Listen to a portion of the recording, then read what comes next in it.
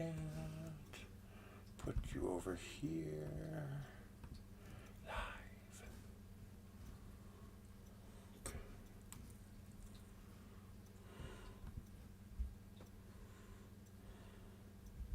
And that is right here.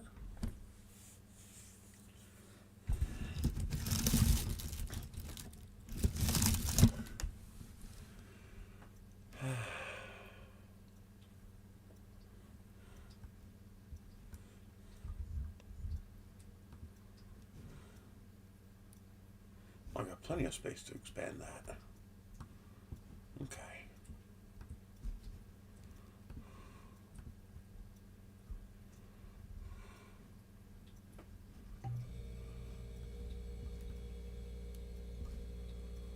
Let's do that.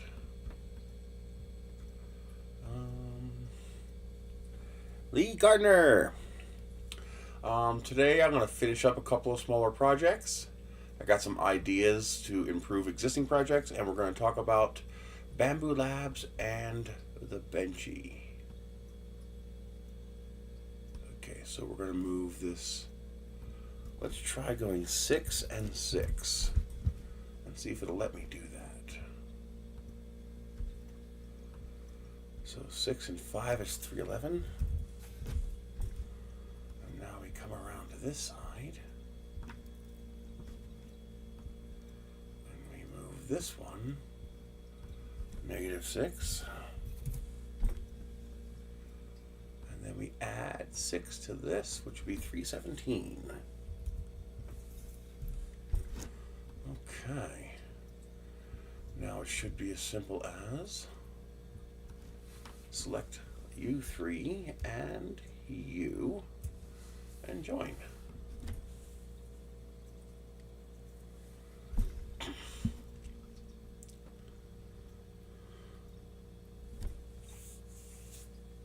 How are you doing today? Let's go to white. Come on. I gotta get my mouse pad in here. I keep being lazy about it. 256 by 256. Good.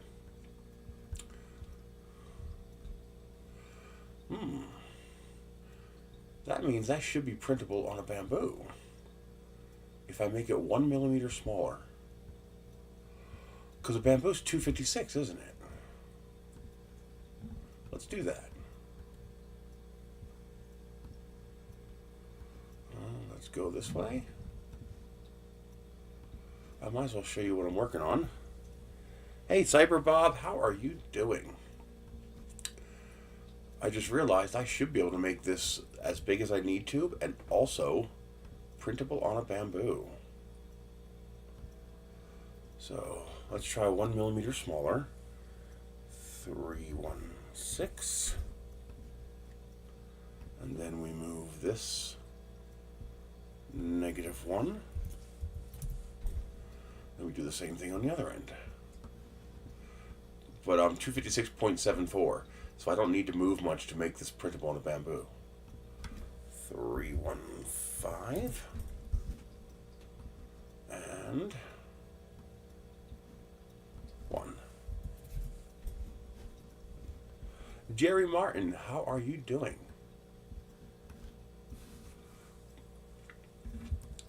Select you.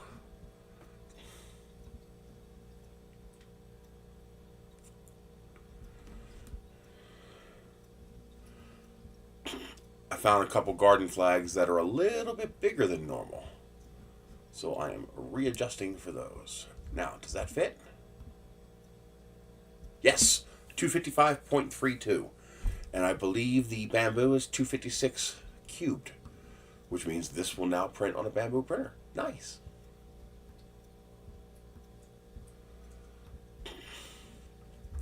Oh, I realized I don't have to save these as individual items. I can export these individually and then simply align origins. And that should work. Oh, yeah.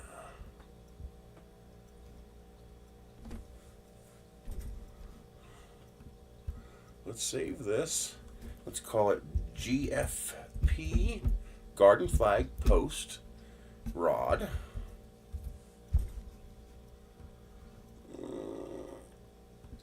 export.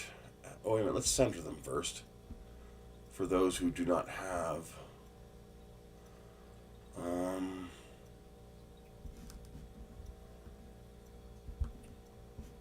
let's do this.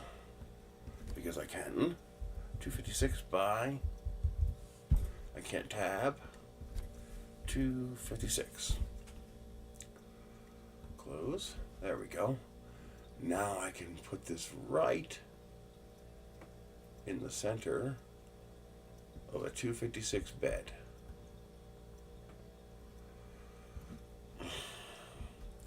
This way they'll all go to the correct location when I align origins.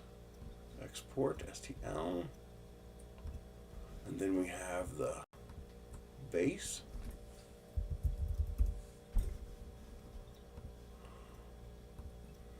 And then we have the cap.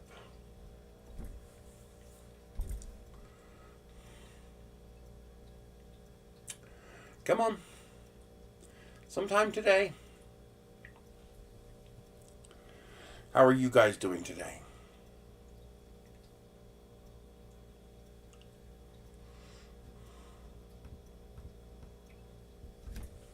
Cap.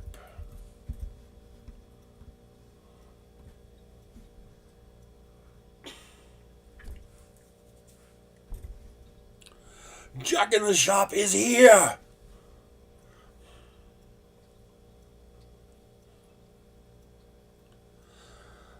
I've been thinking about the Bambu drama, and, well, first, I told you so. I warned people about this in the beginning. But, it's not as nefarious as I thought. At least not yet. There's some interesting things to consider.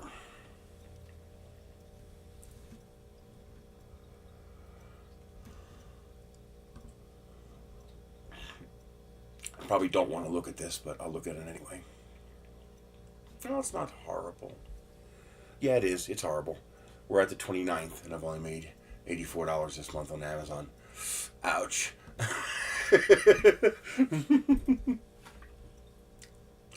And there's a whole bunch of 3D Benchy drama, too. A lot of misguided drama on both parts.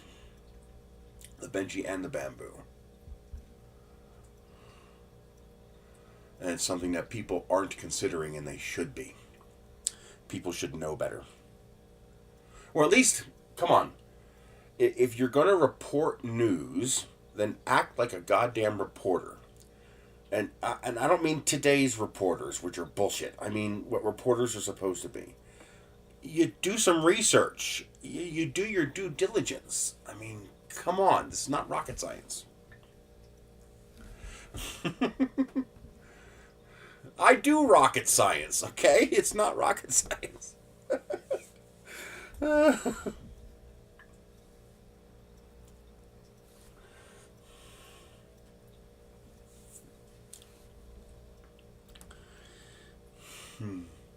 Come on. Export the damn thing. There we go. I don't know why that was taking so long. Okay, so this should be done. I got to print it one more time, make sure it's good. I already know the threads work good. I've already tested that. All I did was make it longer. So now that should be good for all the flags out there. And what else did I want to change? Oh, I have to fix the lamp post because I screwed that up big time. Tinker this. What OS? This is Windows 10. This is Firefox. I'm running Tinkercad. Okay, I completely screwed this up. It's easy to fix with a pair of snips, but I had not considered something very important. So I got the lamps for the lights, and it is fantastic. It lights up absolutely beautifully. Nice. Surprisingly bright, actually. So this works fantastically. Definite, absolute must-do. However, and there's your strand, because this is copper wire, I didn't need to use zip ties. I just twisted the ends around each other. So you just figure out how long you need to make it, and then you adjust the length to fit, and then this just slides inside here, screws onto the top, and now you can see it doesn't come out the bottom. It gets right to the bottom, and now this whole thing lights up when you set it up like that. Distro is not Linux. This is on Windows 10 with all of the Microsoft bullshit stripped out. No Windows update. This is fantastic. It works great. I love the fact that it uses and this uses a replaceable nickel metal hydride battery, which is wonderful. That battery should last 10 years. No problem. But one thing I might do is make a couple of 3D printed rings to go inside of here to help keep the light in the center so it lights up more evenly, but I don't think it's necessary. So far, this has been working fantastically. However, one thing I forgot is that the inside of the caps, the volume of space, is consumed by the hardware inside there. And my ribs inside of here prevent you from installing the cap. So as you can see in here, I had to use a pair of snips and clip out all the ribs at the top there. So that's a super, super easy mod. If you've already printed some of these and you're waiting for these lights to come in, no big deal. Just take your... come here. Just take your pair of snips like this. And then you come in here like this and you just snip off like a 45-degree angle like that. And close your eyes. Because sometimes... yeah. Oh, yeah, that hit the wall pretty hard. So make sure you have either eye protection or close your eyes because, oh, damn, that actually hurt. You just snip off the rib down to the bottom of the threads, and then the lights will go on just fine. I'm going to modify the file right now to fix that. Man, that thing hit the wall hard. When you snip 3D prints, man, those things just go ping! Dikes would probably be better than snips because these aren't really meant to cut something that thick. It's a 2mm thick piece of plastic because it's 2 perimeters at 1mm. So you're better off using a pair of dikes to do that, and they probably won't fling quite so violently. But let's fix that. Yeah, this is just Windows 10. Can I tell what it is? I think I have to go to here.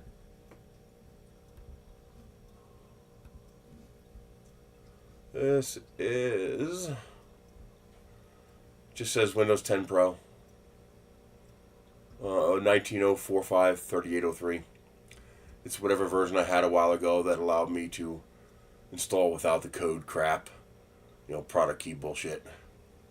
And I know it's a version where I can disable all of the Windows Update bullshit. You have to go to multiple locations. You have to turn off Windows Update. Then you have to set metering. Then you have to go into your GPIO or GPO. Basically for how businesses control all of their machines. Turn it off there, and then I go into the registry and I turn it off there as well, just to make sure it's completely... matter of fact, when I install Windows 10 on a computer, I don't even permit it to have an internet connection. No Ethernet cable, no Wi-Fi, until I've gone through and wiped out all of the Windows Update bullshit. But then it's unsafe. Well, I have a brain. Hey, Matt's Makerspace. I have a brain. I'll keep myself safe. I don't need Microsoft being my little daddy to watch over me.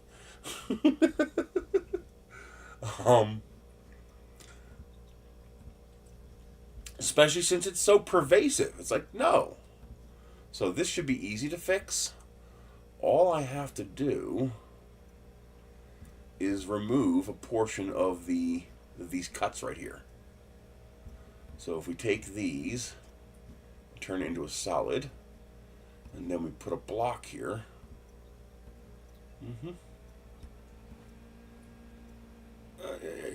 Come here. Come here. Come here. Good boy. And then all I have to do is drop this down until we cover to there. I think that's enough. Just have to cover the threads, because that's as far down as it goes, about there. And so I just take this, join that, turn this back into a hollow, join it back to this. Really? Come on. Don't be a nudge. There we go. And then rejoin everything together. And this one is going to be the, I think it's base mason.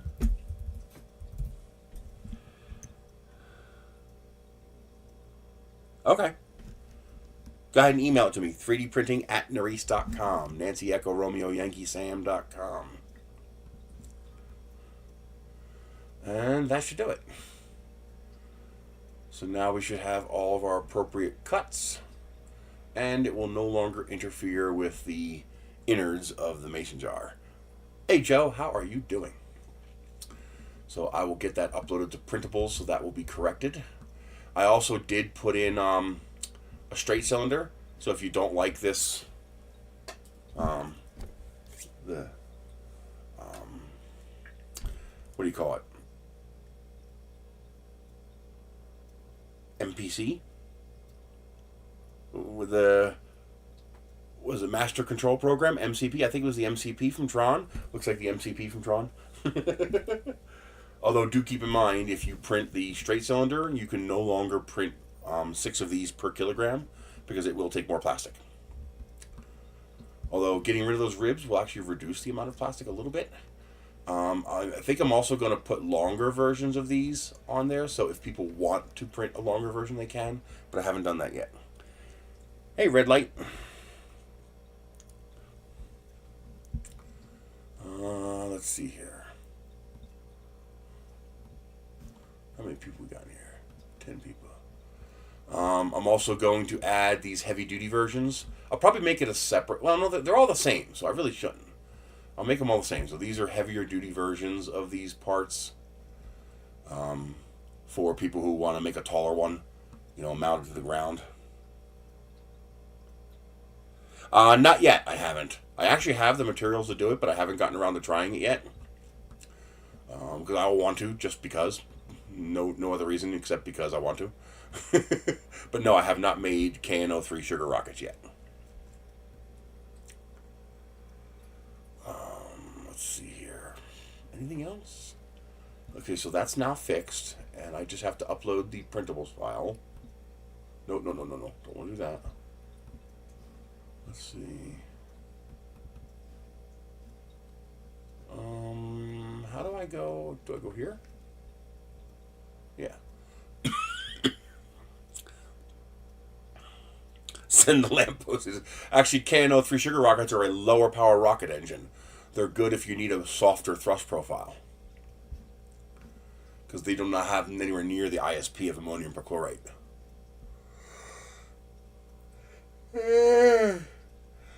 I'm trying. This is something I've been working on.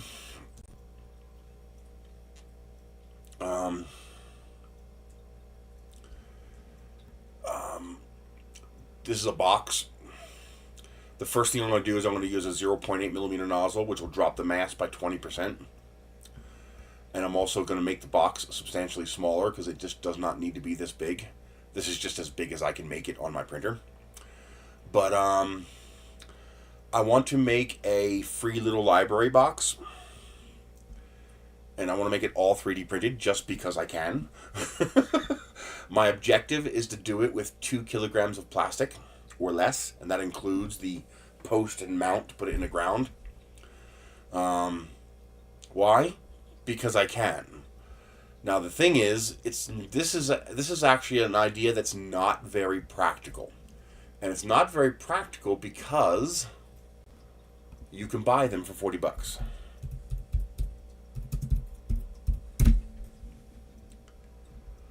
So here you can buy one of these boxes for $40. Now that doesn't include the mount, so you'd still need a 4x4 post and you'd still need to put it in the ground.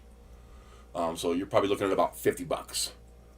So in order for me to consider the project, I'm going to do it anyway just because I can.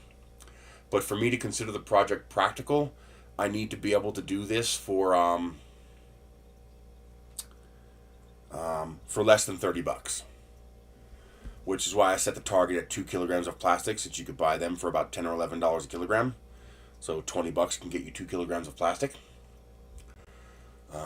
But from a financial point of view, it's really not super practical to print one of these because you can buy one for $40, and that includes the hinges and the clear door. Both of which, the hinges I can print, but the clear door I would have to purchase.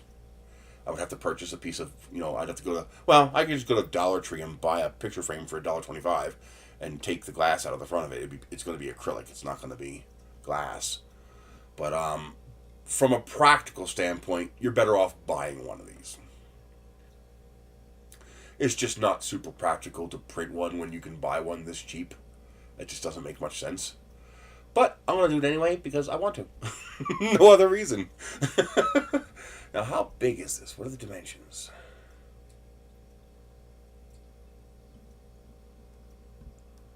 Do they not tell you the dimensions? There it is. Okay, so 16, 15 for the small size, so I couldn't make it this big. 12 by 14. It's not that bad. This would have to be 12 tall at the highest. So 10 and 12 for the slope. And you can see there's plenty of excess space in this box, so it doesn't need to be this big. Okay, so I can do that. You see I'm working on these angled reinforcements. Those angled reinforcements do several things that are important. Here's the one that goes all the way through. I had to pick one that reached from the top to the bottom in one stroke. But those angled reinforcements are a lot easier to do on a square like this. But they also dramatically increase the strength. Because now you have three-dimensional overlapping of lines. Right now, with a normal rib design, you have this and you have this. While with if I angle because you say, well, wait a minute, you got your ribs in there, but the ribs are also this. So they're just a duplication of this. If you angle the ribs, now you have this, this, and this. So now you have a three-dimensional interface of reinforcement. It makes it much, much stiffer. And also, it eliminates the problem of if you don't get proper fusion, because each layer is slightly offset from the next. So you're always going to get really good fusion. Okay. Let's see, what are we at? That's about what we normally get. So, first, let's talk about the 3D Benchy. And we're doing this early because people are not going to want to watch a 4-hour video to watch this. Although I have to skedaddle at 2:30 to get my veggies. Plenty of time. 3.5 hours. Okay. 10:30. 4 hours. So we got plenty of time. So, 3D Benchy. What's going on? How dare NTI not let us remix the 3D Benchy? How dare them? Goddamn greedy corporate sons of bitches. That's just such bullshit. We should boycott the Benchy. Fuck that shit. That's so goddamn annoying. Yeah, that's not what's going on. NTI is the new owner. They bought out the company, and part of the properties that came with buying out the company was the Benchy. So first of all, the company did nothing. The company has not issued DMCA takedowns. That wouldn't even apply here. The DMCA doesn't apply to this. So first let's go over the company, and then let's go over copyright and contract law. Because a lot of people really don't understand this stuff. And then let's also go over Joseph Prusa and him actively himself on his own taking down all the remixed Benchies. And he's not evil either. He doesn't have a choice. Okay? So, what's going on? First, the Daniel Noré and the other guy used to work for a company, Creative Works or something, and they designed the Benchy. It's actually a pretty ingenious design. And believe it or not, all the work they put into designing that Benchy invalidates a copyright. You can't copyright the Benchy. It's not copyrightable. It's also, this market is not large enough to establish a trademark, especially since they never tried to use it as a trademark. And they also can't get a patent for it because it's a boat. I can show you 100 boats that look similar to a Benchy. And so there's too much prior art. The only thing you're violating when you remix the Benchy is contract law. And contract law has very specific rules and conditions involved with it that basically make it unenforceable. They can't enforce contract law against you regarding the Benchy because, first of all, the contract law has to be against you, the person uploading the Benchy, not printables.com. Okay? Copyright, they can go after printables.com. But contract law, printables.com has nothing to do with it. And they can say, okay, and there's nothing that can happen to them. Except for Joseph Prusa, and I'll get to that in a minute. He kind of got himself in the sticky wiki, and he doesn't have a choice. So NTI is the company that bought out all the intellectual property and assets of Creative Works or whatever. I don't know the details, but basically the current owner of the Benchy, the current legal owner, is NTI. So they're the ones you should be mad at, right? Yeah, they have no idea what the hell's going on. They have no idea this stuff was being removed and taken down from They did not file a complaint. They did not ask Printables to take anything down. They probably don't even know they own the Benchy, and they probably don't care. In fact, it would probably be good if somebody in the hobby could make an offer to buy the Benchy for some nominal price from them. This way it'd be legal, and they just release it to the public domain. That's probably what should happen. And hopefully that will happen. We'll see whether they consider it to be worth anything or not. So no, NTI is not issuing takedowns for remixes of the Benchy. No, NTI is not attempting to enforce the license terms for the Benchy as a no derivatives work. Will they? I don't know. Probably not, but they could. Legally, they're allowed to. But as of right now, they have not. They probably didn't even know they owned the Benchy until a bunch of angry 3D printing nerds started yelling at them for how dare you take down our remixes of the Benchy. Now, Joseph Prusa has some... I say Joseph Prusa, I shouldn't do that. Well, he says I am a printer, but first of all, he's done nothing wrong. Not really. He did do one thing wrong that he should not have done. When he replied to people about taking down their remixes of the Benchy, his reply was vague, and he should have made his reply more clear. He said that because of license terms, they had to be taken down. And that, while that's technically true, that's going to lead people to think, well, someone issued a takedown. And they have not. Joseph Prusa, or whoever in Prusa, okay, Prusa Research should have said, because of European Union law, we are proactively required to take these down once we become aware of them. Now, something you might be familiar with the DMCA. We have something in the United States called Safe Harbor. And Section 230 of the FCC Communications Authorization Act, I think it is. Without Safe Harbor and Section 230, the internet would basically be impossible. Because I can go to any goddamn site anywhere and post anything I want.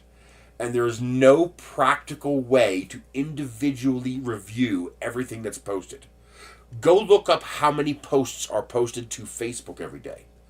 Go look up how many posts are posted to Instagram and TikTok and Facebook and stuff like that every day. Not every year, every day. Now imagine if you had to have a human being individually review and approve every single post that went to those sites. Forget it. Instagram and TikTok are nobodies. They are nobodies. The number of posts that go to TikTok and Facebook and Instagram are this many compared to the number of videos they get posted to YouTube, for example. Okay? And even those nobody sites, even those tiny little niche sites, Twitter has a lot of clout in the social media realm, but the actual number of people on Twitter is actually surprisingly small. But even that surprisingly small group of people on, say, Twitter, which is tiny compared to Facebook, for example, or YouTube, for example, is untenable for any corporation to process. The internet would be impossible. There would be no internet as we know it, because every single post would have to be individually reviewed by a human being and say, does this violate any kind of law? Because otherwise I could be sued. So we have to provide some blanket protections for people who run sites and media, things like this. And what that basically says is that as long as you follow some basic rules, you are immune from being sued. So if I post some illegal content to YouTube, as long as YouTube follows the safe harbor protocols, they cannot be sued and held liable. Like, you're not even allowed to initiate a lawsuit against them. So they don't have to put up any kind of defense. Without that, the internet would be impossible. However, these rules are different in different places. For example, if you input editorial control over the content, or you monetize the content in some way, you lose some of those safe harbor protections. Basically, your duties go up. What you have to do increases. And this is one of the areas that is slightly different between the United States and, in fact, most of the world and the European Union. Because Prusa Research monetizes and conducts editorial control over the content on their site. And this is done by the giveaways that they do, because you get points and you can use that to buy filament or printers when people download your makes. And they also run contests where they say, okay, everybody make something for this category of thing, make something that uses an articulated print-in-place joint or something like that. Make something for Valentine's Day. They run contests. And that's considered editorial control. Now, because Prusa Research does that, European Union law increases Prusa Research's duties in regards to copyright and contract law, which they don't do here. So, for example, MakerWorld does not have to do this. Thingiverse does not have to do this. Cults and My Mini Factory does not have to do this. They have greater protections than Prusa Research does. And because Prusa Research has their business in the European Union, they have to follow European Union law. And European Union law says that once they are aware of one of these license violations, they must now proactively take care of it. So European Union law requires Prusa Research to remove the remixed Benchies because it's violating the no derivatives license. Once they became aware of that, it just took one person to submit a complaint and or a report, or one employee to notice it, and now they have a legal obligation to do something about it. So who's removing all the Benchies? Prusa Research is removing all the Benchies. Are they assholes and they just don't like us making remixes of Benchies? No. In order to maintain their protection from being sued, European law requires them to proactively now remove those remixes once they become aware of them. They don't have a choice. It's a legal requirement. The mistake Prusa Research made was not being clear about this when they replied to the Glitch Benchy guy and told him why they removed his thing. Their reply could be construed to indicate that the license holder said, that's a derivative work, remove it. And that's why everybody got all mad about DMCA, which doesn't apply and doesn't exist. There is no DMCA in Europe. They have a similar law, and it's about the same as ours, but it's a little different. And no, NTI did not submit a complaint and say, hey, that's a derivative and we don't like that. They have no idea this happened.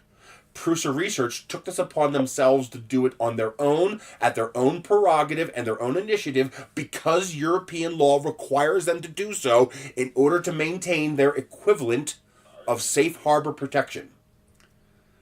So they had no choice. The only mistake really that was made here is Prusa Research should have been clear about this. They should have told the glitch Benchy guy. He's the one who first got a reply. He gave that reply to other people, and everybody else has been making videos going crazy about the Benchy over this. They should have made it clear. Prusa Research proactively removed your item once we became aware of it because European law requires us to maintain our safe harbor protection, or whatever equivalent legal verbalese for the European Union. That's what happened with the 3D Benchy.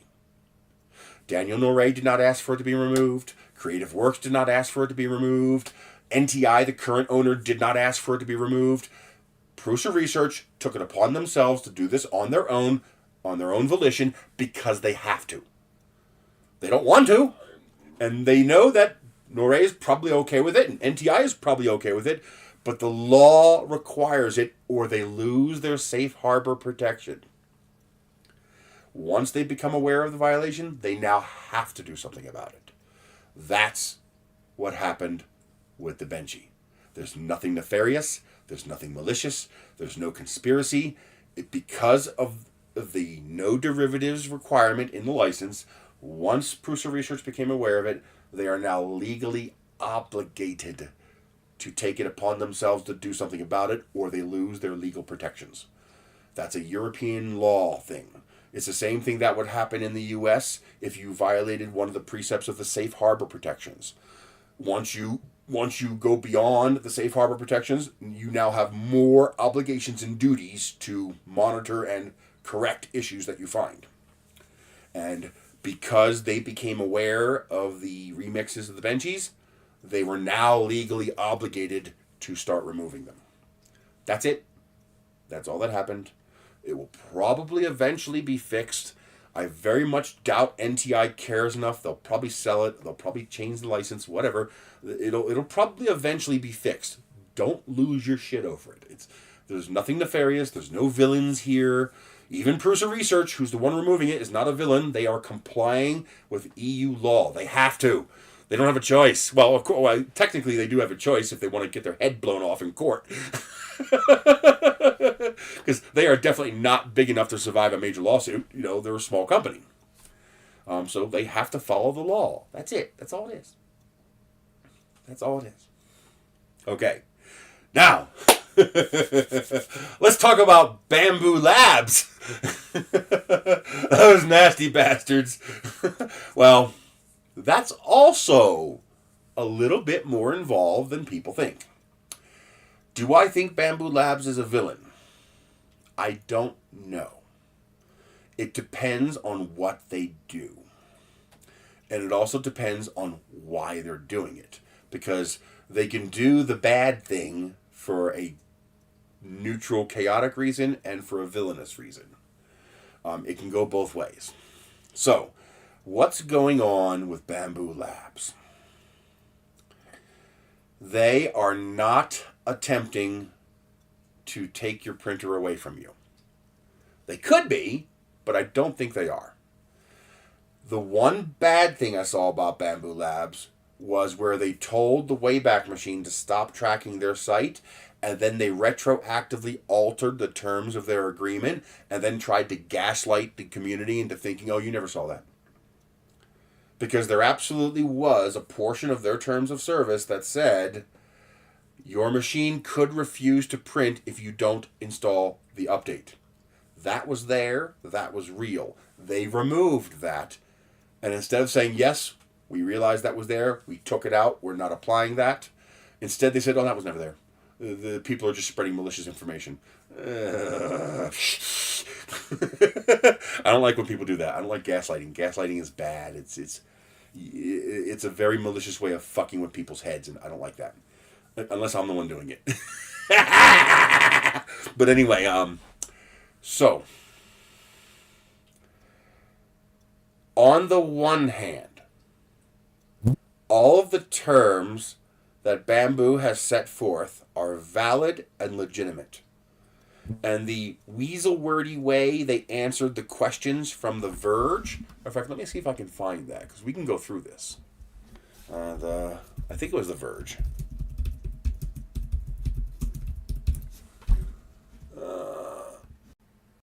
Here we go. Let's actually go through this. This is actually pretty simple. Would you go away? I hate when crap pops up and gets in my face. Okay, let me switch over so you guys can see this. Which one's Windows? This one? This one? That one. Okay. So here is The Verge. I actually like their logo. It's kind of a newish, weirdish, but it works. Whoever designed that did a good job. I like it. It draws your eye. It's aesthetically pleasing. It's techy. I actually think that's a good logo. Okay.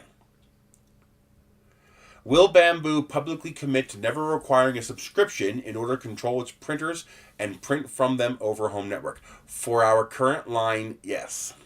We'll never require a subscription to control or print from our printers over a home network. However, there might be certain business scenarios. Basically, this is not a valid question. You are trying to restrain a business from different market forces in the future. This was a poorly worded question.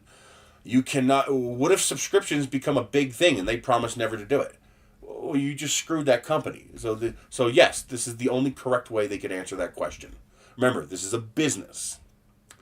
Will Bambu publicly commit to never putting an existing printer functionality behind a subscription? Yes. Now that was a valid question. Existing printer, which was sold under specific terms, they could answer that cleanly. They answered yes. Will Bambu commit to never restricting the use of third-party filament in any way, shape, or form? For our current product line, yes, we have no plans to restrict the use of third-party filament. You're asking them to make a blanket promise into the future for all products. You can't do that. They can't make that promise and be a legitimate business, because you're basically going to force them to violate that term. So that's why they have to say, for our current product line, yes. Will Bambu publicly commit to never monitor files and prints transmitted between users and their printers over a home network? And here is a very valid, correct response from them. Let's be clear about how this works, okay? LAN mode, nothing is transmitted through our service. We're going to get to this later. This is important. And this is cloud mode and LAN mode. This is important because this is why what they want to do is valid and correct, even though I disagree with it, and I'll get to a reason why and what they can do to fix it. Cloud features, for features like reprinting, files are temporarily stored in the cloud. You have to. That's necessary. That's like asking your email provider to not store or look at your files. Well, then they can't send files for you.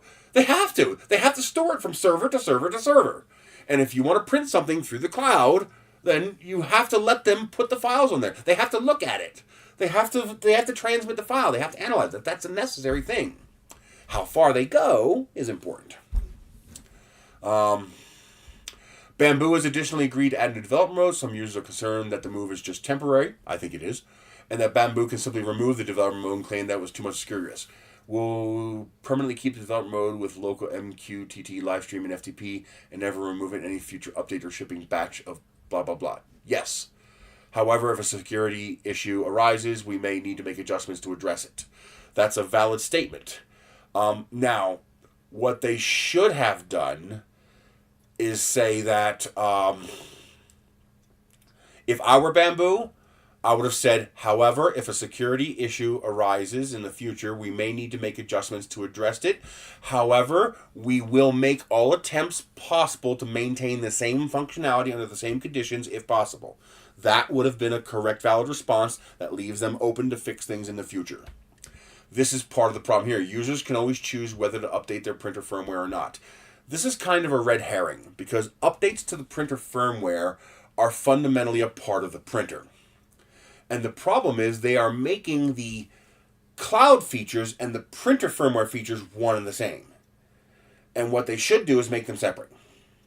You should be able to install printer firmware that improves the functionality of the printer without having to agree to new cloud terms. Those should be separate things, and they could very easily do that. When you accept the license agreement, all you should do is have two agreements.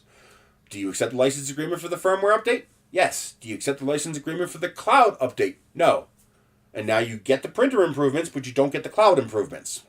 Okay? We'll get to that more later.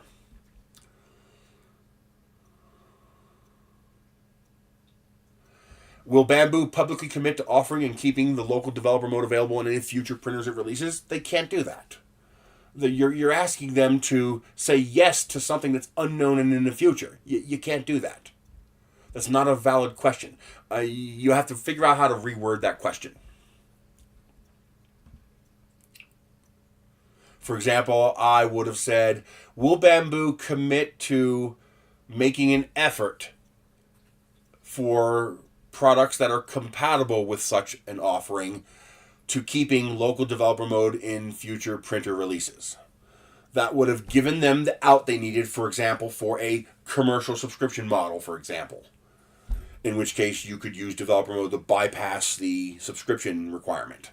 For example, what if they offered a business a deal where we'll give you this $1,500 printer for $400, but you subscribe to a service for a minimum of 2 years. Okay, so now they're giving a printer at a discount on the idea that you're going to subscribe to a service, but if developer mode becomes a security hole that allows you to bypass the subscription and you cancel the subscription, it's not like they can go from China to the US and take the printers back. So that's just one example I came up with in 10 seconds for why they could not answer yes to this question. So they're a business, okay? You have to word the questions appropriately.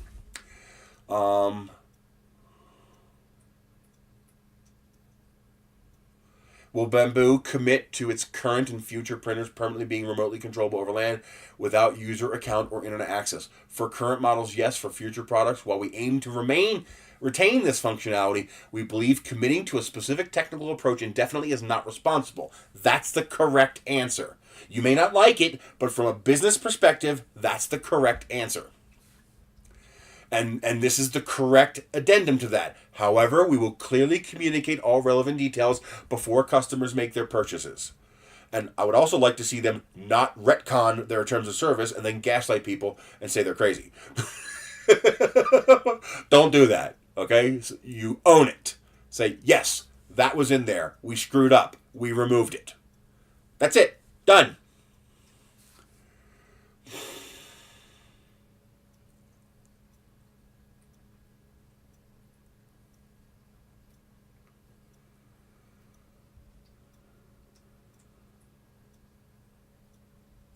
Now, here's the really good one, okay?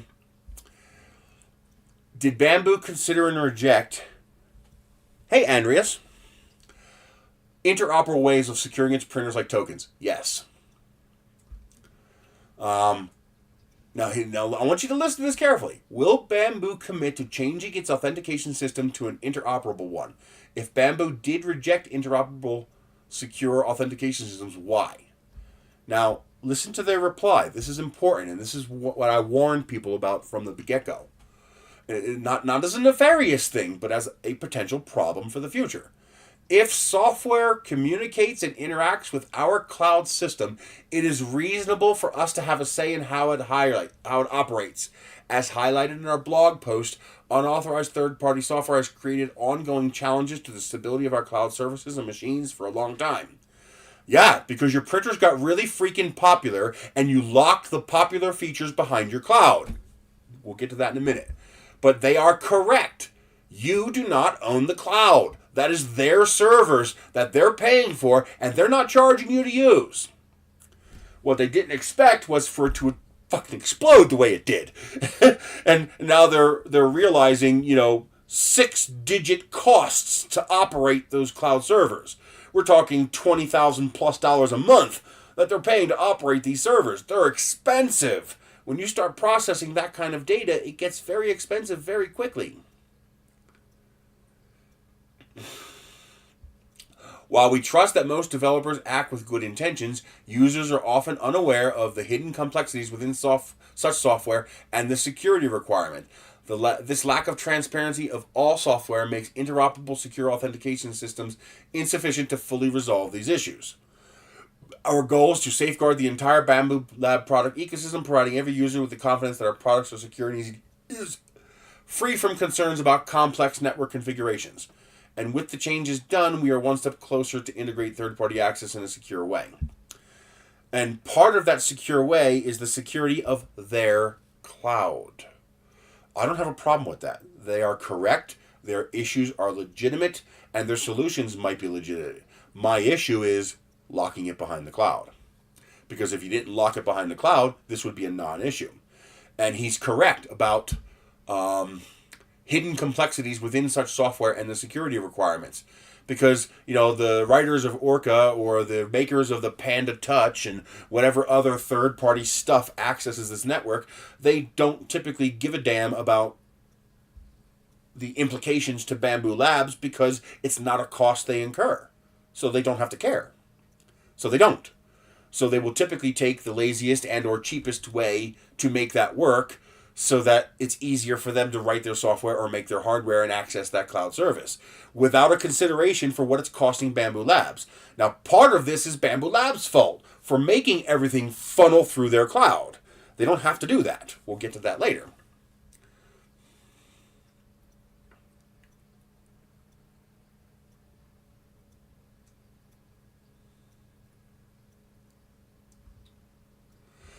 This is actually a bit of a jab at Orca Slicer, and it actually kind of makes sense since Orca Slicer is open source.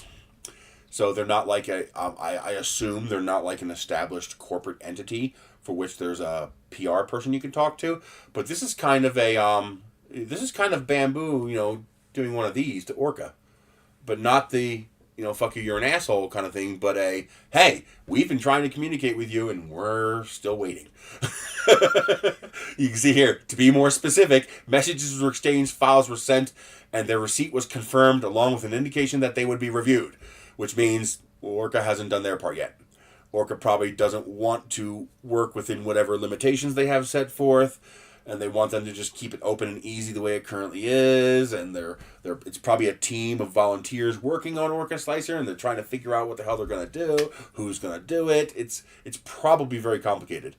But we've also gotten messages from Orca Slicer that says Bambu said no. But that might not be the whole message. Did they just say no, or did you make a demand and Bambu said no to that demand? We don't know. Okay, so this is kind of an indication that the communication between Bambu and Orca is not very smooth, and they are being very politic about it.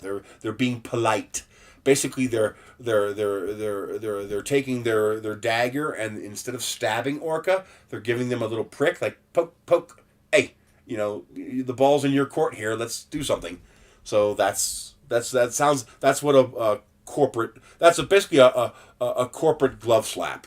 You take your glove off and you smack the guy across the face, and now you've issued a challenge for a duel.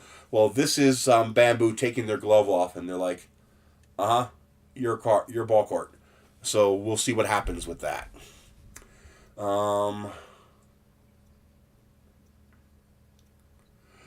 Will Pad the Touch and similar accessories continue to work on develop mode? We guarantee keeping the port channel open, but implementations are up to third parties. So if those third parties are connecting directly over LAN, then they should continue to work under the port and channels that are open. However, if they're using the cloud, well, they're not going to work unless they implement the new protocols that Bambu Labs has established for their cloud. And that's a legitimate issue. It's their cloud. They own it. They're paying for it. They're not charging you for it. Is Bambu answering that company's questions?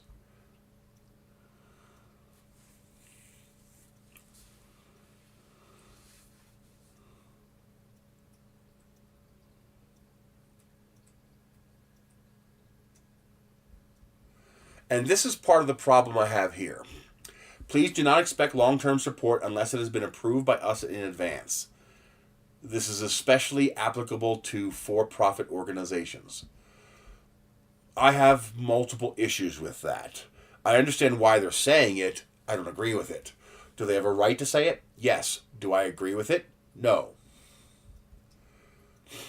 And this is a big one. Will you allow users to roll back to old firmware? Yes, firmware with rollback was always and will be available. Does the private key leakage change any plans? No. So now, what's the issue here? Why did I have a problem with Bambu Labs right from the get-go? Hey, Caden. Thank you, man. I appreciate it. I got let me bring this up so you can see it. I got the mason jar lights, and they work fantastically. Oh yeah, at night it really lights up nice. Like even here in this bright light, you can actually see the whole thing lighting up. It's very cool. So yeah, I'm going to implement these on a lot more things, especially because they're cheap. They're less than $2 a piece if you hunt around for them, and also it uses a user replaceable AAA nickel metal hydride battery. So you pop open this little port here, and that is a 600 milliamp hour nickel metal hydride battery. Now, will you replace it? Only if you can get the batteries cheap enough, because the batteries cost about as much as it costs to buy this whole thing. But yeah, this just fits in here, threads in place, like that, and there you go. There is your mason jar light to light up the center. It makes the whole entire thing glow, which is really cool. And that is actually, I think that's 2 meters long. So if you were to use the longer one like I have there, it wouldn't be as bright because you wouldn't have as many overlapping LEDs, but you could stretch it out to light up a much taller version of this. And what I did is I just folded it over itself multiple times to make it the exact length I need for that. So, Bambu is not attempting to directly restrict the usage of your printer. What they are attempting to restrict in order to control their costs is cloud access, because they have to pay for the bandwidth and the servers to run that cloud. I don't like the statement that they have issues with for-profit organizations. Yes and no. On the one hand, it's my printer, I should have a say. On the other hand, it's their cloud server, and they should have a say. And there's the problem. That's the problem I warned everybody about in the beginning with Bambu, and nobody listened. Just like nobody listened about HueForge. Nobody read the terms, or nobody would understand the terms. But now HueForge is not doing anything nefarious, but wait until 10 years from now when that becomes precedent. And other, less nice companies, the people from HueForge aren't trying to be mean. Wait until a mean company decides to take advantage of that precedent, and then you're all going to be crying. But we'll see. Maybe nothing will happen. But anyway, the point is, the features that you wish to use are not Bambu Labs printer features. That's the problem. You're not complaining about losing printer features. Your printer is not being changed. You're complaining about losing cloud features. And you, as the end user, are not distinguishing the difference between a printer feature and a cloud feature. Your printer's not being changed. The cloud's being changed. That's what's being changed. And they have a right to change that. My problem is not them wanting to control their cloud. My problem is them intentionally designing it so you can only use these things behind their cloud. Because they could easily make a end-user installable server where you would run a Raspberry Pi with Bambu Labs cloud server on it, and then be able to run all these cloud features in your local net. That wouldn't be that hard to do. But then they wouldn't have access to all that stuff. They wouldn't have that control. Okay? The reason for the cloud is to have the control. And that's the problem. What I would like to see is Bambu Labs convinced to make a local cloud server that doesn't require any access to Bambu or Bambu's cloud or Bambu Labs or Bambu servers or Bambu credentials. A local Bambu cloud server that does all the things that the Bambu cloud does. Store your prints on there, your profiles, be able to do the reprint thing, be able to log in and look at everything over the network. If you want to look at it outside of your local network, you can tunnel a port to allow in WAN LAN access, just like we do now when we set up a server to stream video and stuff like that, like a Plex server. there are ways to do this. We've been doing it for 25 years, 30 years, 25 years. We've been doing this kind of stuff for 25 years. I used to have, until the fucking digital converter bullshit happened, I used to have a what I call my Sage TV server. I called it Cuteger. It was on my network. It was a computer I built specifically to be low power. It consumed less than 60 watts. And this thing had 4 television tuner cards in it. And I would plug 2 cables, and then had an internal plexer to split into 2 more in each card, so I could watch 4 channels simultaneously. And this allowed me to record 4 television programs simultaneously. So if A-Team and MacGyver were both on at the same time, that's okay. My DVR would record both. And then on my Sanyo 6300 or 6400, yeah, a flip phone. You'll love this. I'm pretty sure it's a 6400. No, this was my original black and white phone. I love this phone. You guys can't see that because I didn't switch. This was my favorite phone. They actually made a 3G version of this with a color screen, but it was only ever released in the Asian market. This phone is so skinny, I used to hang it around my neck. I could put wallpapers on it. I could put custom ringtones on it, even with the black and white screen. So I could do all the things the color phones can do. And the only thing it didn't have was the color screen. Now, they did have a color screen version, but was it 8400? What was the...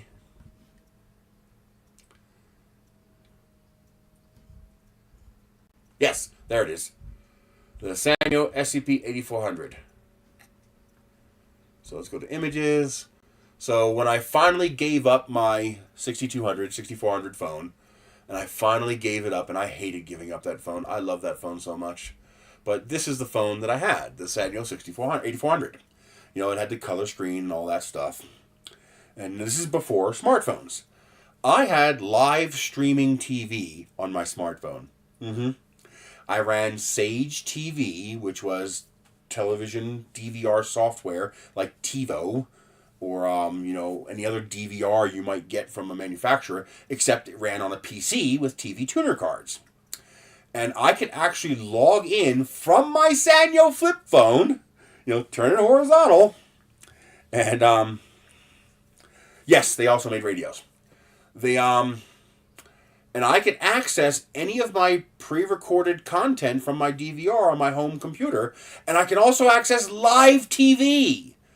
So if I could either watch what was being recorded, live, or if one tuner was available, I could actually connect to that tuner and change the channel. And I could do this on my flip phone. This, people would look like, how the fuck are you doing that? I love doing that kind of stuff. Because it was pretty unheard of to be able to do that at the time. And I had a lot of fun with that. You'd be surprised how watchable TV is on a 2.4 inch screen. It's more watchable than you think. But, hell, I even watched it in the car. No, I didn't watch it. I closed the lid and stuck it in the mount. I just listened to it.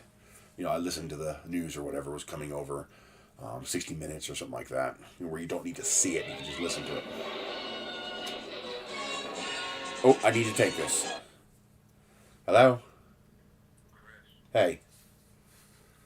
Hi. Yes, Tom got a hold of Heather and found out what's going on. So where'd they dig up this bullshit from?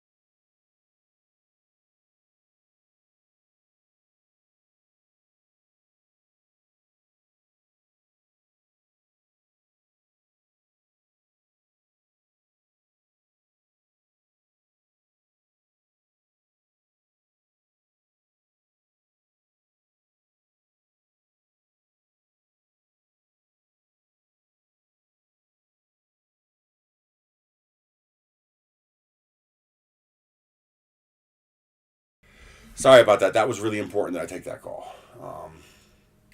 You guys know my brother has legal trouble in the past with drugs, and that's all clear. He's been absolutely clean for almost 5 years, and they dug up some fucking charge from an ancient time ago, and he got pulled over a couple days ago, and they fabricated this active warrant from it. Instead of sending a letter saying, hey, you want to deal with this? No, they just issue a warrant, so you're surprised when you get pulled over by a cop. That whole system is so fucked up, it's ridiculous. But thankfully, his truck was parked, so they didn't impound his truck. That was the big concern, because that stuff's like $200 a day. It's a complete total racket. And just hopefully they didn't tear his truck apart and rip it to pieces while it was parked there, because that's still a big problem in Philadelphia. But he's out, and someone's coming to give him a ride. They're gonna take him to pick up his stuff, go get his truck, and so he'll be able to take care of it and just have to pay whatever extortion they want for it. And that's exactly what it is. It's extortion. But what are you going to do? But at least he's out, so that's good. I kind of figured they'd just get him out right away because, as soon as a judge looks at his history, holy shit, you've been absolutely clean for 5 years? Get out of here. Most judges are halfway decent. They want to see you succeed. But with Bambu, what I would like to see is for them to release third-party surfer software. And I don't think they're going to do that because I think they want the control. Also, once they release third-party server software, anybody else, including their competition, can also download, reverse engineer, and implement that same server software for their own products. And I don't see an easy way of them preventing that. And so the problem is they've locked control of the printer behind the cloud. What they're trying to control access to is not your printer. They're trying to control access to and the costs associated with the cloud service. I don't know how to fix that in a way that maintains their business competitive edge and also our access. That's why I would not buy a Bambu printer. Will I take one if they send me one? Absolutely. Will I give it a fair review? Absolutely. But in the context of, you do understand that a lot of these features you want are locked behind that cloud, and not only can they and will they control access to that cloud, but they actually have a legitimate reason to. That cloud, they're giving it to you for free, and it costs a lot of money. Now, of course, it's kind of a shot yourself in the foot problem.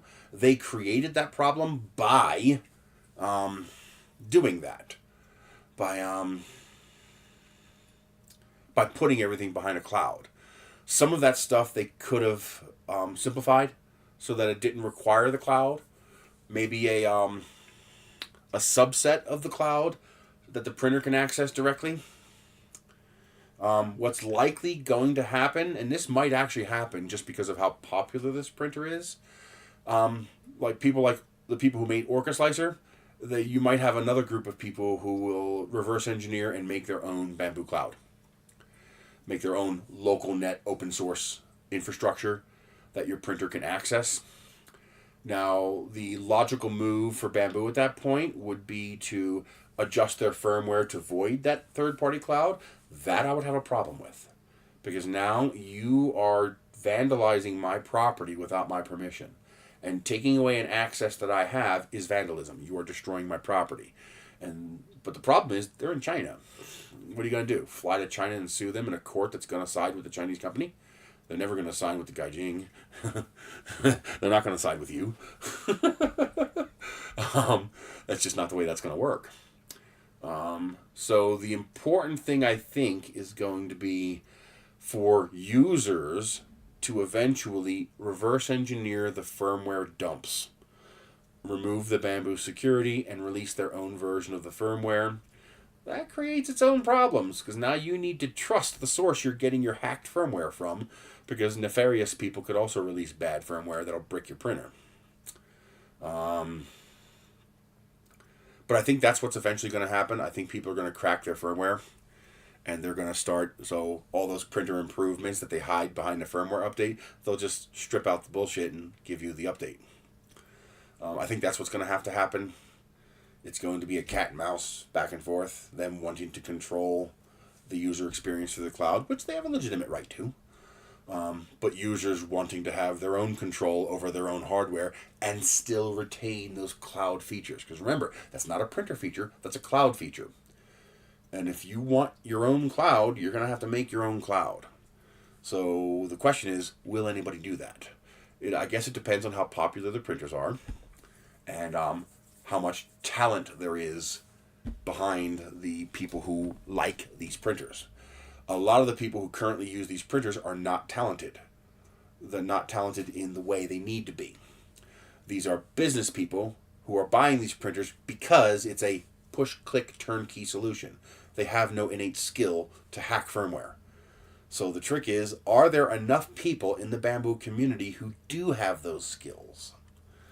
And also, maybe there's a way to pay for it.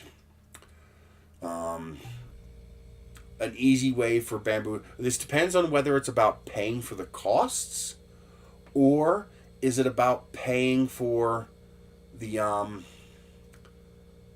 control. If what they want is control, this won't work.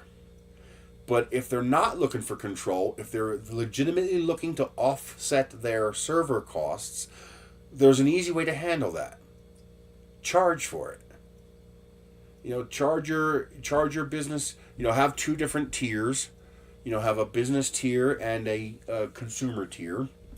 Say, charge your user $5 a month. And now, whatever equipment you have, you can connect to the cloud, unrestricted. Business users, maybe charge per printer. Maybe $2 a printer or something like that. That might be even a way to handle consumer. Just make it a blanket $2 or $3 per printer per month. So if you have 20 printers, you pay $60 a month. And your printers can now use whatever hardware and software you want to access the cloud. They're still going to have the server problems, but at least they're now being paid for it. And that money will offset the cost of running the servers. That would be a legitimate way of doing this. Maybe for commercial users, make it, I don't know. Per printer seems to be the best way to do it. Because the more printers you have, the more pings and access and traffic through the server you're going to have. So instead of charging a flat fee, which would be good for consumers, instead, I don't know. For consumers, it needs to be a nominal fee. And it should be pretty easy to prevent businesses from abusing it.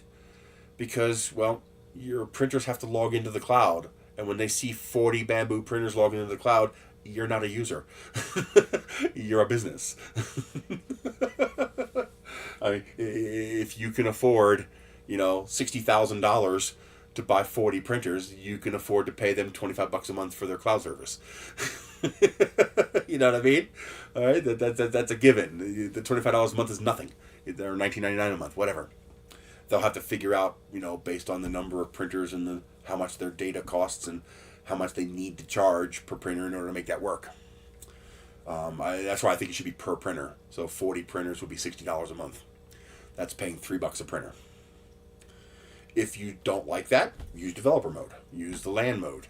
Now it's important to make sure that Bambu doesn't cripple LAN mode to get people to use the cloud, because that's also something they can do. Have they done that? No. Could they? Yes. And that's the problem I told people in the beginning with Bambu printers. I'm not saying Bambu's bad. I'm not saying they're malicious. What I'm saying is the infrastructure they have in place permits them to do these things. And I do not wish to spend thousands of dollars of my own money on a product where they can, in fact, do this thing. I'm having this problem right now with Wise. My Wise cameras are basically being neutered. I bought the Wise cameras because they had human motion detection and I could download a 12-second video clip. Now, if I wanted more features, I had to go to their cloud, but I didn't want that. All I needed was I think you have 2 weeks to download it and then I delete it, which is fine. So it'll detect a person and I could download my 12-second clip. That's all I wanted. Now, both those features are hidden behind their cloud. I have not been able to update my firmware on any of my cameras because the cameras have built-in human detection. And apparently they didn't have a license for that, so they had to remove it. And now the human detection is done ex post facto on the server. But that's hidden behind a paywall, which I don't want. I want what I paid for, and what I paid for was human detection included and 12-second downloads included. Because 12-second downloads are also no longer available unless you keep the firmware old and you run the old version of the software. So I lost the version of the software I had. I got to find it again. I got to figure out what the latest version of the Wise software that still allows me to download my 12-second clips.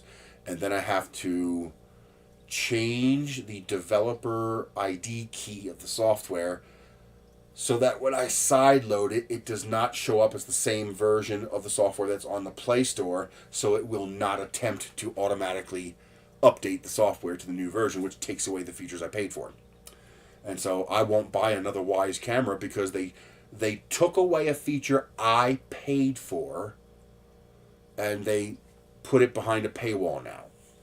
Human detection and 12-second video downloads. That's two simple features that were part of my purchase, part of the reason I bought it, and that did not require a subscription to anything. And now it requires a subscription. I'm sorry, the cameras just aren't worth that much to me. As nice and as convenient as they are, I'm not paying for that. I'm just not. But, that's what happens when you buy into a cloud. And the problem is, Bambu made a lot of the features that you want, they aren't part of the printer. Those are not a X1C feature. Those are a cloud feature. And they have a right to charge for that cloud if they want. They have a right to control access to that cloud.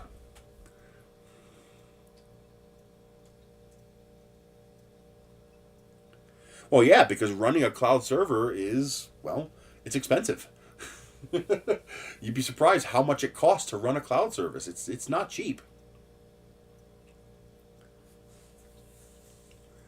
And so when Bambu says it's costing them a fortune because of all this third-party stuff, accessing willy-nilly their service, that's probably a legitimate issue. If you have, a slicer or a third-party app or a third-party piece of hardware pinging their server, 500 times a day, you multiply that by thousands of those products sold, you're talking about millions of pings a day. That's a lot of fucking money. Sure, your 500 pings don't cost that much, but now multiply it by all the people using that piece of hardware. I mean, how many of those Panda Touches were sold? How much data gets processed through the cloud through those devices? It's probably a lot. And in order to be more convenient for you, those software and hardware devices might ping the server a lot in order to give you the most current data so that when you load their app, it's all current and ready to go. That's because it's been continuously pinging the server constantly in the background because it doesn't cost them anything. Why do they care? All right, so that's an issue. And that's a valid issue on the part of Bambu. My problem is them putting all these features behind a cloud. Now, did they intend that to be an issue from the beginning? Probably not. They probably didn't anticipate that, how much data does he use? Oh, it's not much. But again, human beings are very bad at comprehending scale.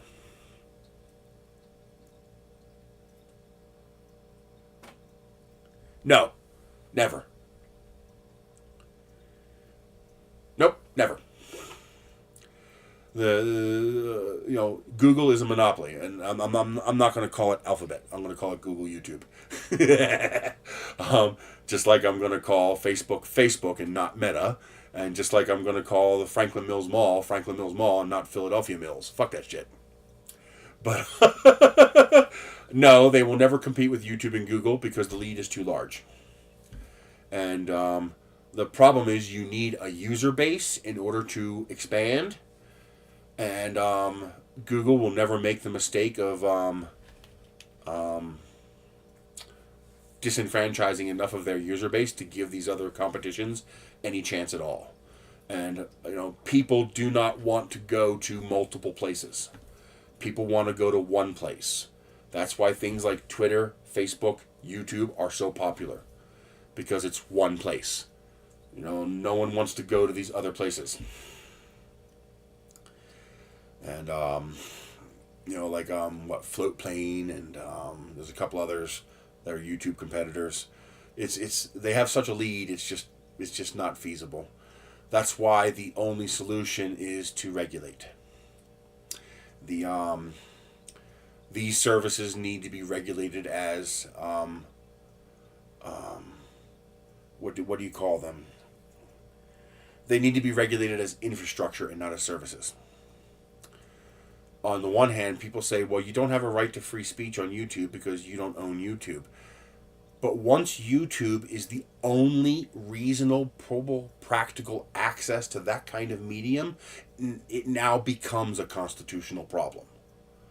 Because banning you from YouTube is banning you from what is essentially a critical infrastructure in our society now.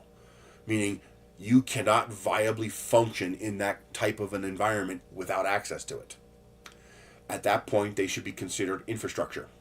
That doesn't mean you take it from them, but it means there should be rules. That they should not be able to simply, you violated some rule, we're not going to explain the rule, we're not going to tell you what the violation was, you're just banned. They should not be allowed to do that. There should be a process involved where people have the ability to practically and viably appeal. Yeah, town square. Okay? That's the whole point of town square. But that's not a town square, it's private property. But they've made the property so pervasive that now it's effectively public property. Not in legal terms, but in usage. As far as video on the internet goes, if you don't have access to YouTube, you don't fucking exist. That's one of the consequences of becoming such an incredibly large, pervasive monopoly. And what we need is what I would call quasi town square rules. Yes, it should. Because they are using these services and these payment systems to, I don't want to get into politics, but they're using it to peddle their politics. They're using it to enforce their politics, like YouTube does with gun videos. Okay? It is perfectly legal for you to have guns in the United States. It's perfectly legal for you to make your own gun in the United States. That is legal. I am allowed to make my own gun. I can build my own gun. And but if you make a video on how to build a gun on YouTube, you're gone. You're gone. YouTube will ban your ass so goddamn fast. And so basically they're pushing their own politics and they're enforcing their politics on people. And it's similar, it's actually almost exactly the same thing as religion. We have a separation of church and state. The First Amendment provides us with freedom from religion. And there are so many people who like to argue with me about this and say, no, it's not freedom from religion, it's freedom of religion. You cannot have freedom of religion without freedom from religion. Because otherwise, the 46% of the world that's Christian will force their Christianity down your throat, exactly like they're doing right now. 30% of the world is Christian, 16% of the world is Islam. Islam is just a fork of Christianity, so they're Christian. Muslim Christians together, that's 46% of the world, and they are Christians. The whole reason they created the First Amendment and the separation of church and state was because the people who founded this country were running from religious persecution. The religion in England or whatever country they came from was being shoved down their throat, and it wasn't their religion. They came here to get freedom from religion. That's why we have the Establishment Clause, that the government is not allowed to establish a support for a religion. Because once the government does that, well, now you have no freedom of religion. The two go together. You can't separate them. What we need is a similar law for politics. We need a separation of politics and state, or at least politics and people. But instead of for the politicians, we need this for corporate entities. We need a separation of politics and corporations. That the moment, we actually do this with churches. The moment a church does something that's politically motivated, if you have evidence of this, you can send it to the IRS, and the IRS will threaten them. They will tell them, you stop doing that, or we revoke your 501(c) certification as a nonprofit. And that's a big freaking deal for a church. Okay? Because a lot of church preachers will use their captive audience to preach their politics. And that is violating the separation of church and state and the establishment of a national religion under the guise of politics. We need the... capitalism is not a problem. Capitalism is actually the answer to our problems. You want to see the answer to our problems? Look at 1945 to 1980. And that was capitalism. Okay? What we have today is not capitalism. What we have today is feudalism. It's a just I don't want to get into the isms. This is 3D printing. But just go look up the definition of feudalism and now convert the medieval terms to modern equivalents. It's feudalism. What we need to do is go back to capitalism. Because until we have the ability to elevate to a post-deed society, which we are far away from, until we have that, the best option we have right now is capitalism. It's the best option. It's the fairest option. The problem is people think what we have now is capitalism. It's not. in a truly capitalist system, YouTube would not be the monopoly it is. Okay? Walmart and Amazon would not be the monopolies they are in an actually capitalist society. When we got rid of capitalism, we saw the failure of Kmart and Sears and Toys R Us and what are the other stores like Kmart that went away. That's what happened when we got rid of capitalism. The incumbents were able to crush the competition and get rid of them. Okay, that's not capitalism. Hey, 3D Medic. I did get, so no more politics. That's it. That's all I'm going to say about that. Okay? What we need is something similar to the separation of church and state, except we need a separation of politics and corporations. Because corporations can use their monopolistic control to impose their political will. So if you do something that MasterCard doesn't like, you can't use their service to process transactions, and you're basically banned from the internet. And why does Patreon and PayPal have to also enforce MasterCard and Visa's political agendas? Because even though you're using PayPal, ultimately it goes through MasterCard, and they're going to say, nope, we're going to cut you off or charge you more unless you impose our will as well. We don't like those things. And that needs to stop. And it's going to be very hard to stop it because these people are in charge and they don't want that to stop. So, I got the solar RGB lights. You saw me put them in the thing last week with the strip, but I got the solar one, and it's pretty cool. I have not figured out how to get individual control of the LEDs yet like I did with the other app, and the apps aren't cross-compatible. And you actually have to download an old version of the app to work. You have to go to APK Pure and download the 1.08 version of the app. For some reason, the latest 1.10 version does not work. It won't load on the phone. But the 1.08 version does, and it works great. But now I have a solar-powered RGB IC set up, and I have one more coming in so I can do two. Nice big solar panel, nice big battery inside, I hope. This one also, sadly, it's a barrel plug, although it does come with it. So you can plug this into USB power to charge it up if you need to. But yeah, this is the RGB IC. There you go. This is the pink, purple, red colors I got for Valentine's Day.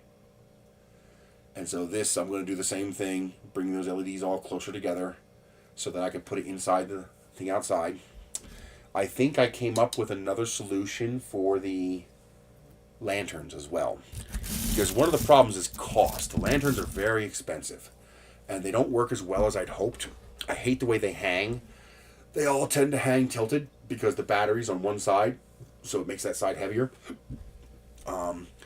They're very bright. They light up the entire area around, but the problem is the runtime is garbage. Now, in the summertime, I think they're going to run fine. If I get 6 hours out of them, I'll be happy. Right now, I'm getting about 4. If I get 6 hours, I'll be happy because the solar LEDs, the little ones, these run all night. So that's no problem. So it's not like they go dark. But the big lanterns go out after about 4 or 5 hours. And in the wintertime, not only do you only get like 4 or 5 hours, but it gets dark at like 4:35. So by 9 o'clock, they're out. And if you have a cloudy day, yeah, they're out by like 6 or 7. So what I want is still bright enough to work. I want a lower cost. And I would also like to combine panels if I could. So I've got a couple of ideas for things that I want to try. First, I think I can use a set of string lights to replace the lanterns altogether. And that is this one here. Let me switch over so you can see what I'm looking at. So I think I'm going to try to buy this. It's about $12. This comes with a 3-watt solar panel, a 3600 to 4400 milliamp battery, depending on which one you buy. I don't like the short bulbs. I wish it had the longer bulbs, but the cost doubles when you get the longer bulbs. If I had to pick just one, well, I reject your assertion of picking just one. I'm picking both. Sorry. For small orders, AliExpress is better. For larger orders, Temu is usually better. For tech gadgets, AliExpress is usually superior. For decorative home gadgets, Temu is usually better. So, for example, if you want to buy this, you're going to get a better deal on AliExpress. And you'll find it on AliExpress. If you want to buy, a pair of earrings or a new shirt, you're probably better off going to Temu. Much better off. Not only cheaper, but a larger variety of styles, larger variety of sizes. A lot of that stuff is just not available on AliExpress, or if it is, at a much higher cost. It just depends. I suggest that you do what I tell everybody to do. Check both. Okay? Don't forget to check Amazon. Now, for things like shirts, earrings, jewelry, home decorations, garden flags, don't even bother checking Amazon, because they're just buying the stuff from Temu and then marking it up. Okay? But if you're going to buy something like a power tool, sometimes the competition is so stiff that not only can you get it for a similar price on Amazon with 2-day shipping, but sometimes you get it cheaper. And you get a return policy. You can return it to Amazon if something goes wrong. So for some things, there are distinct advantages. Yes, absolutely. Temu and AliExpress are Amazon competitions. They're the same thing. That's why do you think Trump's going after them? Because Amazon told him to. Amazon doesn't like that I can bypass their 1000% markup and buy the same damn thing from Temu. Literally the same. Here, look at this. Let me show you what I'm talking about. 4-volt screwdriver.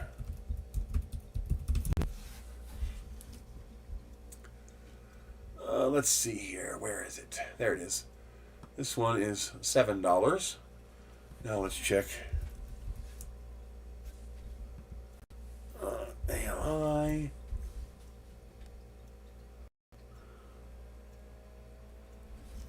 For expensive larger items, yes, always check. Because competition, capitalism, will force the price lower. Let's see here. Dollar Express. Oh, I forgot I can't search on here. But that's common enough that it might pop up if I just scroll for a little bit. I always forget I can't search on the PC version of Dollar Express. For some reason, there's just no search option. I could probably get it to show up.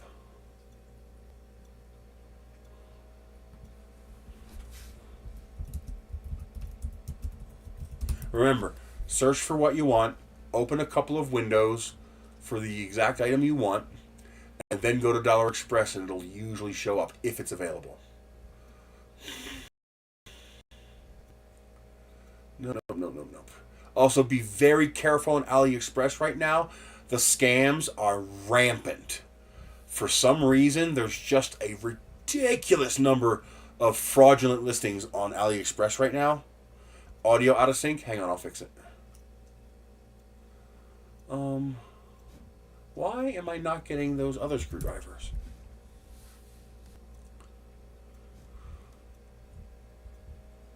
I bet you if I do this, it'll come up. There it is. Yeah, you'd be stupid to pay that price. That'd be insane. There we go. I had to differentiate it from the other ones. Okay. Let me reset this here to get the audio back in sync for you. Yeah, toolbox that's $1,800 being sold for $15. $600 generator being sold for $3. Yeah, come on. Seriously? Like, you actually think you're going to get that? All right, hang on a second. I'll be right back. I'm going to fix the sync.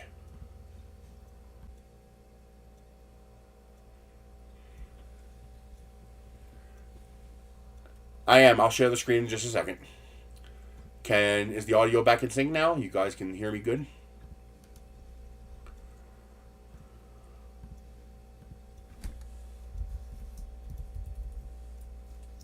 Good.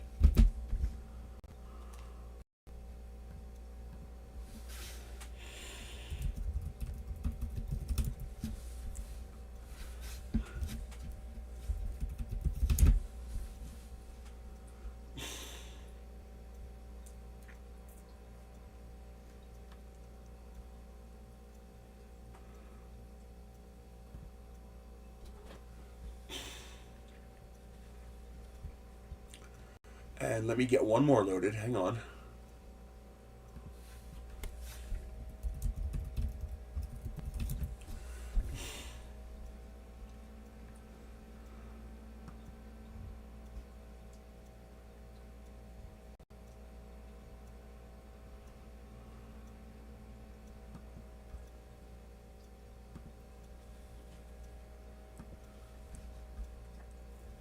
There we go.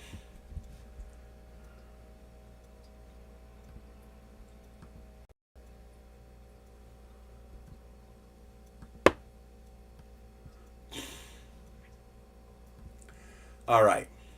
I am going to show you right now why Trump has been paid, because he's a politician, he's being paid to do it. It's not him being evil. It's one of his backers saying, hey, I would like you to do this. I'm going to show you exactly why he's going after Temu. He's not going after tariffs. All right? That's not the point. I mean, even if you charge a 100% tariff, which is not viable. So my $1.20 earrings become $2.20. Whoopee. Okay, it's not that big a deal. But what they're going to try to do is to make you not want to do it anymore by requiring you to divulge your driver's license, your ID, your social security number, to fill out customs forms and all this bullshit. They basically want to make the process so onerous that you stop doing it. And that's the point, is to stop you from doing it. And I'm going to show you why. Because of this. Look carefully at this screwdriver, okay? That's $6.93 shipped. Or how about this one?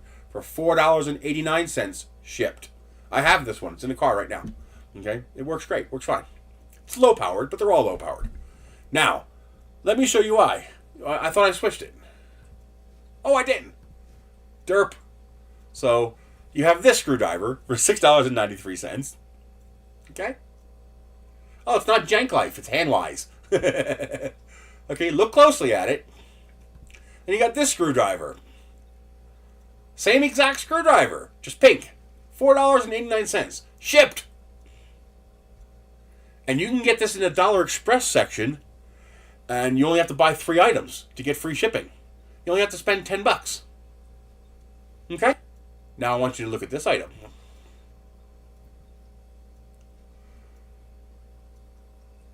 Now look at this item. This one's a little easier to see. Look at that one. Look at that one. Look at that one. Look at that one. Look at that one. Okay? Here's Amazon. I think there is one available for $15 on Amazon as well. Okay? Do you know what the difference is between this screwdriver and this screwdriver? Do you know what the difference is? $10. That's the difference. They're the exact same fucking item. There's absolutely no difference between these two items except the $10 price tag. You pay $10 more. You pay 300% more. Yeah, isn't that cool? But he does the nice tools, though. The ones that we really want. Okay? That's the difference between this and this. It's got the same buttons. It's got the same switch here to allow you to make it a straight or a... if this one might not even convert. Does this one go straight? Yes, it does. I thought it did. Yeah, that's what that button there is for. So there's your button. You push that button there to pivot the screwdriver. You push this button here to go forward or reverse. And you push this button to activate it. Okay? Now look at this one. And look at this one. Same LED, same trigger, same reversing switch, same pivoting switch. It's the exact same thing. The only difference is this one has no name, apparently, okay? The one I have says Jank Life, okay? The only difference is this one's $4.89 and this one's $15. That's the only difference. And this is why Amazon, Walmart, etc. want Trump to stop us from ordering from Temu and AliExpress. It's not to protect us from scams. It's not because they're not paying tariffs. Temu doesn't pay tariffs. Temu does not owe any tariffs. And the United States has zero legal authority to charge Temu a goddamn fucking penny. You pay the tariff. The one ordering the stuff pays the tariff. Because you're the one ordering from China and bringing it into the U.S. That's why all the cheap filament went away. Remember, I used to post those filament alert videos? Oh man, I made like $100 minimum on every one of those videos. Just from you guys buying filament at a great price. Because I would make 30 to 60 cents on each roll. And you guys would buy hundreds of them. And I love making those videos. Those are great. But once they put the tariffs in place on the raw materials, proper tariffs, not, it wasn't tariffs that are punitive like what they're trying to do now. This was a proper balancing tariff. And now you see that the prices of filament are balanced. The price of filament from China costs about the same as what it costs to buy filament in the U.S. So if I'm going to buy the $11 roll of slant 3D filament or the Chinese roll of $11 filament, well, they're both $11. I'd rather buy from slant and get the Americans the money. Okay, that was the point. That was the purpose. That was a tariff. Even though I didn't like it, that was a tariff used properly. Okay? What they're trying to do now is punitive. Amazon and Walmart and Harbor Freight and Sears and Bed Bath and Beyond and all these other companies that buy stuff from China from the same factory. you do realize that you can contact this company and they'll put your logo on there, and a lot of times they won't even charge you anything for it. You just put your logo on there. It's so look how cheap this is. I just bought a mug and a garden flag with my Town of Edgewood logo just because I wanted to, because it was so cheap.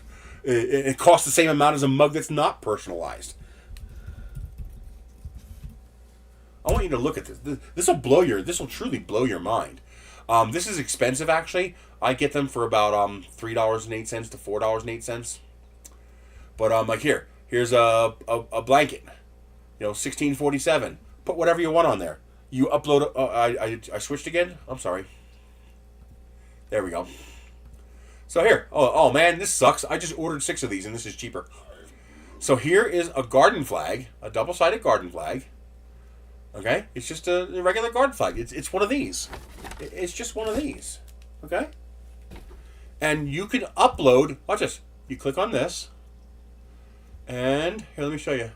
Let's see. Who do I wanna rip off today? 3D Medic, send me your logo. When you get a chance, send me your logo. High res. Let's just do Town of Edgewood. So Town of Edgewood. Let's do images.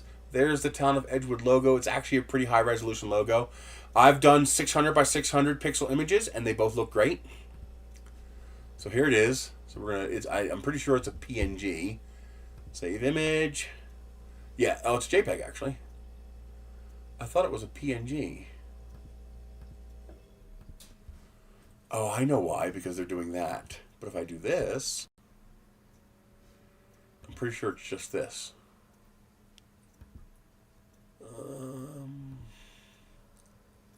That's a WebP. I was able to get a PNG. Oh, anyway, the PNG is nice because it has a clear background. But I'm going to show this to you anyway. It's fine. Customize. So I go click on image here, and I pick the image I just downloaded. And it'll come into here, and I can now scale this to fit on this flag. Now, what I would do is I would scale this in my software separately to make this proper, because you can see this is not fitting right. But I need to get rid of the black backgrounds. But you get my point, okay? You just pick whatever image you want. I would change. Well, actually, this will already be white. This should be white, unless this one is black. But either which way, you could fix that by simply adjusting your canvas. And you can... I'm doing this right. Yeah, I'm doing it right. You can put whatever you want on here. Like, for example, I wanted a flag for Pi Day. Because no one makes a garden flag for Pi Day. So, Pi Day flag. There we go. That one works.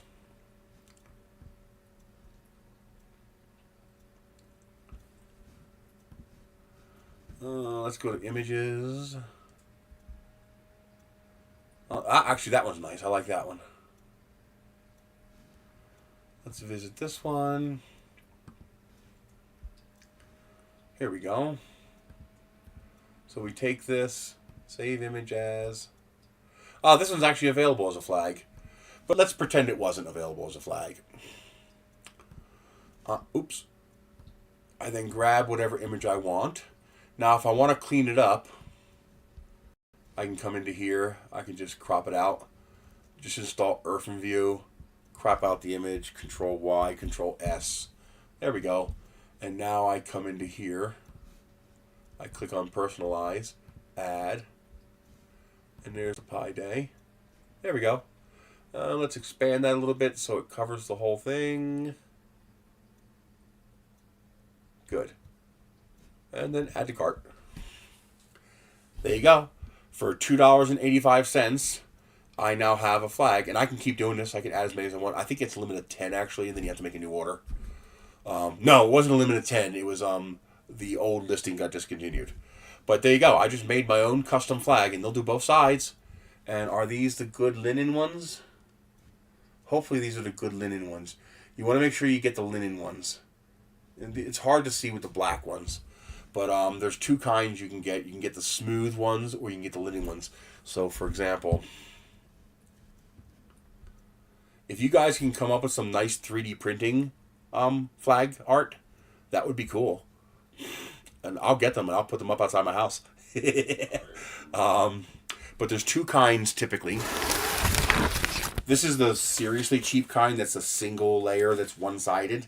So you're actually looking through the backside to see this side. You know, so you see it's backwards now. But the good ones are, it's two layers, but it's the smooth polyester. I don't like those as much. I prefer the linen ones, which have the nice linen burlap type texture to it. But that's the kind you want. They're really nice and heavy, and they hold up good outside. But yeah, $3. And you can get anything you want put on that flag. So what is there a... Hey, I never searched this. 3D printing flag. That just shows 3D prints. Yeah.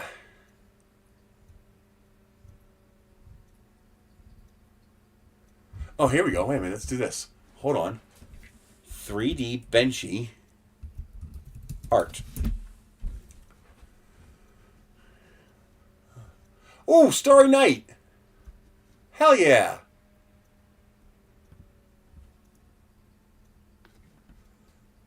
Oh, I love it. Absolutely. Yep. Save image.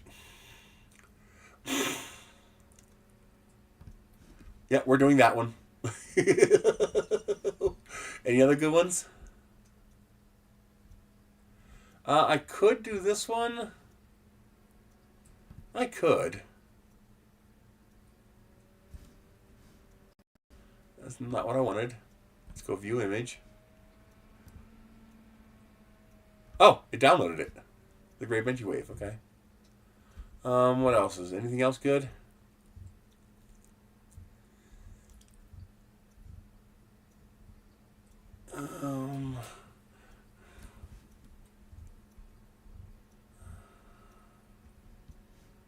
How about painting?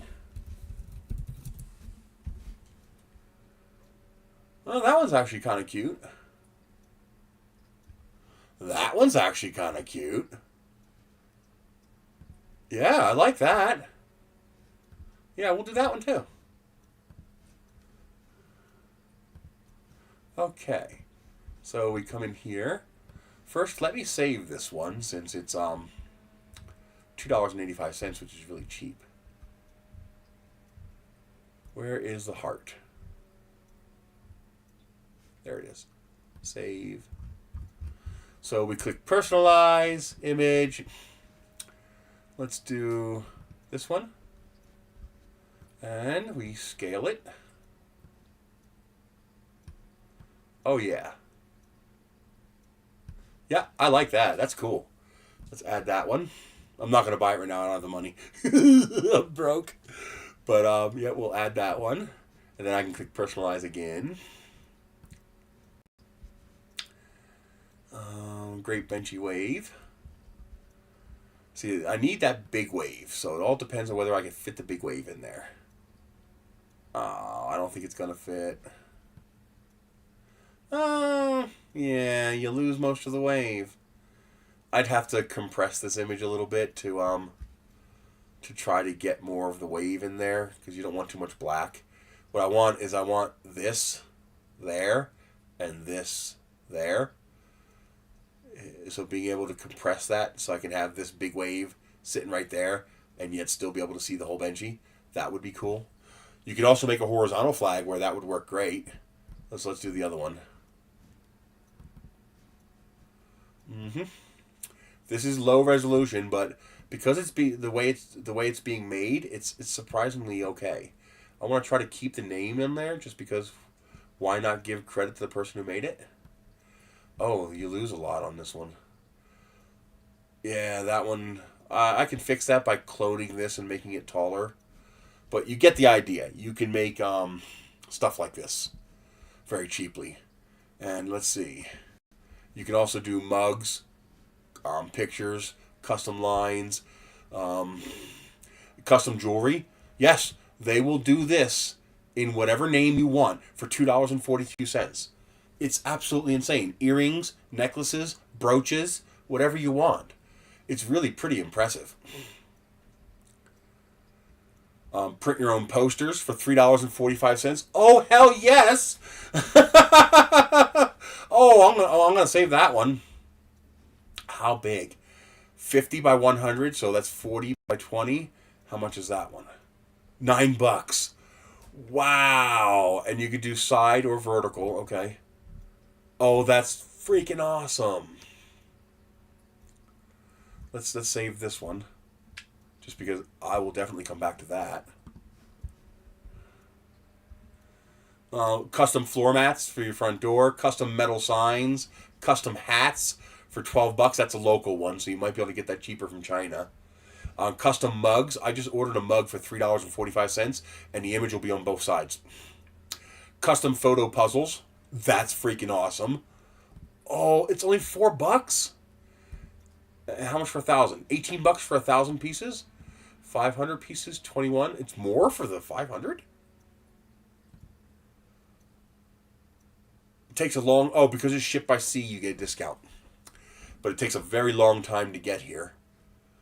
But still, that's 1,000-piece puzzle for $18.58, and you could easily take something like this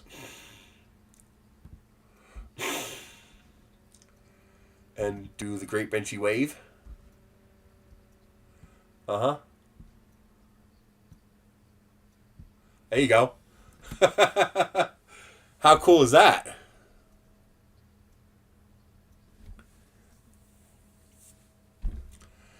Now that would actually be a pretty cool puzzle. I want to save this too. Let's see, dog harness, blankets. You can get custom blankets, posters, tote bags with your own picture on it, metal signs with your own name on it. Here's another mug, $8. You can get them cheaper than that. $7. You could definitely get them cheaper than that. Here we go. Here's a flag. So this would look pretty cool with the Benchy on it. So here's a 24 by 35. Well, you can get big flags. It's only $4. 36 by 60 is, wait a minute, it's the same price? No, I didn't think so.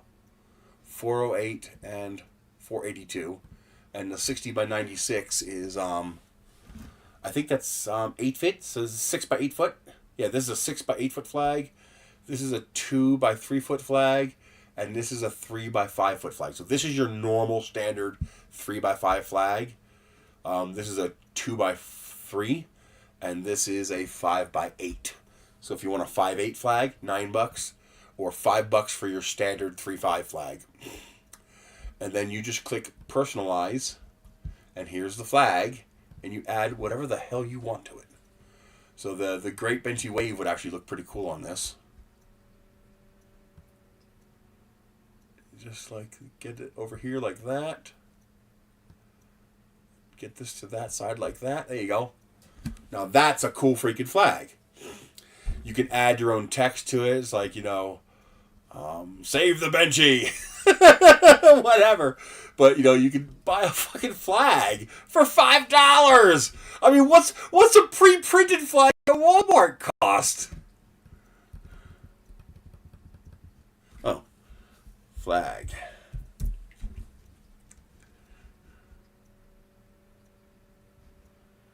Now, you can't use the American flag as a valid comparison because I believe a lot of them are made in the USA. But here, $9. That's a 3 by 5. Here's a 28 by 40 inch flag with a Maltese dog on it, whatever. That's $40. So $9 you can get a flag. $31 for a custom flag, and it's not even custom. You have to that's a garden flag. $5. I pay half that. Here's a Trump flag. $6. Here's a We the People flag. That's pretty cool, actually. $8. That's actually not a bad price. And that's shipped. That's not in store. So if we go in store,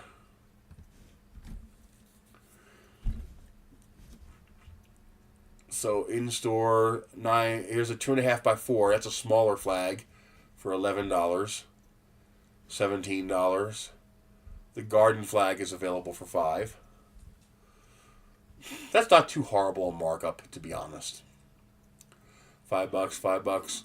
Hey, they got some nice flags. Actually, I think I've seen this one on Temu, and it was like $2.12. But here you go. It's out of stock right now, but $9 for a 3 by 5. Here's another one, 3 by 5, $9. So for $4 less than what it would cost you to buy in the store, you can get your own Benchy flag. Hey, it went away. Huh. That screen, or did it open up in a new window? There, no. Interesting, it went away. But anyway, it's incredible how cheap you can get this stuff. So the idea we really drifted off topic. Where's my original links? Yeah, we drifted off topic big time. Let's see. Let's close all these. But if you guys could think of any other high resolution 3D printing related graphics that would look good on a garden flag, you know, like I mean, it has to be. It can't just be, you know, anything like a picture of a print. It's got to be something that'll look nice as a flag. Send me a link, and if I like it, I'll order one and put it out front. Maybe I'll get that Benchy one printed and bring it to. You know, I do need a couple of garden flags for my light pole when I bring that to Rocky Mountain Maker Faire. I need like 3 or 4 flags, so I'm gonna print that Benchy one because I like that. But if you guys could think of any other 3D printing artwork.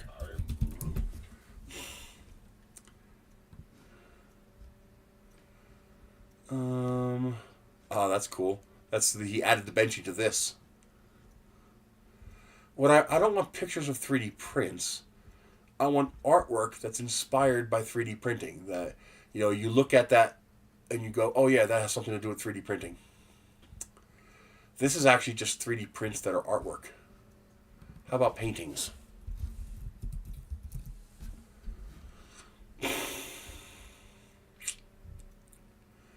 Yeah, the two things are too mixed together. It's hard to separate. I'm surprised this has not happened more. Using 3D printing to create touch-friendly artwork. I'm sorry, because this right here, this kind of stuff should be in a kid's museum or even an adult museum. But, you know, where you recreate art in 3D using 3D printing, so it's nice and cheap. And, you know, you can make it home, and then you actually, you know, instead of saying, you know, no touching, you encourage touching. When you can remake it if it gets worn out, you know, for a few dollars, who cares? But it would be nice to see people encouraging touching by making nice depth 3D prints like this. I think that'd be pretty cool. And I'm surprised that doesn't happen more often. Yeah, none of this is what I want. I want stuff, you know, I want flags that I can print. I just don't know what to do for that. I'll have to think about that. The Benchy one's an obvious one. I've got a couple that I can do that with. But I'd like some other stuff. I don't want to have 4 Benchy flags, you know. I want to have other things, too. But anyway, let's get to the light. Let's see. Solar string light USB-C. So I got a new idea. And the idea was to use something like this. You should be able to get this for $12 without paying local. Although I was thinking about local just because I'd get it faster. So this is your typical solar light string. But because it actually has a decent amount of relatively bright lights, it actually has a big power plant. So this has a 3-watt solar panel on it. And it's got a pretty beefy battery inside there. How big is the battery? One of these pictures should tell me.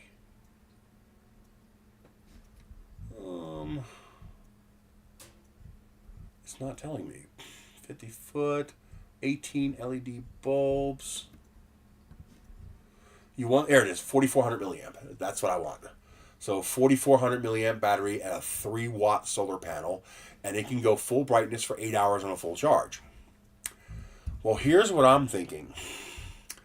This is running on a battery, which leads me to believe that this is probably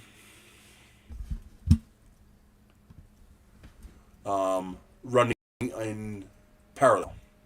Oh, hell yeah! That's what I'm talking about. That's no good for a garden flag because this is a horizontal picture, but that would be good for a regular flag. Hell yeah, that's awesome.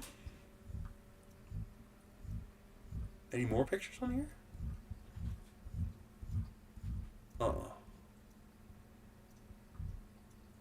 Yeah, but that's exactly the kind of stuff I'm looking for. I could print a regular flag for that. For $5, I'll print a flag of that.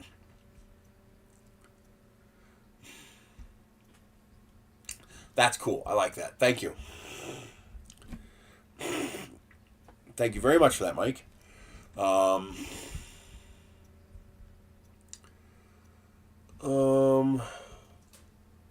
DAISIE. I want to make sure they get credited for that. Show in folder. DAISIE.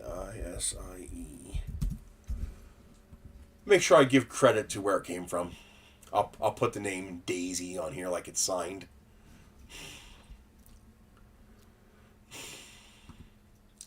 So, the idea is I take this light string. I only need 5 of the bulbs. If I want to do a double bulb on each arm, 10 of the bulbs. There's 18 bulbs. So if I'm only running 5 or 10 bulbs, depending on how bright these are, if 5 is bright enough, I'll do 5. If I need more light, I'll do 10. But because I'm using half the number of bulbs, this now has more solar capacity and more battery capacity than it needs. Which means it'll run longer even in poor light. The other idea is, what if I were to combine this solar fixture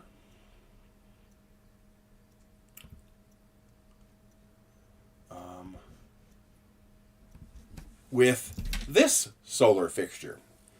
So that one probably has a bigger solar panel than this, so I'd probably use that solar panel. But just get rid of this solar panel and get rid of the battery that's in here. And just use the battery and solar panel from the other light and tap a wire from this box to the other box. So that one solar panel will charge that one battery, and then both of these circuits will run off of that same battery and solar panel. Then I can have one single, because what I want to do is I want to put a proper mount on the top of my lamppost that actually has a cross hole for this to fit in, and then you turn it. This way you could actually use this pivot and angle this to properly aim it at the sun to maximize your charging. You know, to put it on the it's not azimuth, is up, declination. To put it on the proper declination and azimuth to line up with the sun, especially in the wintertime. Where you need the excess power. And if you need extra power, these have the ability to charge externally, so that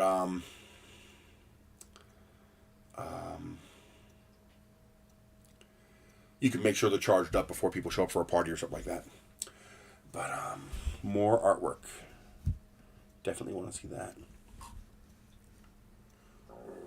Oh, here we go. Very cool. Ah, topic inspired. That's how you did that. Okay, definitely saving that. So everybody can click on that. So you'll be able to click on that and see the same thing. A lot of these are going to be horizontally focused. The one that says engineering innovation, I might be able to make that one go vertical. Metal 3D printing one, I can do that one vertical. Let's see what else. Most of these are either square or horizontal, but there's a couple that I can make work for a garden flag. And if I get any sponsors for the projects, I'll make their logo a flag. In fact, I got to make a good custom flag for all the sponsors the people that I prefer, like Vision Miner and Atomic Filament.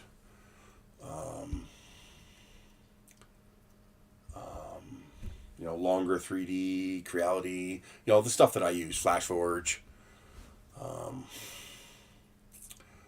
Something else I want to do is I want to make a tag, a custom 3D printed tag for each project, showing every not sponsor, but everything I used. So, for example, the light post would have, Elegoo and Vision Miner and Longer, for, everything I use to make that print, and have that for each print. This way I give a shout out to, how that was made, and of course who made the design as well if I'm using somebody else's design. But I just think that would be pretty cool, because I get those questions a lot. What printer did you use, and how'd you do this, and how'd you do that? Ooh, too bad it's square, but yes.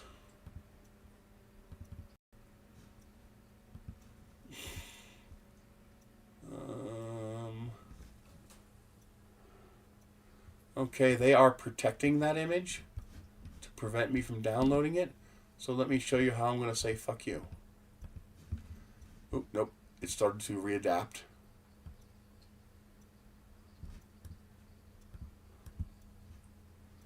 Take screenshot. Do not ever tell me what I can or cannot have. Screw you. Now what are you going to do about it? Yeah, that's what I thought. I used I made it as large as I could on the screen, and then I went to take a screenshot, and I captured a screenshot of it. There you go. Download.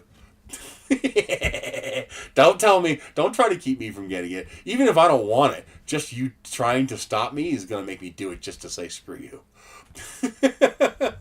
I really don't like when people do that stuff. Oh, well, this is a site that sells this stuff, so I get it. But yeah, that is pretty cool. Oh, here's another cool thing. Now, let's see if we can find a better quality copy of that image.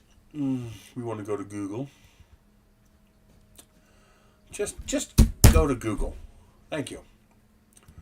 Search by image, upload a file, download, screenshot. There we go. Now, let's find higher quality versions of that image.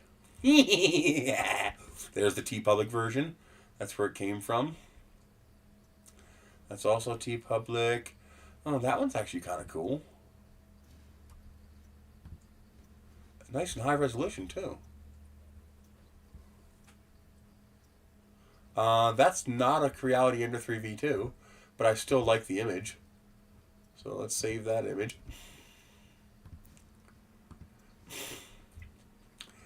That one's kind of cool, too. That one's kind of steampunky Weedle style.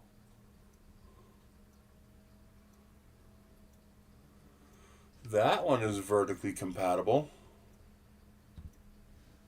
Just cropping off some of the sides here, and it's high resolution.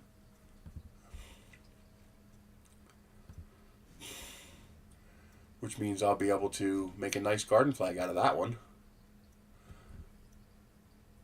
That's kind of weird. That's kind of a strange mix-up there.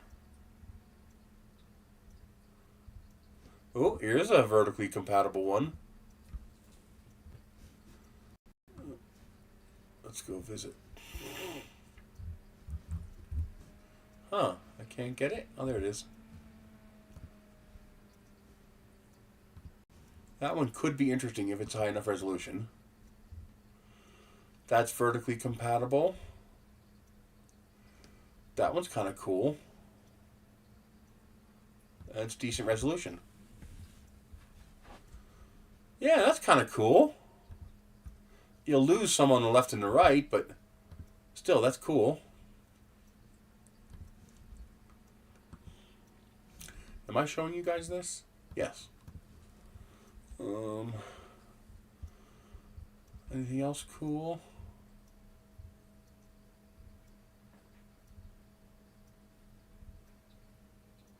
Well, that's good enough for now. I like this one the best. I'm probably going to print that one.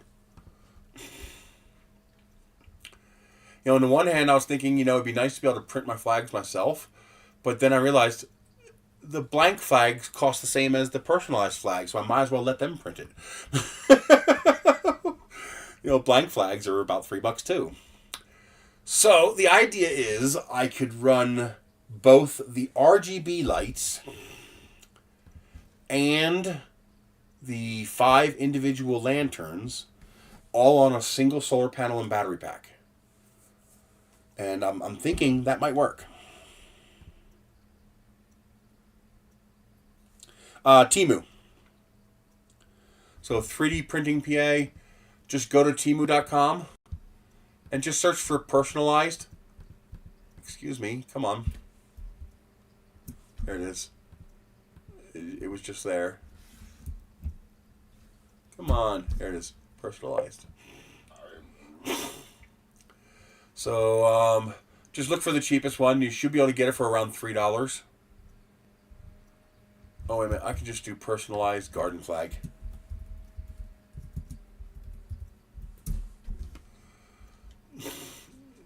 I'm surprised that worked. Okay, so here it is. $2.85. I don't know if this is the burlap one, though. But I'll just show it to you anyway. You just click, it's $2.85 shipped. You click personalized. Oh, let me show you. Sorry. My bad. This is why I need multiple screens. Because this is hidden behind the rest of the screen, so I don't see it. I gotta get a second screen in here. So you go to Temu. You type in personalized garden flag, or you could just type in personalized and see all the different kind of personalized stuff they have. Avoid the local ones because that's going to have a markup because it's shipping from the US. So they're basically buying the flag and then drop shipping it to you.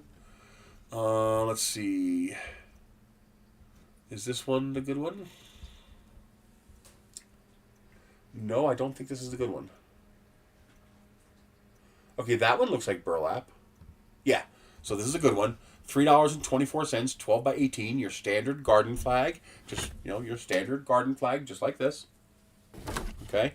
Except you can click on personalize. And click on image. Let's grab that history one that we just looked at. And there. I can now scale this any way I want. So we want to scale it down. Okay. Let's get it up at the top here. This is annoying. I can't see where it's going. So you got to look for the white edge. Some of them do a better job of, they have a fake flag placeholder in there so you can actually see what you're doing. There it goes. And now I just figure out what portion of it I want to. I like that. I don't need that. Yeah, I like that. There we go. And that's it. Now for $2 or $3.24, add to cart. I will now get this custom flag on a burlap print. And I can do it again. Let's go to image. Here's the, let's do that one. What's this one? Let's shift to large icons. Let's try this one. Let's see how this one works.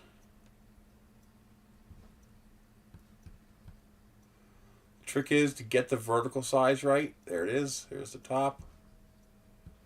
And there's the bottom. And then you just shift it until it sits where you want it to. Oh, that one fits.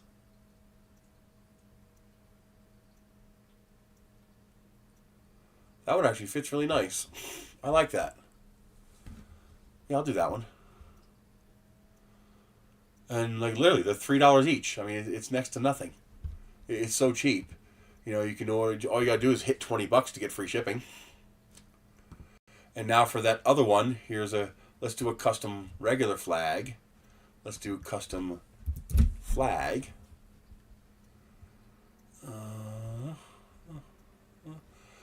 We saw one for less, didn't we? That's a 3x2. There it is. So this is 3x5 for $4.82. It's polyester, so these aren't the greatest quality flags in the world. And let's do that pretty one that you found. Let's see. Let's do this. Off the edge, off the edge. Alright, we have to keep going further to get all the way to the edge. There we go. And now we just move it until we center it. There you go. And now I get a 3x5 flag with that on it. Now what I'm going to do is I'm going to put the name Daisy on here for where it came from, like it's an art signature. But yeah, that's as simple as that. You can now make a 3x5 flag. There was a couple other ones that looked pretty good too, wasn't there? Like this one would work. Yep, that one will work. Okay, push it off both edges. Extend it until you get off this edge over here. Then move it around until you get it where you want. There you go. Did I not switch back? Yeah, I did switch back. Okay. Oh, this is sick. Which one's this? Oh, that is cool. Holy shit. I can't use it though. It's a square. I mean, I could. It would look funky.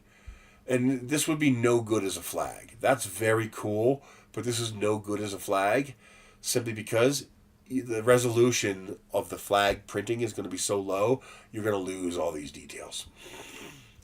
A 3x5 flag might work. You might get decent detail, or a poster or something like that. But as far as a garden flag, you're going to lose all these details. But damn it, that's hot. Oh, man. I'm going to save that anyway, just because that's a really cool picture. But yeah, there you go. You can make a 3x5 flag. You know, obviously you have to account for the aspect ratio. But yeah, you can get whatever you want made. Banners, stuff like that. I do need to get a new banner made. Because my banner's too small. And now that I can get these so cheap here, I can even make the banner, you know, on an improper size and just cut it out if I have to. Let's see if personalized banner. I'd be surprised if that works.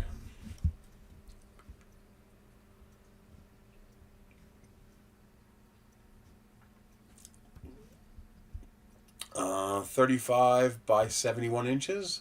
So that's 7 foot by 3 foot. That's good. No. 5 feet is 60. So 6 feet. This is 6 foot by 3 foot. What I would really like is 8 foot by 3 foot. But yeah, there's a custom banner for $5.43, and I can just add whatever I want. You just click this, and then you just pick whatever, you get your logo, whatever logo you have. I'm just going to pick anything for now just to show you. And there you go. You fit that on there, and you can scale it if you need to. Obviously, you should scale your image in advance to make sure you have the right size. But there you go. You can make your own custom, you know, banner like that.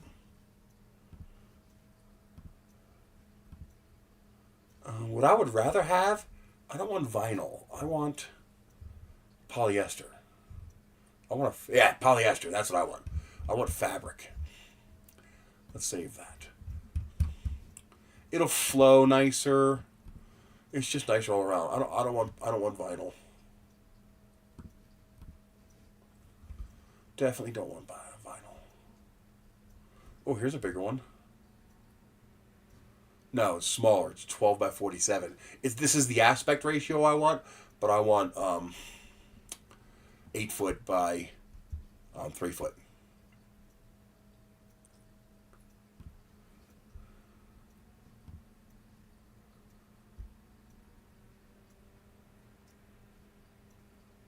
What's the size? Here we go. 47 by 12. These are all small. I don't want small. I want big. I want big. Here's a 24 by 71.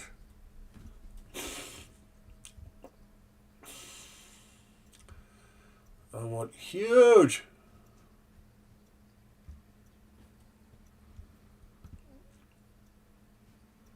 .47 by 71. See, that's too tall and not wide enough. I want 80 inches at least. I'll hunt around for it. I'll find one. But yeah, I could definitely get a banner. What I'd like is 8 foot by 3 foot or 8 foot by 4 foot. Something I can hang on the front of my table. That'll cover up the entire front of the table and have my own custom whatever on there.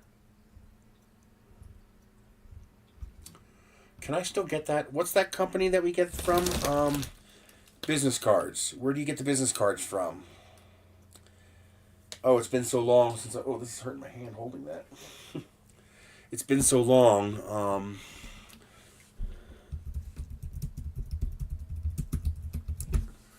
It should pop up. Go Vista Print. There it is. Vista Print. They should still have my logo. Sign in. No, I don't want to sign in with Google.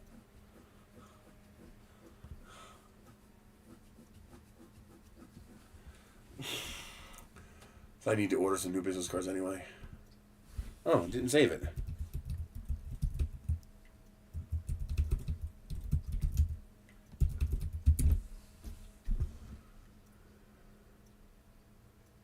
Yep. Let's see. My account, my projects.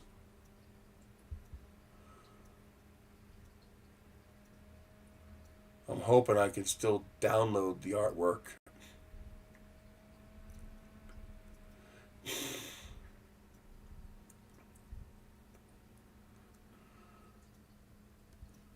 Yeah, here it is. Can I download this? Edit project.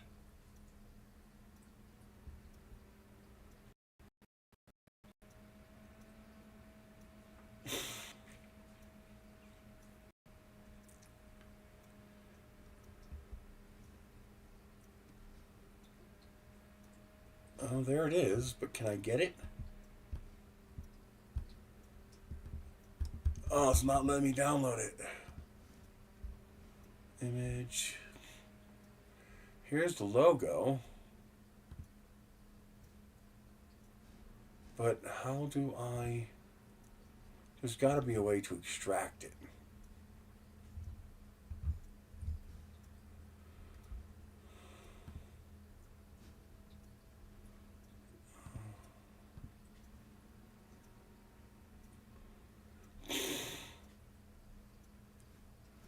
How do I get rid of that? Delete? Yeah, delete.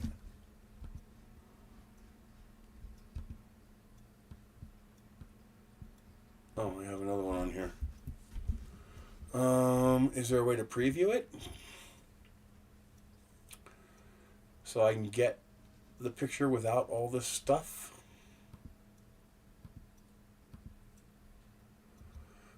Rotate, flip, crop, replace. Is it's there somewhere. Was it Control I? Nope. I want to inspect. Inspect.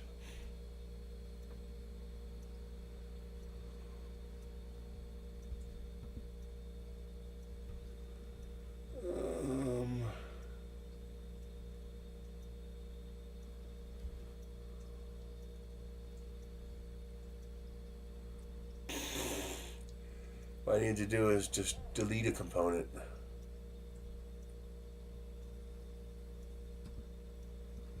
That's up top there. Oh, that's a resize.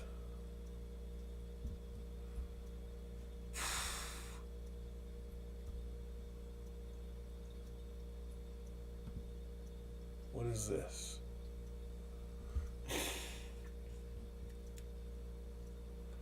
One. I don't know what that is.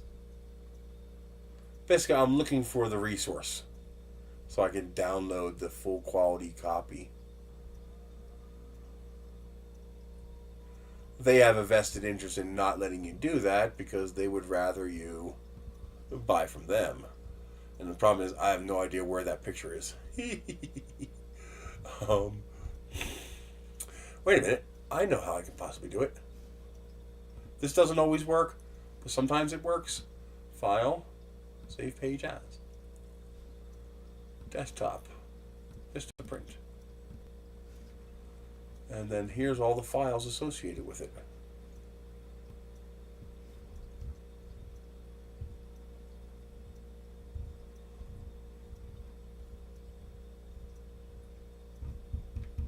Okay, nothing there. Nothing there. Nothing there. They did a pretty good job of hiding it.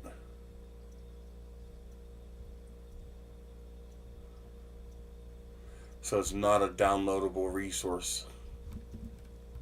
Oh, that's annoying. Why do you gotta be annoying?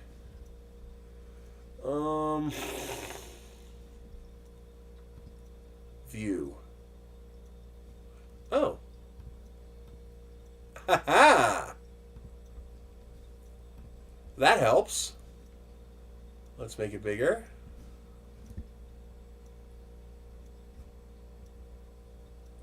Let's make this bigger. How do I get rid of this? I can't get rid of that. I can make it a little bit bigger.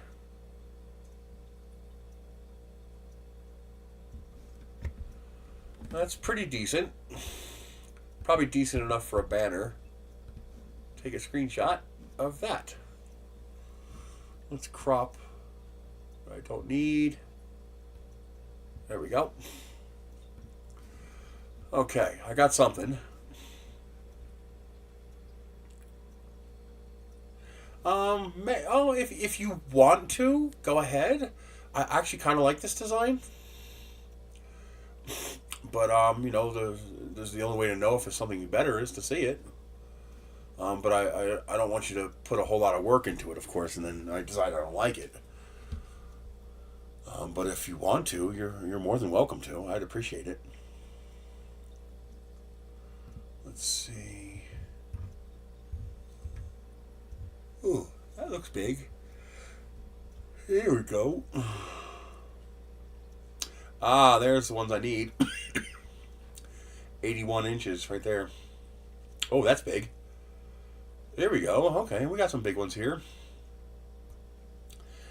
This is the 3x6.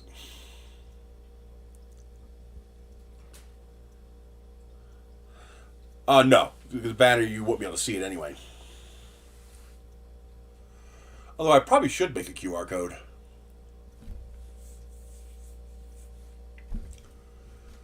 That's actually probably a good idea to make a QR code. In fact, I'll do that. Let's see here. That's 50, 70. See, this is 116, but it's super skinny. It's only 18 inches tall. This one would be the better one.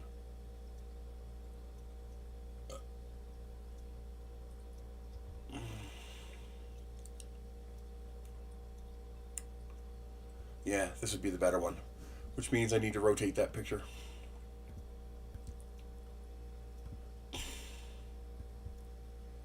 Copy. T3DP H. Really?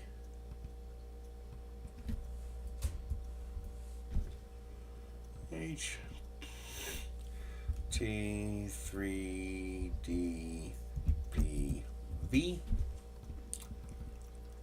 You asshole. You moved right before I clicked it. And Control S. There we go. Since this one expects it to be vertical. Go away. Personalize. I can't believe it's only $7. That's mind-blowing. Okay. Now this one, I could leave the logo on there, the dress on there, or I could make this bigger and get rid of it.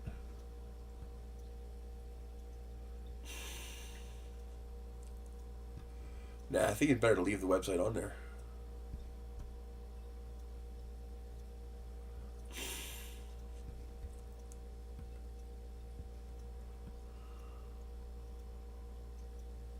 Let's shift this up toward the top in case the bottom touches the floor. Yeah, let's make a QR code. QR code generator.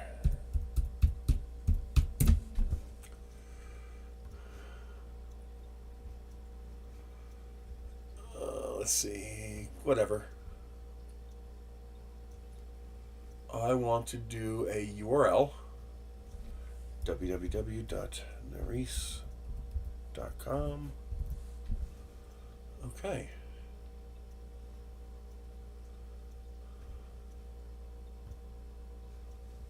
Go away. With logo? Yeah, let's do with logo. So let's do this. Copy here. Jesus Christ, come on.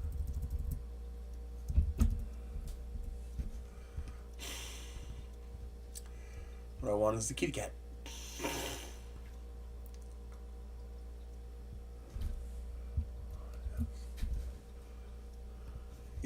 I love the kitty cat. I know it's dumb. I don't care. I like the kitty cat.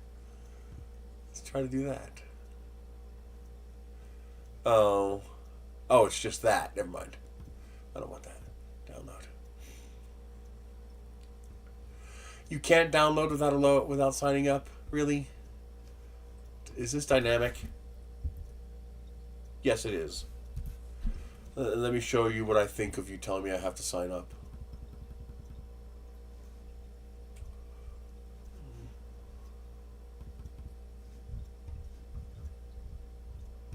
Really? Weird.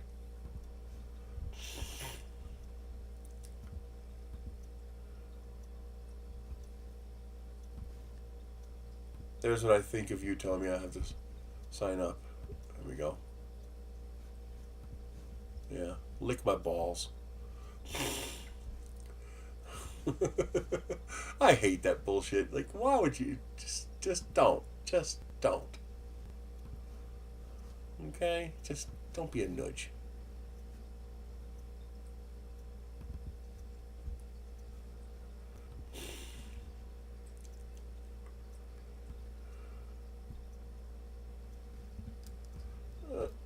Let's grab all this. Okay. Let's see here. You know something. I bet you. Select. Color range. Everything. Edit. Clear. There we go. Select.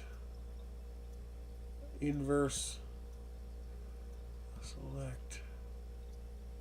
Modify. Nope.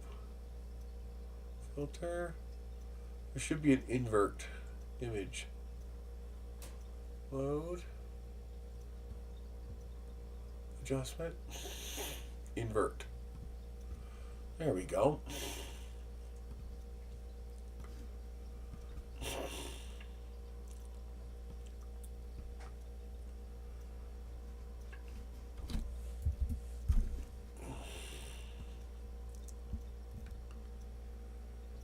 Go. Hold down the shift key so it keeps the proportions correct.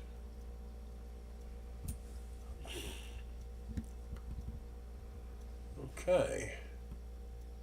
Let's select all.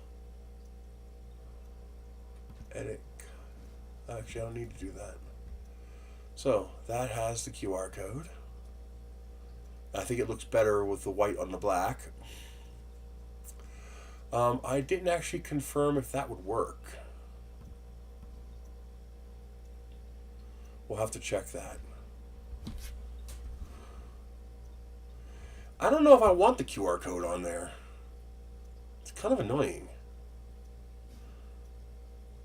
Oh, screw that. I can always make the QR code separate if I want that. I don't want a QR code on there. I don't like that. Nope, no QR code.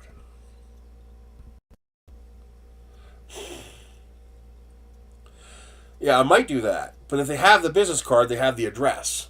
You just type in nerisse.com. But I might do that just because QR codes are popular. Top right was the preview button. Oh, was it? Oh, right there, yeah. Download PDF proof. Except they add the stupid logos.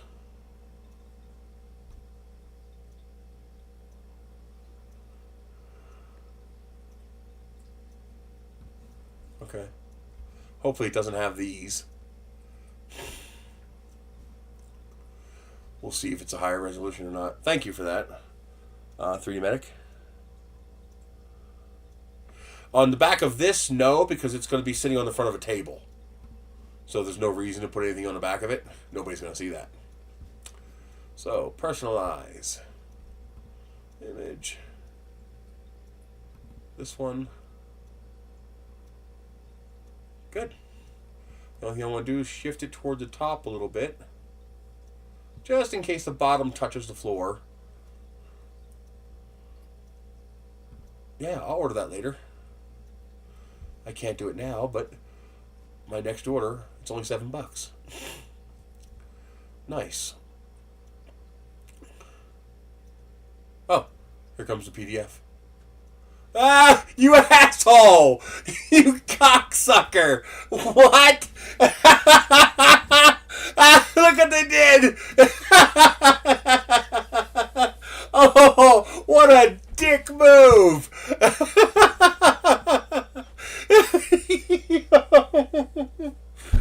Oh my god.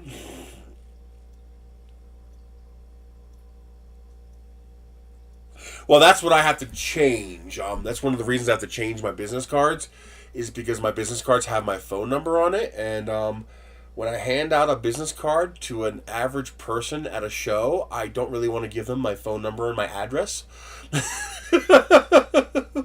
So I need to make I need to make this a generic business card. Because you see on the back, I have all of my details that I don't really want to give to them. And so yeah, there's that. Oh, it was 3 separate things. I forgot I did that. And I made it 3 separate pieces. I have the background. I should do that later. I gotta redo this later. Because I like this logo. It's nice. It just looks nice. But I also need the backside. I'm going to make more generic for all of my properties. Yeah, I know. But at that point, you just put the name and email address on the back. But yeah, I can see that. It would add it to your yeah. That is. I didn't know you could do that. You can just add it to your phone, huh? V card. Look at that. Wasn't that interesting? You can add that much detail to a QR code?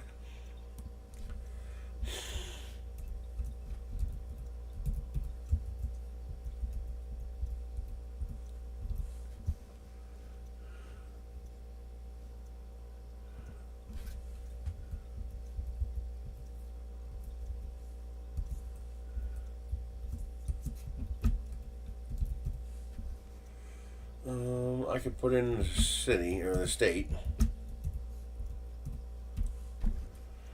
New Mexico.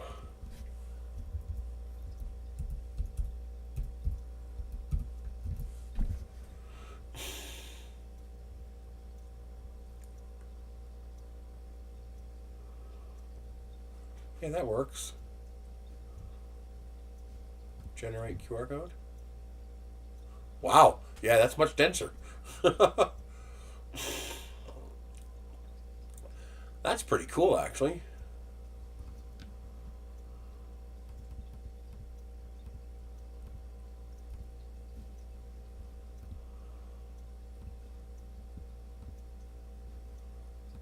There we go.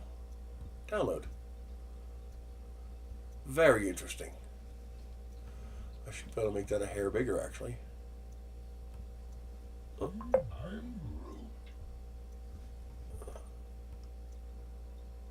There we go. There we go, 522.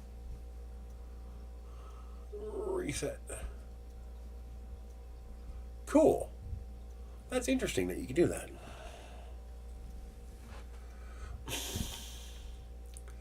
That's pretty cool.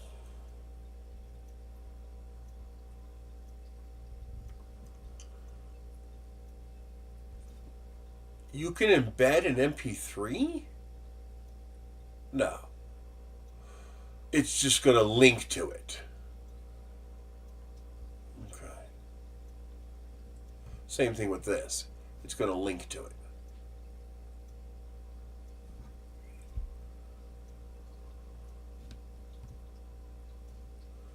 Now that's kind of cool. This is pretty neat. QR code generator with dashes. Very cool. But that's my idea, is to design it to accept these lamps. If these lamps run in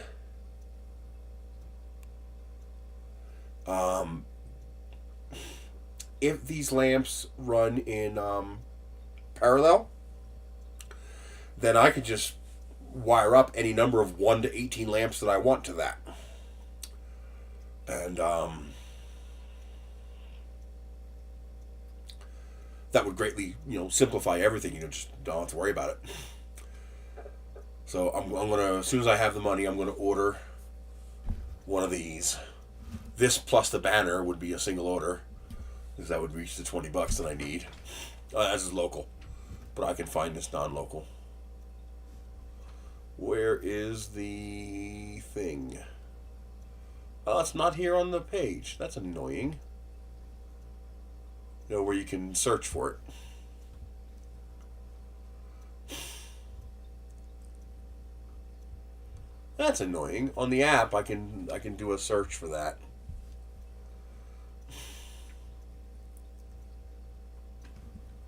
Let's see here. Did I save that one? Nope. Save. Oh, stop it.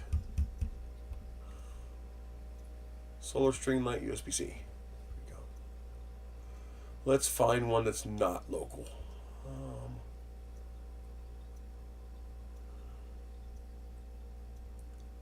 Although local would get here faster. Boy, it's all friggin' local, man. What the hell? Do I have some kind of search limitation?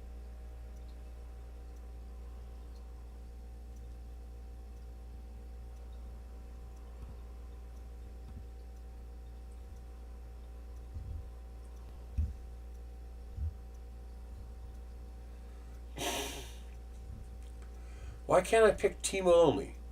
I can pick local warehouse only, but I can't exclude local warehouse. That's really friggin' annoying.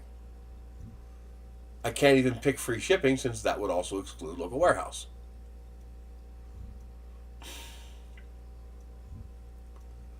Why is it only showing me... This doesn't make any sense. There is no way in hell this is only available from local warehouses.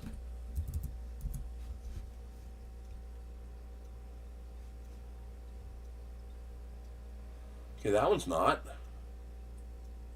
But all of these, for some reason, are coming up local warehouse only.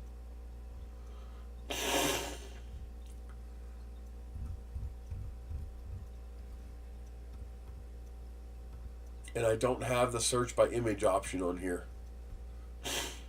Let's check AliExpress, though, because AliExpress might actually be cheaper. But yeah, just show you all the scams that are coming up on AliExpress. It's ridiculous. If you fall for these scams, it's your fault. I'm sorry. It's your fault. You're greedy. These scams depend on greed.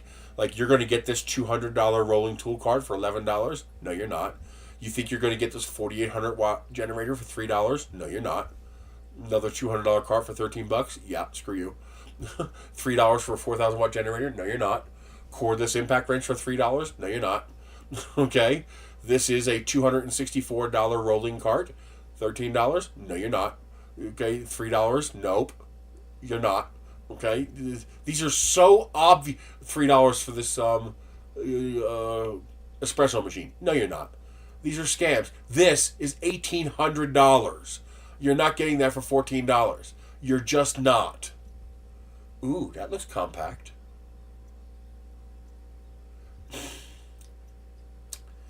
That looks really compact. I'm looking for a, well, let's see, it's 18 volt. I don't want 18 volt. That means it's big. That battery's got to be pretty big to be 18 volts. I'm looking for a really, really compact, brushless driver with a 1/4-inch socket. Not a screwdriver. I want a 1/4-inch socket. But I'm looking for a really, really compact one that's not crazy expensive. Okay, that's kind of cool.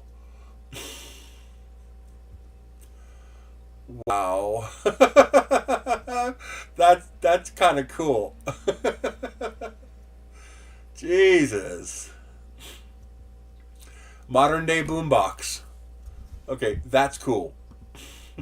Not $382 cool, but it's cool. On your phone, however, if you want to see something and see whether it's a scam, well, I mean, come on, use your goddamn brain. This is a scam, okay? This is obviously a scam. It's always a scam. It'll never not be a scam.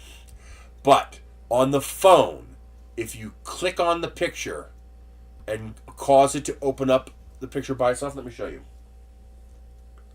This is important because I don't want my viewers. Although my viewers are usually intelligent enough to not get scammed by stuff like that.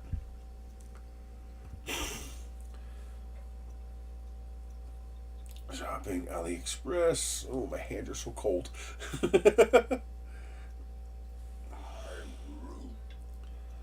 Let's see here. Let's find a scam. There should be plenty of them. Here we go. So, you see this on AliExpress for $12. Okay? It's a scam. Well, how do you find out? This works both on Temu and on AliExpress. Tap the picture so it loads the picture all as one screen, and then up top on Temu it's a camera with a search icon. Here it's a search icon with a target and it says find similar. But both Temu and AliExpress have the same thing.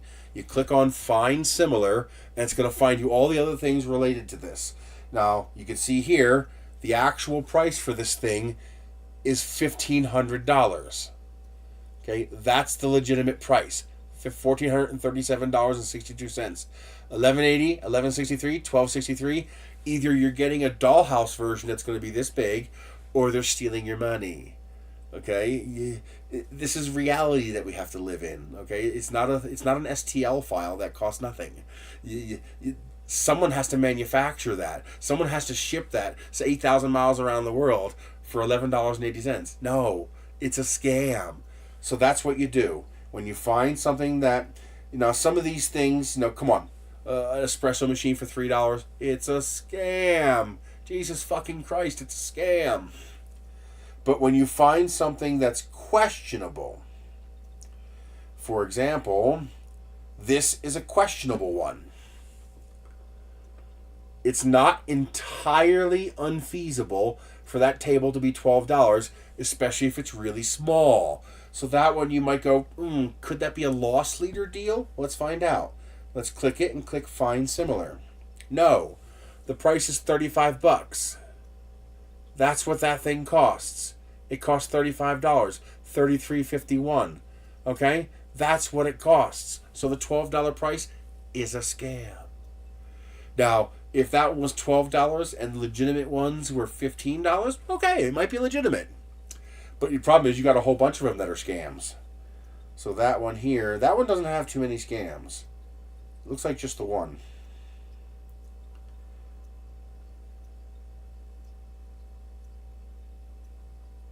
Yeah, it looks like just the one. Okay. But the going price for that, actually the going price is around $100.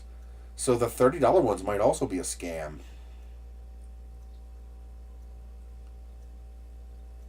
Yeah, $33 might be a scam too. Does he have anything else? Any other options? I don't know. It's 4x2, so it's very small. And there's no other options. Let's see if the more expensive ones have options. No, that one doesn't have options either. I'd hesitate on that. Alright, generator, $13. It's a scam. Okay, it's a scam. Pantry cabinet, $3.41. Come on. It's a goddamn scam. Use your heads. For some reason, the last week, AliExpress has been flooded with these scams. Like, absolutely flooded with them. So, my guess is they figured out how to get it. Here's a tool chest, $12, scam. Ratchet wrench, $3, scam. Propane grill, $13, scam. Adjustable rack shelving, $12.79, scam. Okay, 408-piece tool set, scam, $3.19. It's a scam. It's a scam. It's a scam. A wood doghouse for $13, scam.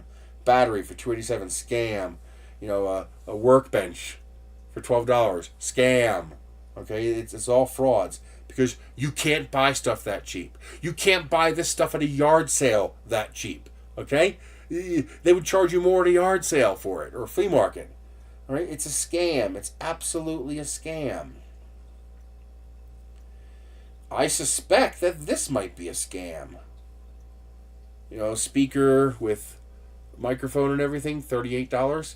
That seems like too cheap a price for that. Let's go find similar. Oh, maybe not. It might just be a really cheap speaker. There are a few others around that price, but it's possible they're both scams.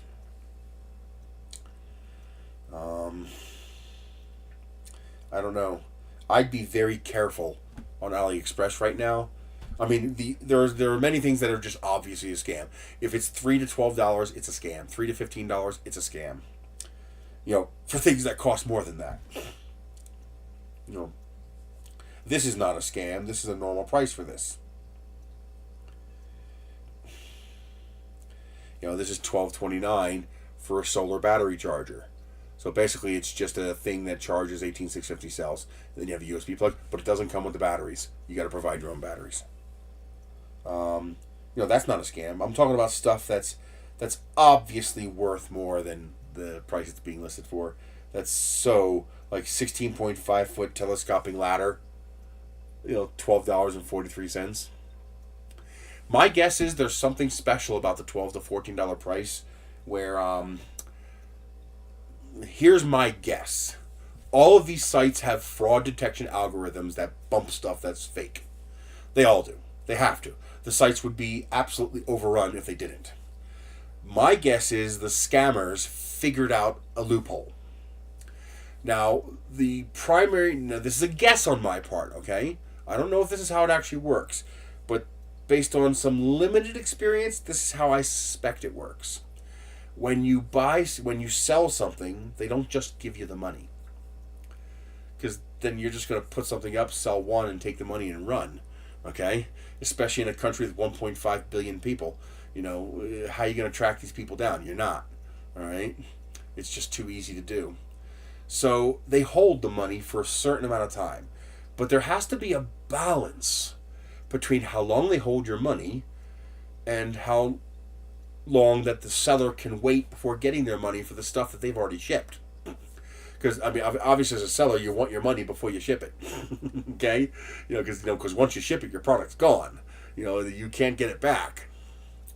But the seller also has to have a balance there. Otherwise, people will get scammed. So the idea is to hold the money so that when somebody reports the scam, you have a pot of money to take the money back from the seller and refund the buyer without having to eat that cost yourself. Which would be not businessly viable, not economically viable. So my guess is for certain low-cost items that maybe there's a threshold where they give you the money faster for low-cost items because there's less fraud with low-cost items. I mean, who's going to conduct a fraud selling $2 earrings? It's just not going to happen. It's not a thing. My guess is that threshold is between $12 and $15. And that's why all these items are $12.67, $14.63.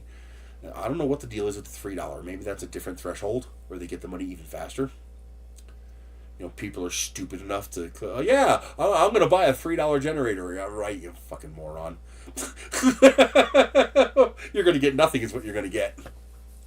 I heard about this on Leto's Law, where a guy bought some power tools off of AliExpress and he got scammed and he's having trouble getting his money back. And then you find out he spent $40 and he bought a cordless screwdriver and a pressure washer. Yeah, sure, buddy. You have so few number of working brain cells that you thought you were actually going to get that? You thought that was legitimate? Really? You dumb fucker. Come on. At some point, you got to go, this is a scam. You know what they depend on? Do you know what these scammers depend on? They depend on your greed. They depend on you going, it's only $3. What if I actually get it? You know, it's only $13.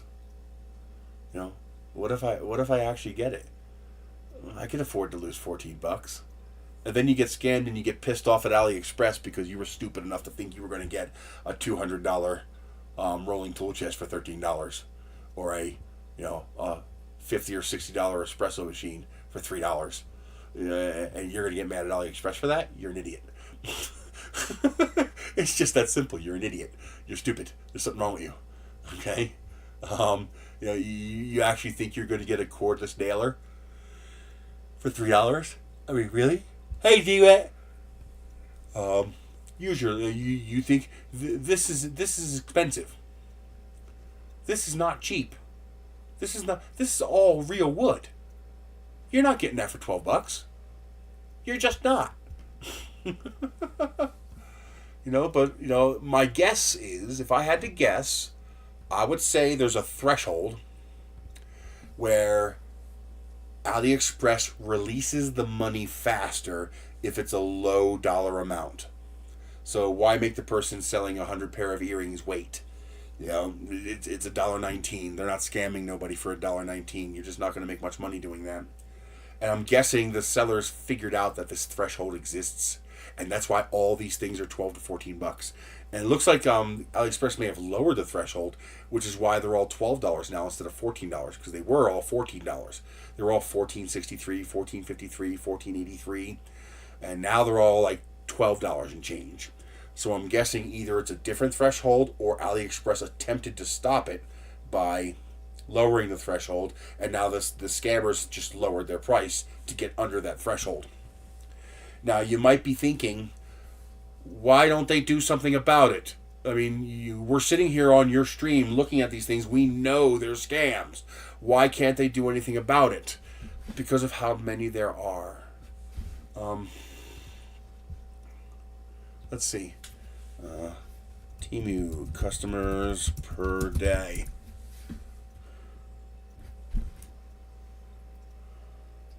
$152 million Americans use Temu daily. Okay? 152 million. Temu. Total number of product listings. Temu offers around 10 million SKUs, with about 2 million SKUs available in the US. Interesting. I wonder what those other 8 million SKUs look like. And you've seen it where things will be listed on Temu and then they're gone, and then a new listing, and then it's gone, then a new listing. That's why it's so hard to link to stuff on Temu and AliExpress, because by the time you get to my video and click on a link, it's been discontinued and now it's a different link. So they have millions of things being posted. Tens of thousands of things being posted daily. Do you have any comprehension over what it would cost to have a human workforce, even in China, that could sit there and look at every single listing that gets listed and go, yeah, that's bullshit, not approved. That looks legit, approved. Bullshit. You can't do it. The only way things like YouTube and Amazon and AliExpress and stuff like that function, the only way it functions is with mass automation. It can't work any other way. That's why printables didn't remove all the Benchies until someone said something. Because legally they don't have to until they're aware of it. And the man hours required to manually approve everything that's posted to that site, it's untenable. You can't do it. It's too many people. Okay, same thing here with AliExpress. The scammers have figured out the algorithm, and that's why you're seeing a fuck ton of shit being posted as scams to AliExpress, because they've got to make their scam money stealing from people before AliExpress figures out how to adjust the algorithm to whack all these fake ones without whacking false positives, without whacking all the legitimate stuff. Especially when you're making stuff so cheap in China that there's sometimes not much of a difference between the scam listing and legitimate listing. And especially since you have some listings that could be considered a scam even though they're not. Like I fell into this. I bought a sun catcher, and what I got was a vinyl sticker. I didn't want a vinyl sticker. I wanted a sun catcher. But that might look like a scam. It's similar item, lower price. But here's the thing. They actually shipped an item to me. It wasn't a scam. I fucked up. It was a window cling sticker that you stick on your window. And that's a perfectly legitimate product. And that's a perfectly valid price for that legitimate product. I screwed up and didn't read the listing and see that it said window decal and not, sun catcher acrylic. And but that could very easily be caught by an algorithm that says, oh, wait a minute, a whole bunch of these are selling for $5. This one's selling for $1.20. Scam. And it's not a scam, though. It's legitimate. So they can't make the algorithms too harsh, or by the time they catch the scams, you're knocking off all your valid sellers at the same time. And then how do those valid sellers contact you? Again, not enough manpower. You got millions of listings, which means you got hundreds of thousands of sellers. At one point, you say, how do you have 100,000 sellers? 1.5 billion people in their country. Okay, you can't comprehend how many people there are in China. I mean, there are 6 times as many people in China as there are in the entire United States. Almost 7 times. So take the entire population of the United States and multiply it by 6 or 7. That's a lot of people! So I'm assuming that's what's happening. I'm assuming the scammers figured out the threshold that gets them the money faster so they can get the money out and run before AliExpress catches it and tries to take the money back. And I think that's what we're seeing. We're seeing a flood of scammers posting to get in on the because they figured out that threshold. And so this is what's happening. They do work on it, though. For example, try to find, those fake thumb drives? The 1 terabyte thumb drive for $9.99, which is obviously fake, or $3.99 or whatever. Or the 16 terabyte SSD, $1,800 SSD, and they're selling it for, $50, $40, $20. You can't find them on Amazon anymore. I just did a search on Amazon yesterday. I was making a video about this topic. And I did a search on Amazon. They're gone. All the scam thumb drives are gone off Amazon. But if you go to Temu and type in 1 terabyte USB drive,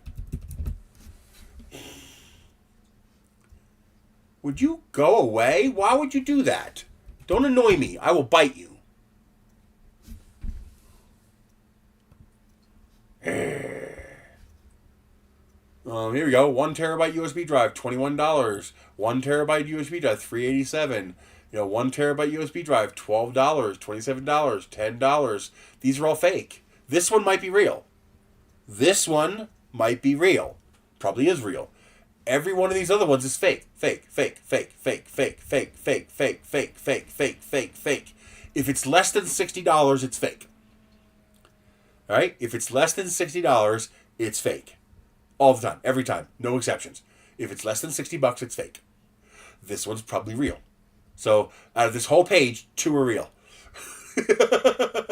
Will we even find a third real one? Here's the challenge. Find the third real one. Is there a third real one?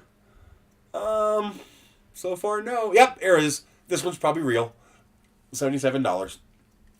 How do I know? You go to Amazon. You type in 1 terabyte USB drive.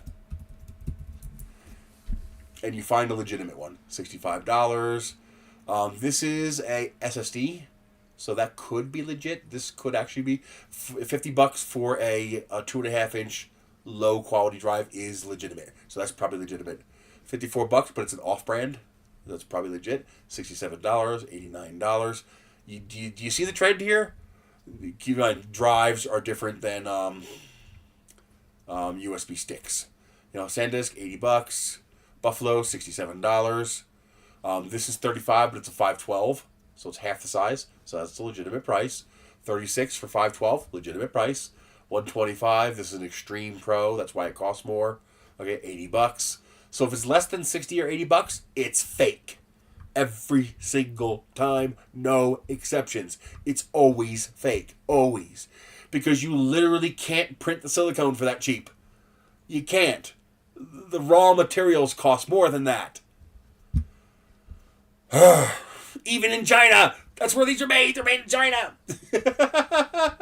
Trust me, the competition would push the price down if they could. Ooh, $3.40. Interesting. I just might have to snap that up later. Will it let me add it to the cart? Yes. Why are you showing me this crap? Oh. Yeah, this is fake. Fake. Fake. That's real. Fake. Fake. Fake. Fake. Real. $3.29. Nice. Fake. That's real. That's real. That's real. Oh my God, there's so many fake ones. $3.29.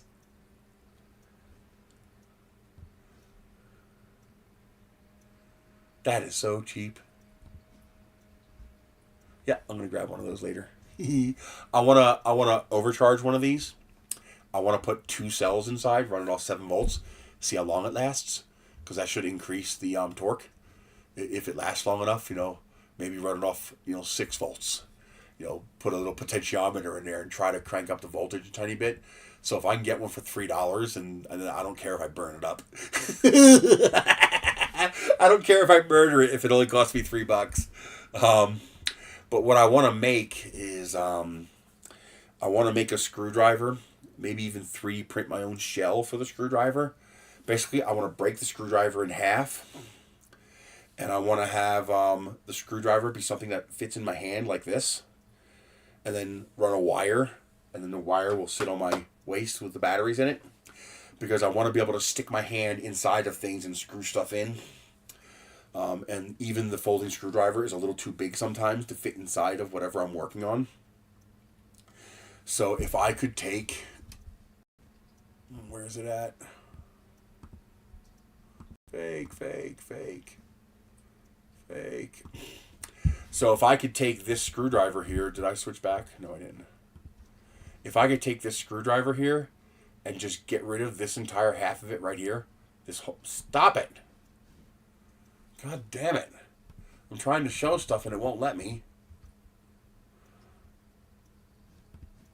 But if I can get rid of this second half of the screwdriver and just have this half here with the actual, the planetary gear mechanism inside, or whatever gear drive, reduction drive is inside there, and then just run a wire outside, I could make a really, really compact screwdriver that'll allow me to reach inside of my 3D prints to screw stuff together. And it would be handy in a lot of other cases too. And the only problem is these things don't put out a lot of power, about 5 newtons. So very, very low power.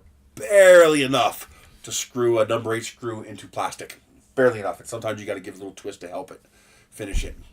But I'm wondering, could I get 7 or 8 newtons out of it if I overdrived it at 7 volts? Maybe.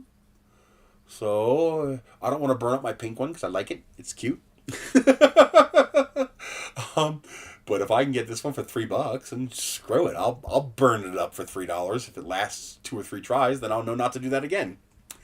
But what I can do is I can, start cranking up the voltage slowly. Like, I bet you I could run that off of 5 volts without hurting it. It might shorten its lifespan, but who cares? So try running it on 5 volts. Well, if that works out okay, nothing smells like it's burning, crank it up to 6 volts. See if that runs. If that works, crank it up to 7 volts. See if that runs. And then I can make a more powerful version of this screwdriver. In fact, this price is so cheap that it'd be worth buying 2 of these, so I have 2 chances to screw it up, and then just take the battery from the one for the other one. Because buying another 18650 cell will cost me more than $3. Unless I get it off of here. 18650, 1300. Let's see what they cost. Well, that's actually pretty cheap. That's really cheap, actually. But are they legitimate? Are they actually 1300 milliamps? So $8 or $1 a piece if I buy 8 of them. But are they actually 1300 milliamps? I wish they gave you the weight, because the mass tells you a lot. It looks legitimate. I'll have to think about that, because that would actually be cheaper. For example, I'm pretty sure the battery that comes inside the screwdriver is not legitimate. Like this says it has a 1300 milliamp battery inside. I don't think it is. Mine dies really fast. Like it's more like a 600 milliamp battery. Yes, they do that. That's one of the things they do. Now, that is one advantage to buying something from like Walmart, or Amazon. If it says it's a 1300 milliamp battery, it probably is. Where's Tim? But yeah, be careful. There's a lot. See, for example, this one here. If they were to start cracking down on a $13 threshold, this guy here might run into trouble, even though his listing is perfectly legitimate. All because this guy is selling a $40 shelf for $13. Because that's what this costs. This is a $40 shelf. I get excited when I find these on sale for $35. Okay? You're not buying this for $13. You can't do that. So, the threshold that catches this guy would also ensnare this guy. And so it becomes hard, to figure out, the bad guys are, when you're getting easy, free money, I got excited when I saw this, 85 gallons. I was like, oh my God, 85-gallon yard box for $12? I'll take 5. And I was like, wait a minute. You can't buy an 85-gallon deck box for $12. 85. Would you go to fuck away? Deck box.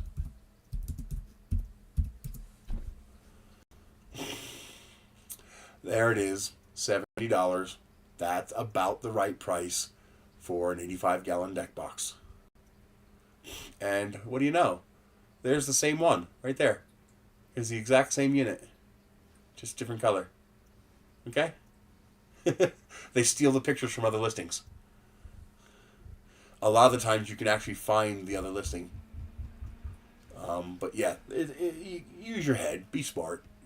Just don't fall for obvious scams. And if it really bothers you, that's where Temu is a little bit better. Temu is much more forgiving on being scammed. If you get something that's even just not made right, if it's like garbage, they refunded a T-shirt I bought because I like the T-shirt, but the imagery that they used to make it was so low resolution that it was just downright blurry. It's like, come on, man, you couldn't find a higher resolution image to put on that shirt?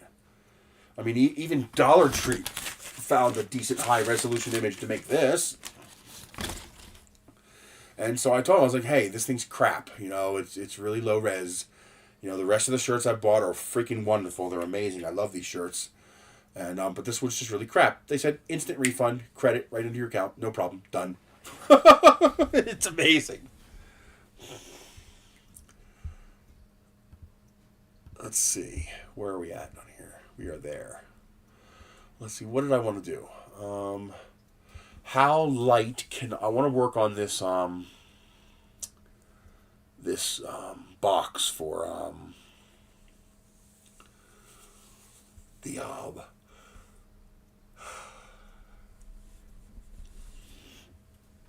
the free library box. I finished the flag. I just got to print one. Make sure it works good. I wonder if I could print a flagpole. I wonder what that would cost to print a flagpole. I couldn't make it a 20-foot one. That's too tall. The plastic would just fold. But I could probably make an 8-foot flagpole. You know, something 8 to 10 foot. I wonder, but see, you could just buy a 10-foot 4x4 to make a simple flagpole. What does a 4x4 cost? See, I'm trying to come up with stuff that I want. Stuff that I, not so much that I need, but stuff I desire. And can I 3D print a version? Mostly because I have the plastic. Let's see, 4x4, 10 foot. Because part of it's got to go in the ground.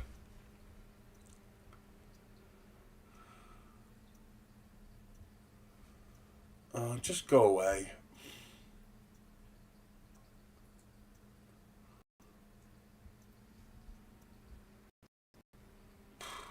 Come on.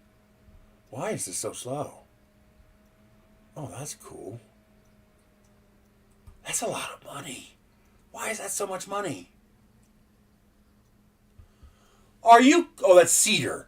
I was like, give me a break. Redwood toned. So $17 for a 4x4 post. So I would have to be able to do it with 1 kilogram of plastic. If I can do it with 1 kilogram of plastic, it makes sense to 3D print it. But if it takes more than a kilogram of plastic, you could just buy the 4x4 post. Boy, even this wall mount pergola kit is $600. So why is that so much money? So 1, 2, 3, 4, 5. That's 5 pieces of lumber. It's $100 worth of lumber. And they're charging $600. Because the only extra thing you're getting is the mounts and this tarp, whatever this is. I wonder if I can make this 3D printed.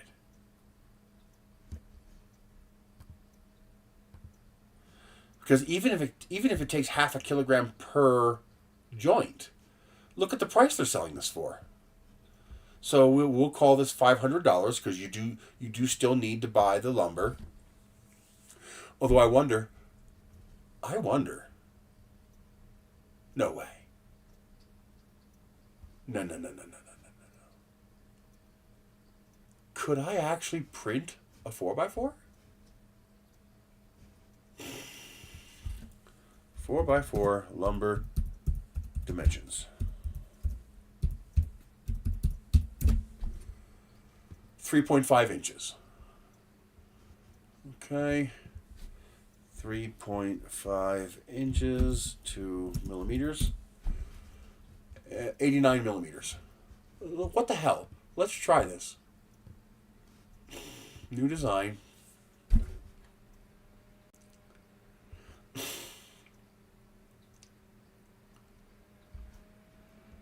There is no way that could be equitable. 89 by 89. And this is something you'd have to print on like the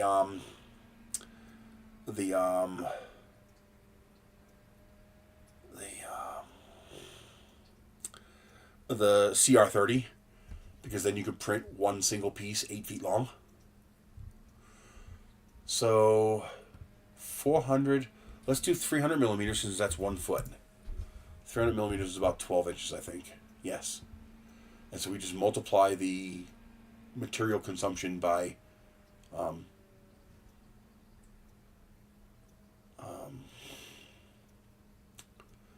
by 10 to get a 10-footer.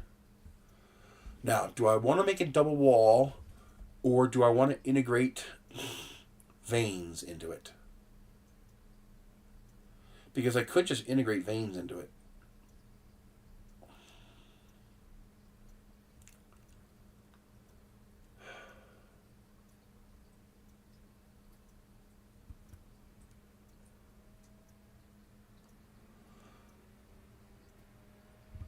You know, let's see how heavy it comes out without the veins. Let's do 1 millimeter instead of 0.8, and let's not do the second wall.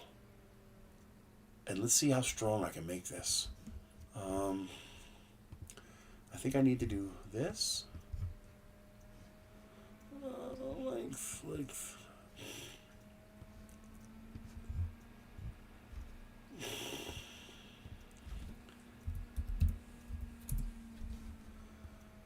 Okay. Let's do Control D. And let's move this 30 millimeters.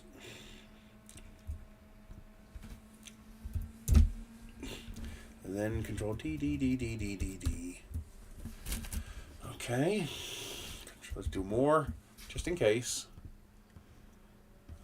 Let's join this all together. Let's make it taller. Now, let's rotate it 45 degrees.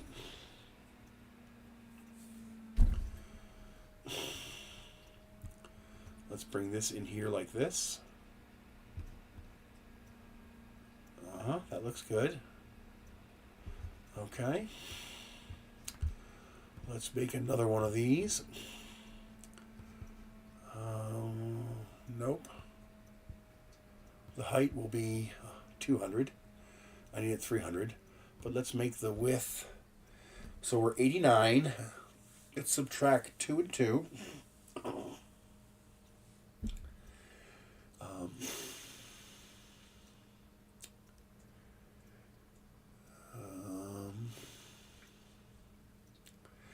How do I... Yeah. So we can actually go more than this. It's fine. But I don't want to go too much more than this. How far in do I want to go? Let's go 5 millimeters. So that's 89, 79. So 79 by 79. Okay, let's make the height 305. Okay, take this and this. Center it on this. Okay. Let's extend it out the bottom. Actually, I need to extend that a whole lot. I want to cut everything. Take this, make it a solid. Join it with this. Do that.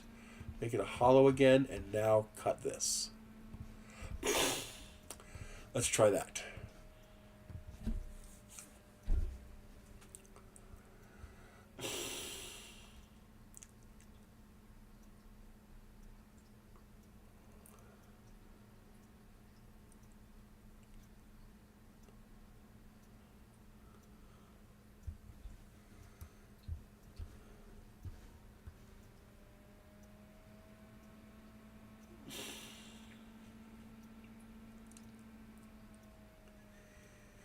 Ooh, that's not going to work right.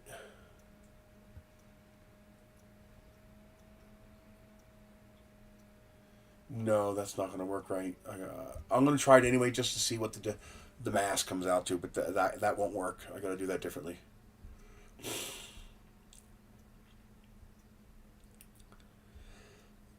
Yeah, that won't work.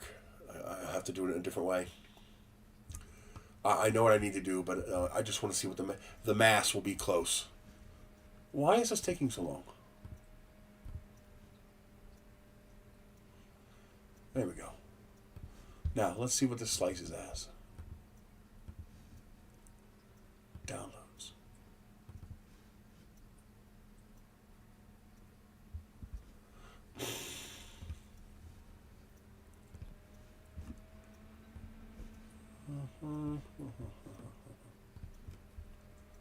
Delete.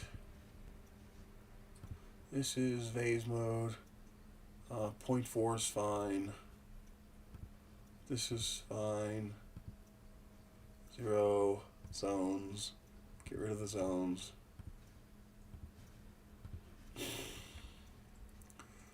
Ooh, that's not bad. 159 grams. And there's my reinforcements.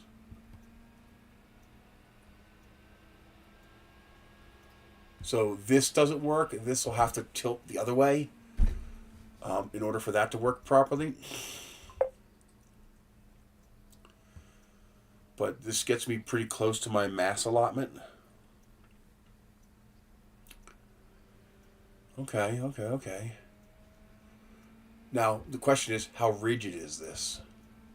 Because I might need to double wall this in order to make it properly rigid.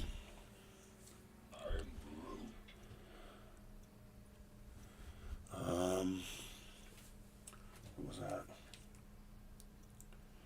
Cora, Papadons. Voicemail. Ooh, chicken fried steak Michelle had.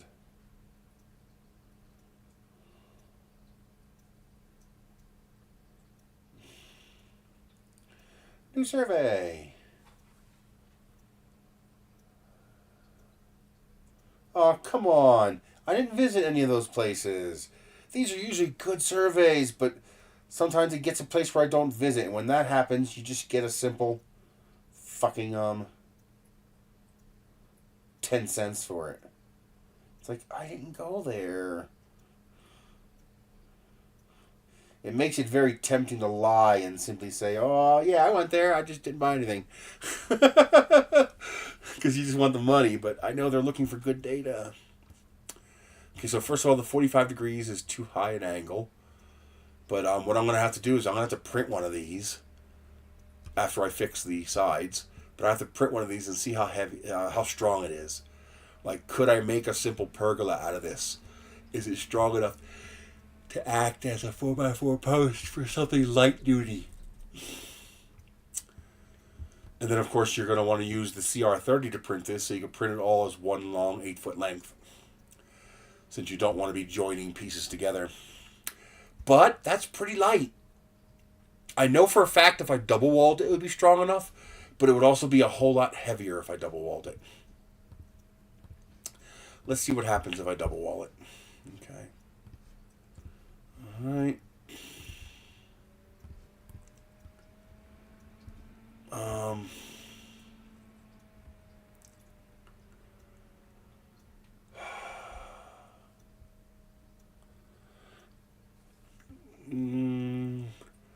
Let's see. First, the angle is too steep. Stop it. Do what I say before I bite you. So let's do that angle.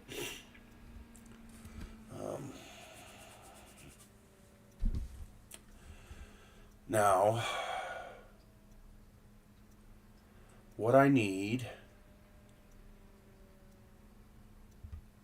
this one, and then I need Control D. So one of these needs to go up. Yeah, and one needs to go down. So this one needs to go like this. Control D, change the color, and then rotate 90 degrees. Good. Okay. Okay. So this one needs to join with this one. I don't care. Just shut up and do as you're told. And then this one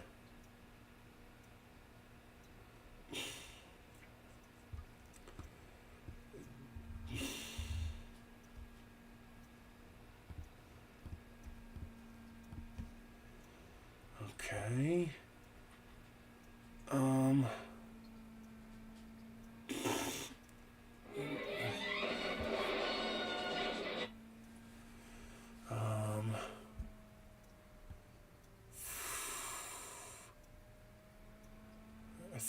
Think about it.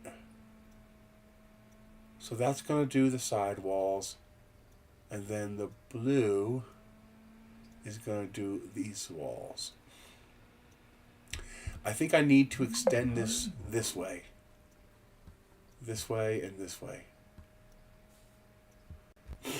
And then combine this one with this one. Join it. Hollow. Oh, I gotta go back.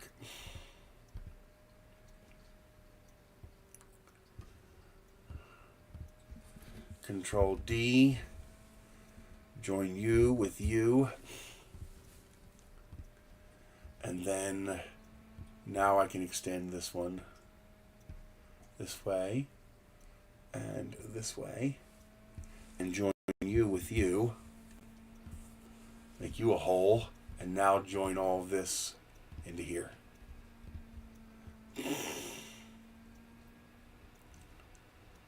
Okay, I don't like that. It should have cut all the way in, but I think it'll be okay. Oh man, it's not doing it right. See, it's not right. Why isn't it cutting all the way in? Let's see if it slices okay. Oh, I can't do that. That won't work. Oh, I'm an idiot. That can't work.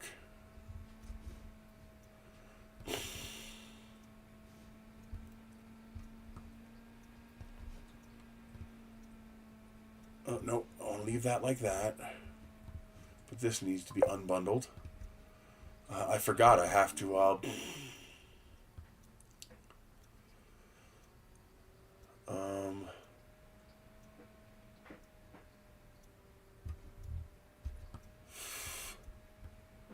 Fuck.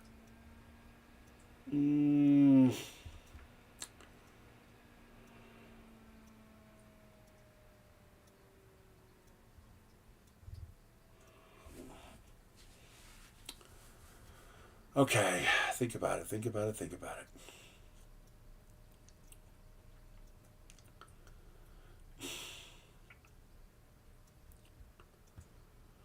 first the angle has to change.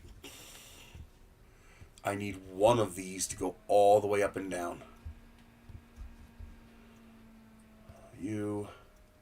One of you has to make it all the way to the top bottom. And I think I got that one there.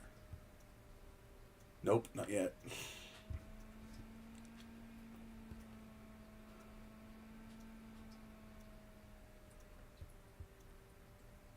There.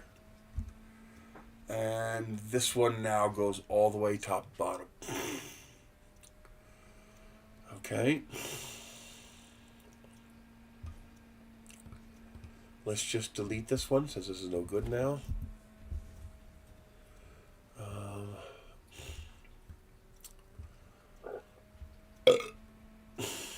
I think that means I have to delete this one. Yes.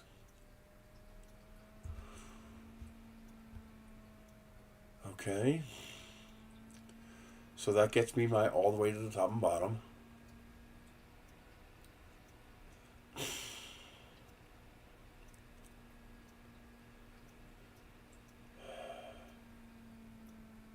I think I need to make this bigger, which means this needs to be 78 and this needs to be 77. I need a little more room for the pivot. Actually, let's go even bigger. 76 and 75. Okay.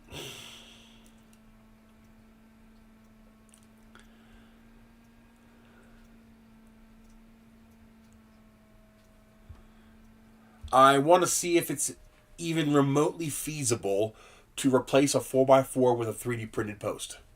I can do it for half the price of a 4x4, but will it be strong enough?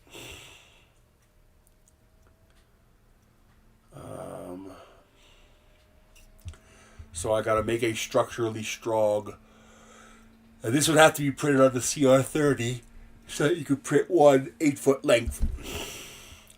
Now, you couldn't build a building with this, maybe a small building, but you could maybe build a pergola. I got the idea looking at this. And I realized this fucking thing is $600. None, vase mode.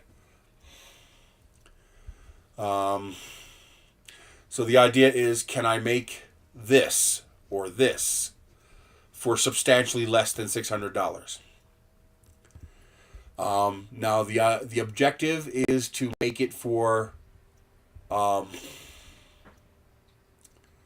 the cost of this pergola is actually $500 because they're using 5 pieces of 4x4, which is $100. So you subtract the cost of the lumber, and you got $500 for the pergola. Because I could also try building just these. I could buy $100 worth of wood, and then 3D print these joiners to join the wood together. I could do that too. But then I got to thinking, can I print the 4x4? Like, is that even possible? Like, if it's half as strong as the 4x4, then it's strong enough. It's more than strong enough. So the question is, I have to build a test piece and see how rigid it is, see how strong it is. I can get the screen very cheap. So here we go. Temu.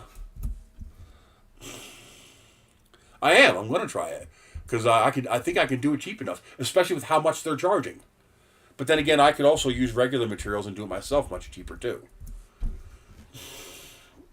So here's a sunshade. I'm busy. You guys know I'm busy. What the hell's wrong with you people? So here's the kind of thing you would put on top of that. Well, no, you wouldn't want to use a sunshade. You would want to use something more like this. Something that would actually repel water. What else is it called? I think it's called a sunsail.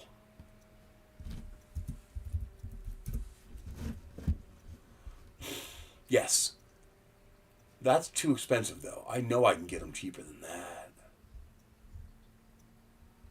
I want something that'll actually stop rain. So I need it to be square. Here we go. That might not be waterproof. This one might not stop rain. Like, it'll give you shade, but it won't give you weather protection.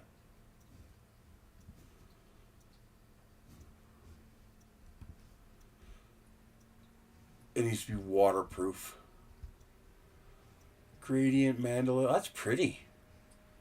So, I believe that's 10 foot. Which means the biggest we can get is this one here. $20. 80 by 80 inches. 80 inches is 60 is 5 feet. So 20 more inches, so that's almost 8 feet. So an 8 by 8, this would give you what I need to make a small 8 by 8. But I'd rather do a 10 by 10, which would require 120 inches. 10 foot is 120 inches. But 8 by 8 will be much more stronger. So $20 for this, and that's the only thing I'd have to buy. Everything else I would print. Or I could buy this and $100 worth of lumber. That would make my cost $120. And now the question is, can I 3D print the brackets to connect it all together for less than $480? And I would say, fuck yes, I can. Even if I used a kilogram per goddamn bracket. You're looking at, you only need 4 brackets. That's $40. That's a lot of freaking money. Why are they charging so much for this? Wait a minute, it doesn't even come with the 4x4s?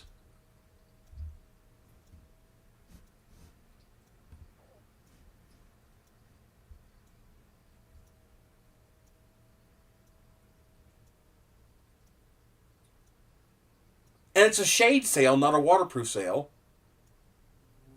Oh my god, it doesn't even come with the lumber.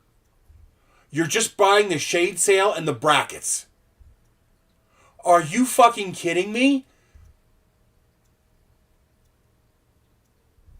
So this goddamn thing is going to cost $700. This is $700. $594 for the kit. Plus $100 in lumber. Son of a bitch, they don't even include the wood.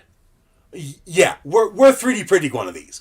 And I'm going to use a sunshade for the first one, just because fuck you.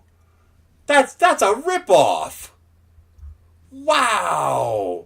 What about, can I get 120 inch? Can I make it 10 by 10?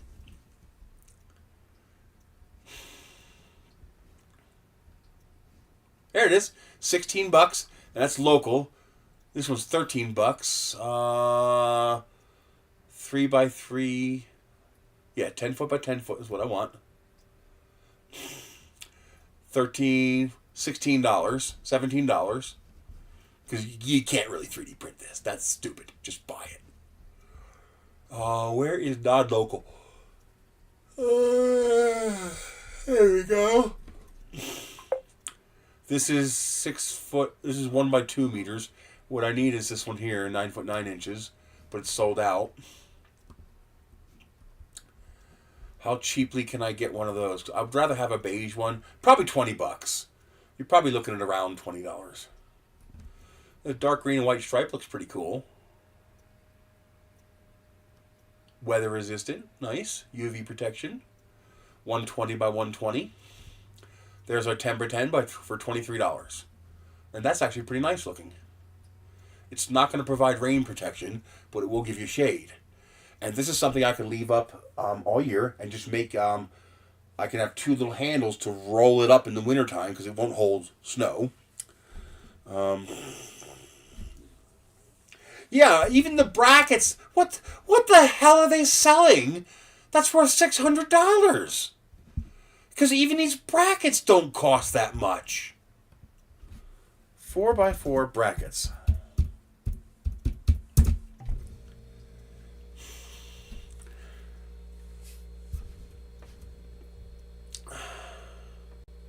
This right here. Yeah, 80 bucks for a set of 4. What the fuck?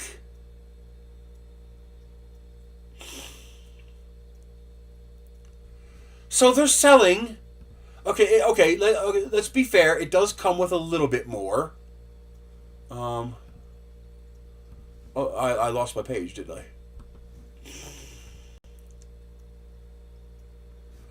It comes with these brackets and these brackets, but if we compare it to, let's do a freestanding one because that'll make it easier. Come on, what are you doing? I don't know why Home Depot is slow. It has to be a fair comparison.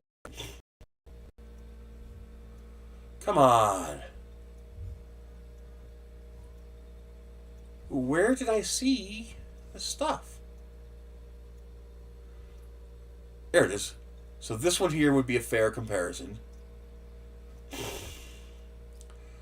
So 10 by 10, $700. No, what the hell is that? I don't want that. I want the other one. There it is. So this is 10 by 10. This is 8 by 10. Well, might as well do 10 by 10. The price difference is nominal. So that's 1, 2, 3, 4. It doesn't matter. The cost of the wood doesn't matter because this doesn't include the wood. All it includes is the sunshade and the bracketry. So here's the ones you need for the top. So that's 1, 2, 3, 4. That's those 4 brackets right there. We need to open up another one. Duplicate.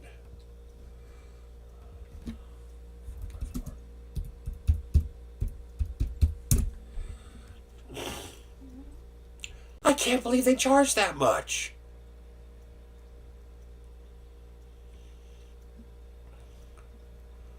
Post brackets.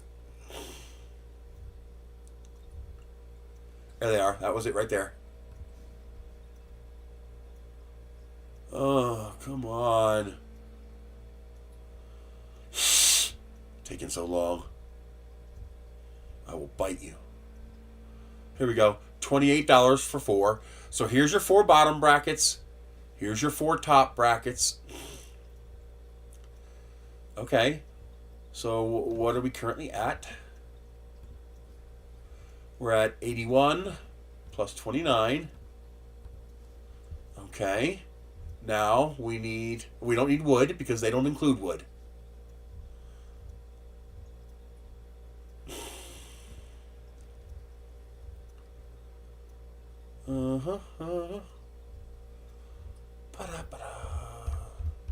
Okay, they do include something else, though. They also include these little brackets here that hold the sunshade up. But what are they actually using? So there's that bracket. Okay, it looks like it's just a hooky thingy. It's just a simple bracket. We can do that with rope. There's eyelets all along the sunshade, and we can just tie from the eyelets to all of these beams. That's not a problem. Yeah, see? It's just a little bracket, and they're using a string too. So if we want to get fancy like that, we can do eye bolts. Eyebbolts.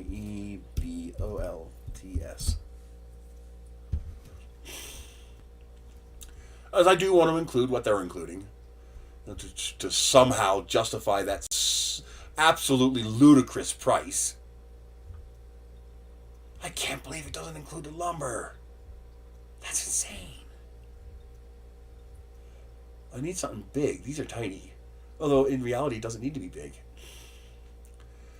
1/4 inch, 5/16 is bigger.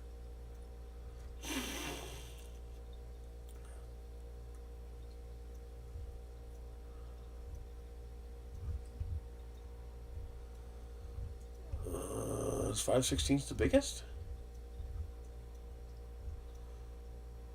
There's 3/8. That's marine grade, though. You don't need that.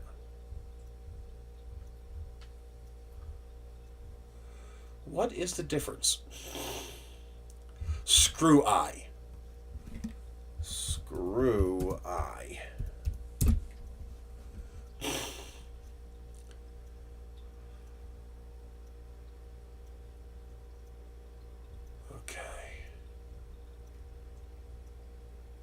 I want something, that's relatively thick. Something that's decent.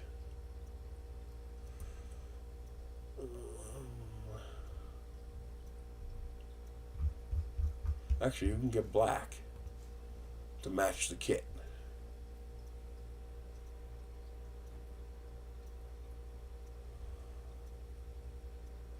(3/16), 1/8 inch, 5/32, 3/32.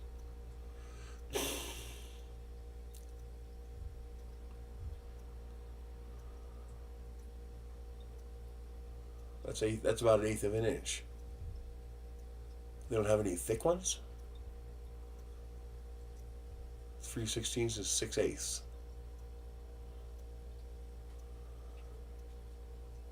That's a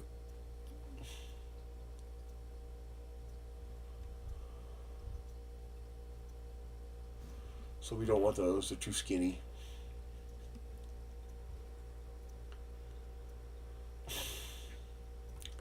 Let's go higher weight capacity. That should get us thicker hooks. That's 1/3 of an inch. This is probably good enough. 3/8 inch by 4.5 inch. So 10 pack, $12. So let's add $12 for the eye hooks. It's $122. So they're selling you $122 worth of hardware that you could buy from Home Depot, and they're selling you that for $600, $800. That's ludicrous. I mean, sure, it's a purpose-built top. The pergola top is probably purpose-built for this, but that's still fucking insane.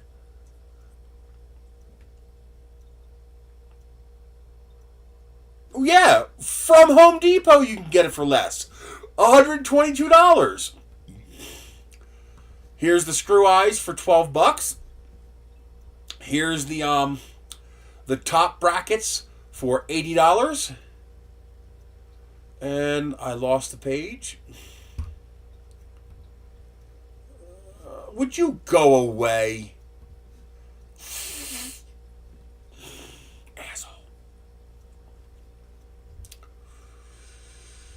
And here is the bottom brackets for $28. $29. All right, here's the parts right here from Home Depot.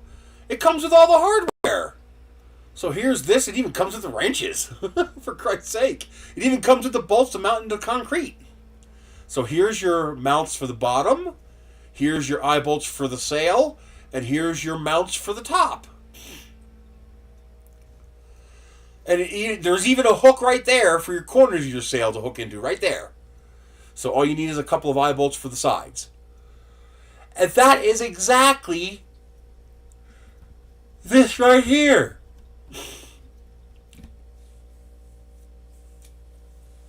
How the hell can they justify this price?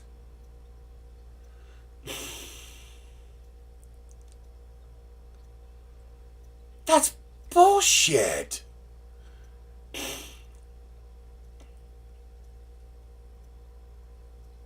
Even if I buy the lumber,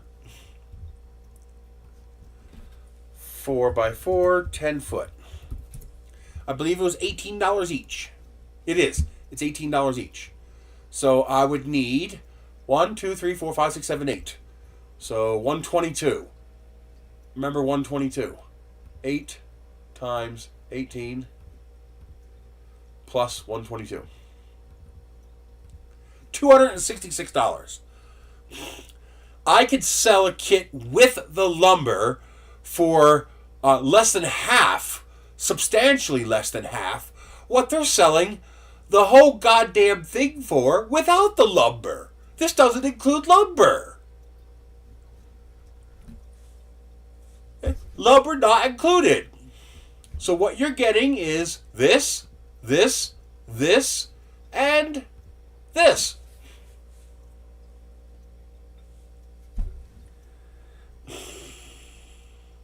Well, I wanted to get the nice ones that look like this. But let me check what you found.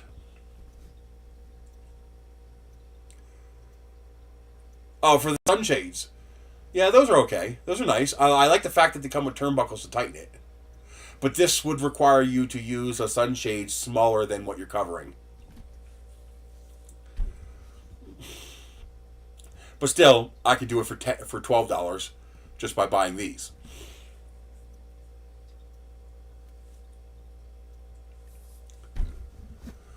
I want to go as cheap as possible. From Home Depot. This is insane. It simply should not be that price. And you could probably get these cheaper.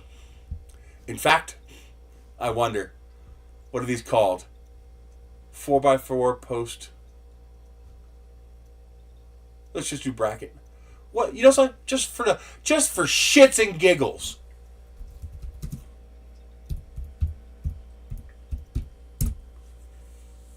Why do you keep popping up and getting in my way? Get out of my face. Go ahead, do it again. I will bite you.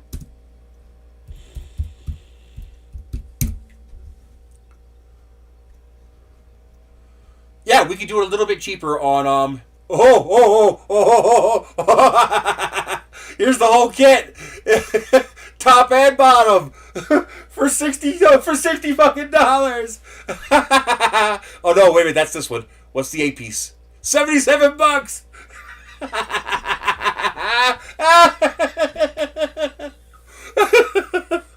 So for $77, I can get all 8 of these pieces that I need. That covers this and this. So you're basically getting these for free. You're saving $30. Oh, but wait a minute. Does it come with the hardware? Where is that link? Yes, it comes with all the hardware as well. It's probably the same kit. What is up with this nose? It's annoying the hell out of me. So yeah, if you don't mind, this is actually, you're not even ordering from Temu. This is coming local. This is shipping from the US. So for $78, you can buy all the brackets you need. And then you go to your local hardware store and you spend $120 on the lumber.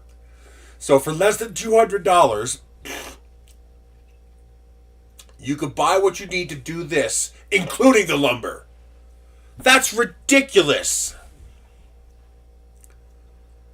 There is just no justification for that. None. That's just robbery.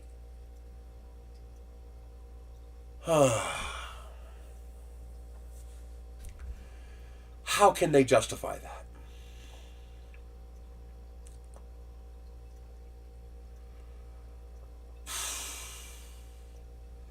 Absolute lunacy. There is just no justification for charging that much money. I thought they at least included lumber, so everything was cut, ready to go. You just build a kit. I could see charging $600 for that. I really could. You know, not $800. That's insane. This is the same damn thing. Why are these... Oh my God. Why are these even different in price?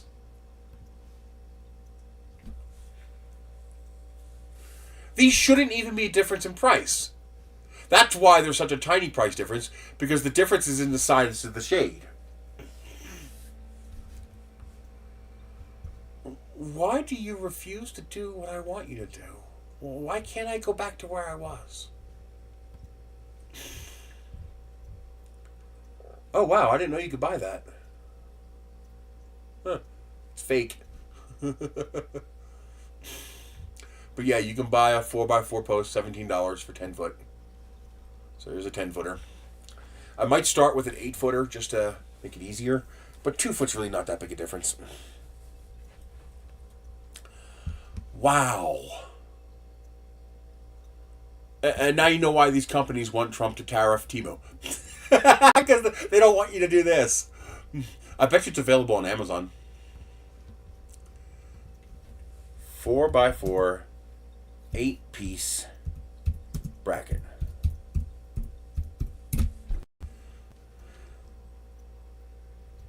I bet you it's available. You could also just use these too, by the way. But that's more money, oddly enough. It's $103. Wow. These are actually kind of cool for reinforcing. I might 3D print that too.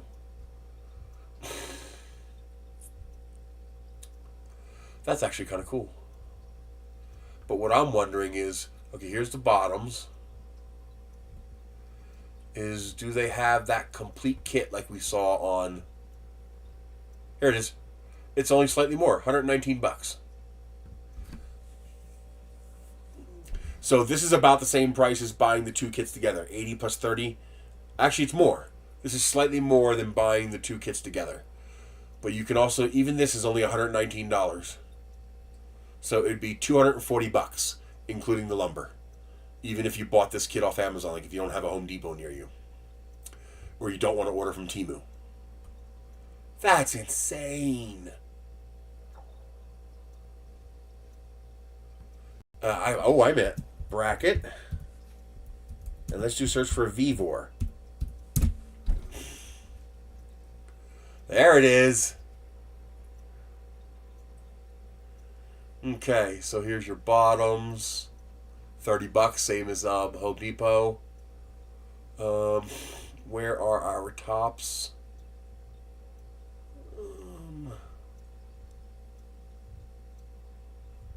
They don't have the tops. This is for continuation.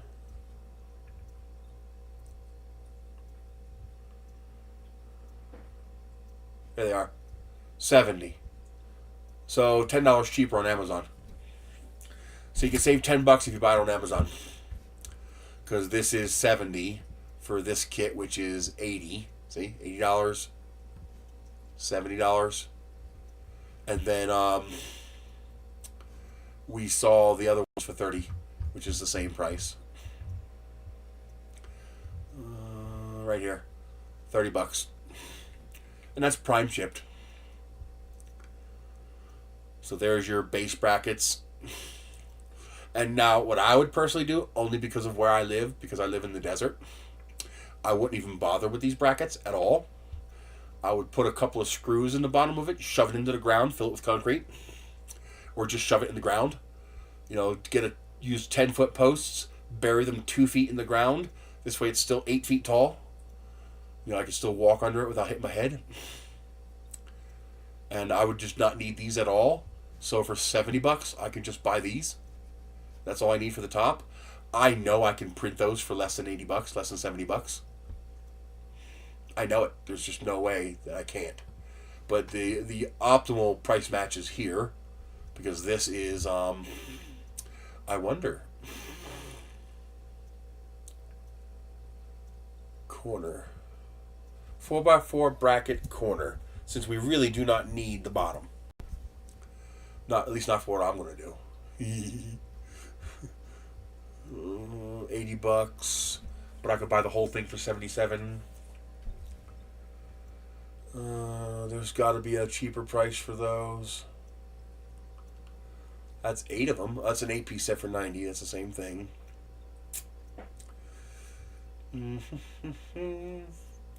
I'm surprised I can't find just those for less. These are the Vivor, so it's the same $80 price. 75, but there's going to be shipping. And again, you might as well get the bottoms if you're going to pay that price.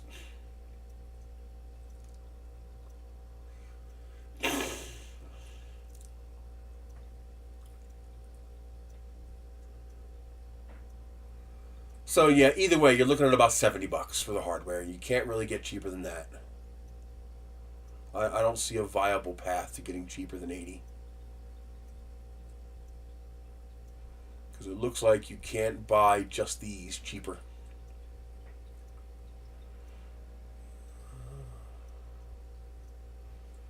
Yeah, there's a pretty fixed price on that, I guess.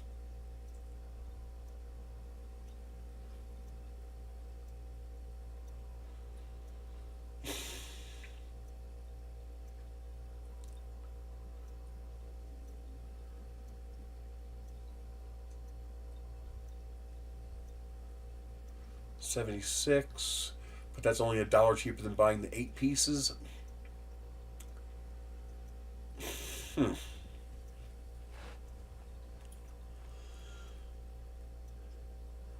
So 70 bucks for the hardware. So they're selling you $100 worth of hardware, because you also need to include the sunshade. They're selling you $100 worth of hardware for fucking $800.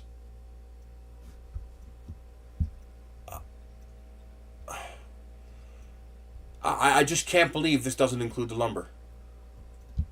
That's mind-bending to me. Yeah, I need to print one of these. You wouldn't download a pergola, would you? Fuck yes, I would!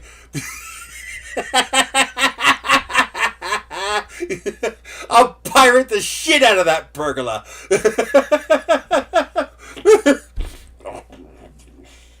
Really nasty. So nasty. Army matey! I'll have to print myself a peg leg and an eye patch. Oh my god. Okay, so this is 75. So we want a 75 by 75. So let's make this 74.9 and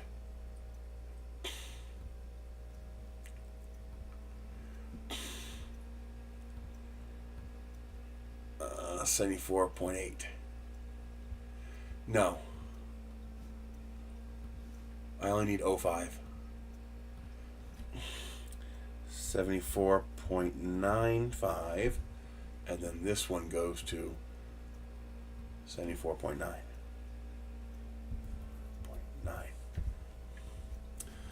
Okay.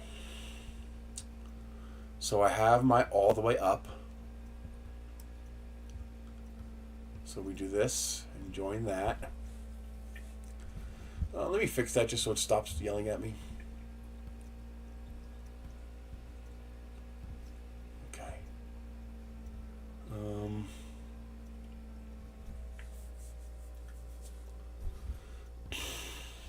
Control D. This is going to have to be modified though.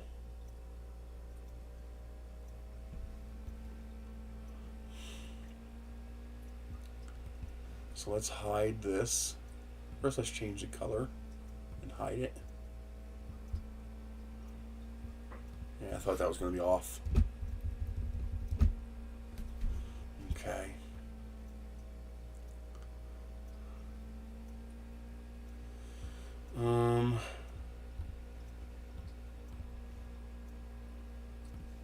separate this. We align with this piece here. Okay. And that should be all I have to do. If I remember correctly, that should be everything.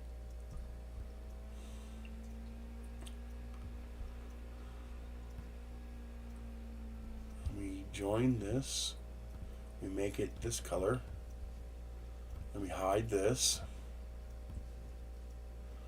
Hide. Take this open. We make this 75 by 75. Okay. We align them on center. Did that move both? I think it did. There we go. And join. Now, one of these. Oh no, which one did I change?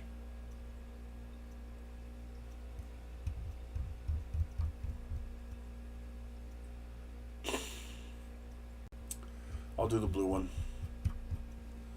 So this one, hollow, join with this one. Now, this one, split, this one, split. Okay, you, Control D. You're going to be my through and through, so you're going to stick out like that. So we take all this, but not this. We join it together.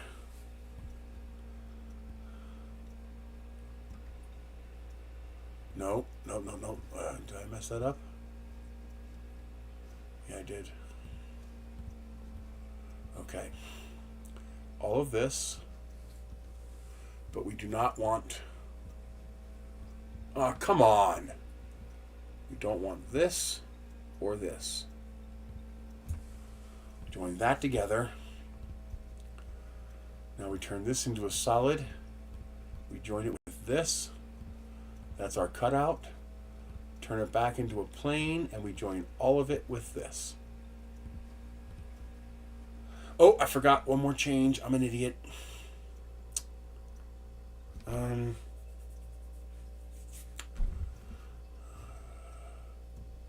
I'm close. I'm close. Okay. Okay, let's hide this. And let's hide this. Okay. Now, we take this, we put it on here, we jack up the dimensions so that we can actually play with this, and we move it this way, minus 1.9. Okay. We bring you down here like this. We are bigger than the box. That's what we want there. Now I have to do the same thing on this side. There's our box there. Length, length, length. Okay, bring you down like this. Bring you like this.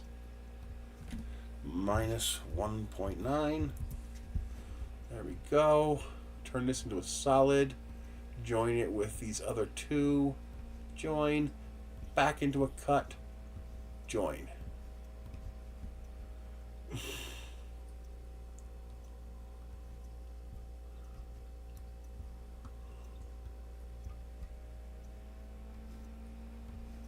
What's your problem? Don't be a nudge or I will bite you.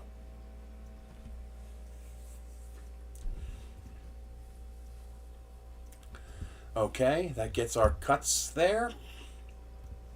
Now we have to do the same thing on this side, But first we have to hide this one, because that's going to be our through and through. This needs to be a solid, but not that stupid fucking color. And we do this. Let's do this, this, and this. You have to come up this way, you have to go down this way, and then you have to go in minus 1.9. And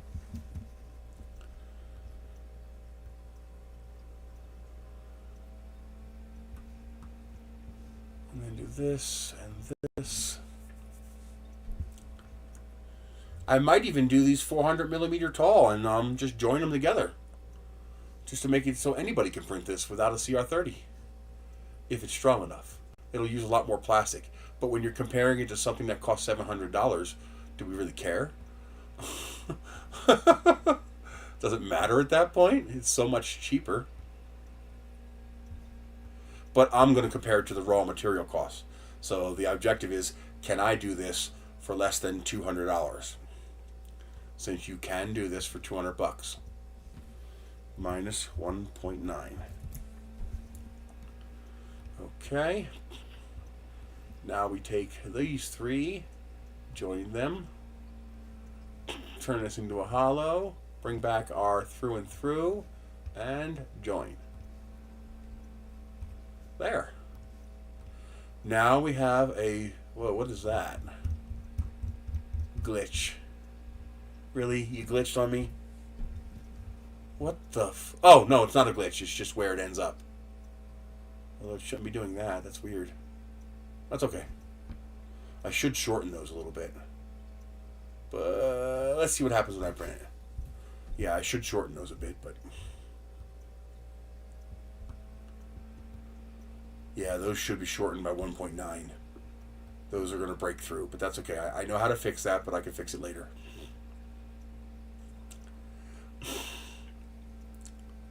Let's just see how it slices. Okay. So that's 153 grams.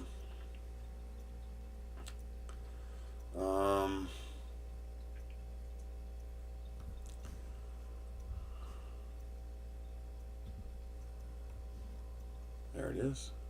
I thought I got rid of it. There it goes.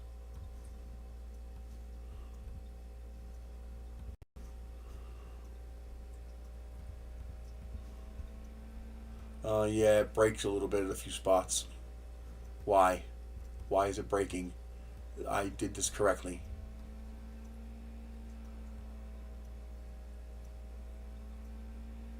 What the hell?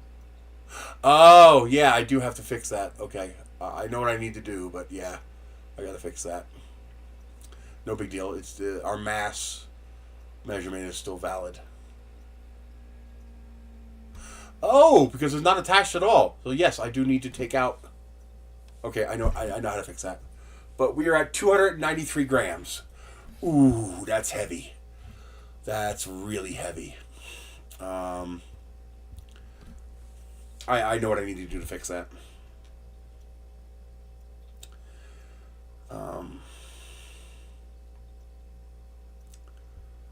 Okay.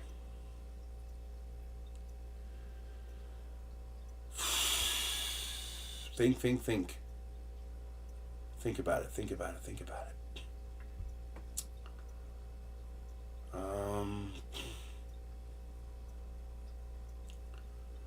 Think about it.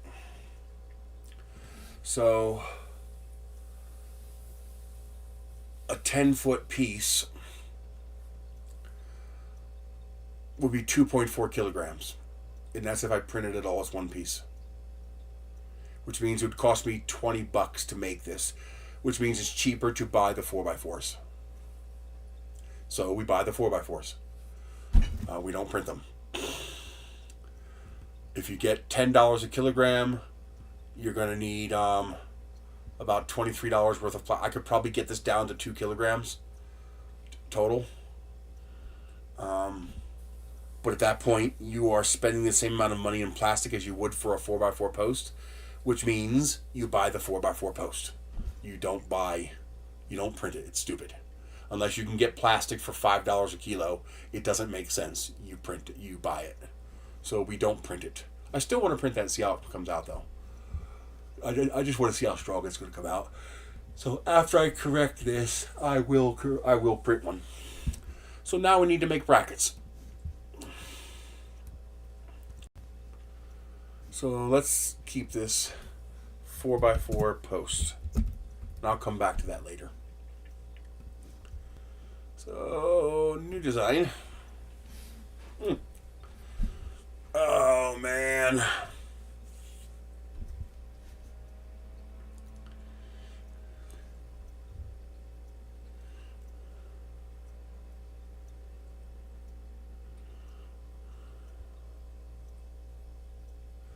Let's think about this.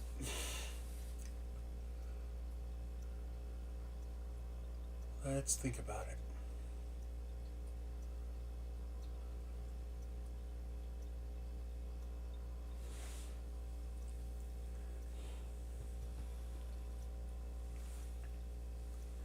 Oh, really? AliExpress. Is it Vivor?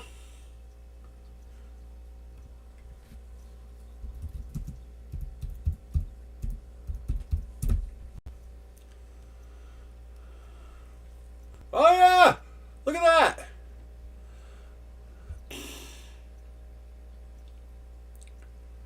Those are not as nice as the other ones. They're not nearly as nice, but still, probably more than good enough. Shit.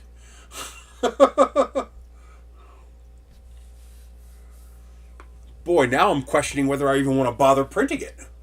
For $33, that's cheap as hell. That means with the lumber, you're looking at $150. Just over $150. $160 with tax. Wow.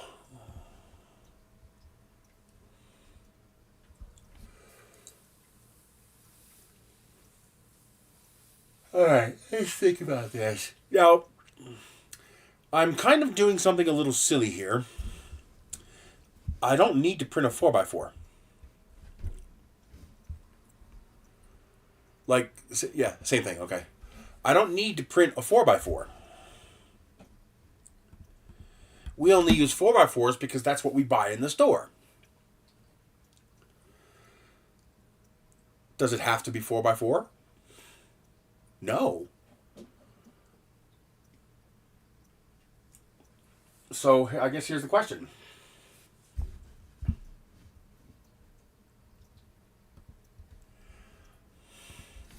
Is this strong enough?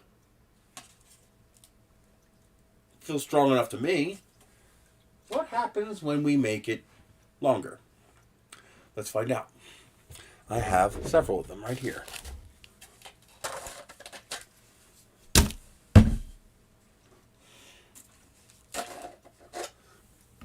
I want to use all the same kind.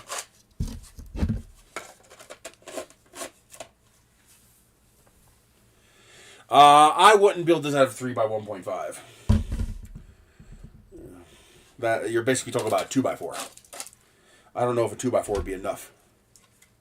To me, that sounds like pushing it.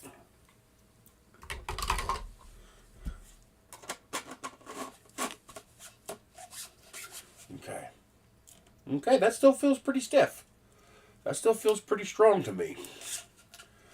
And so that is. Well, these are 200 millimeters, so 2, 4, 6. So this is 2 feet. So I would need a whole lot more of these.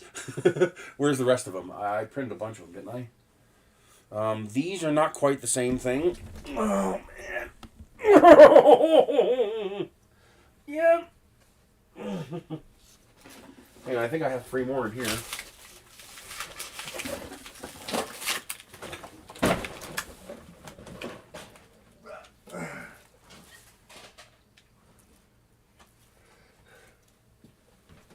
Four foot should give us a pretty good estimate on strength. And of course, I would optimize this using 400 millimeter parts instead of 200 millimeter parts.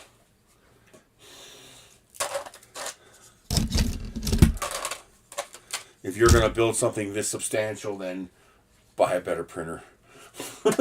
Sorry.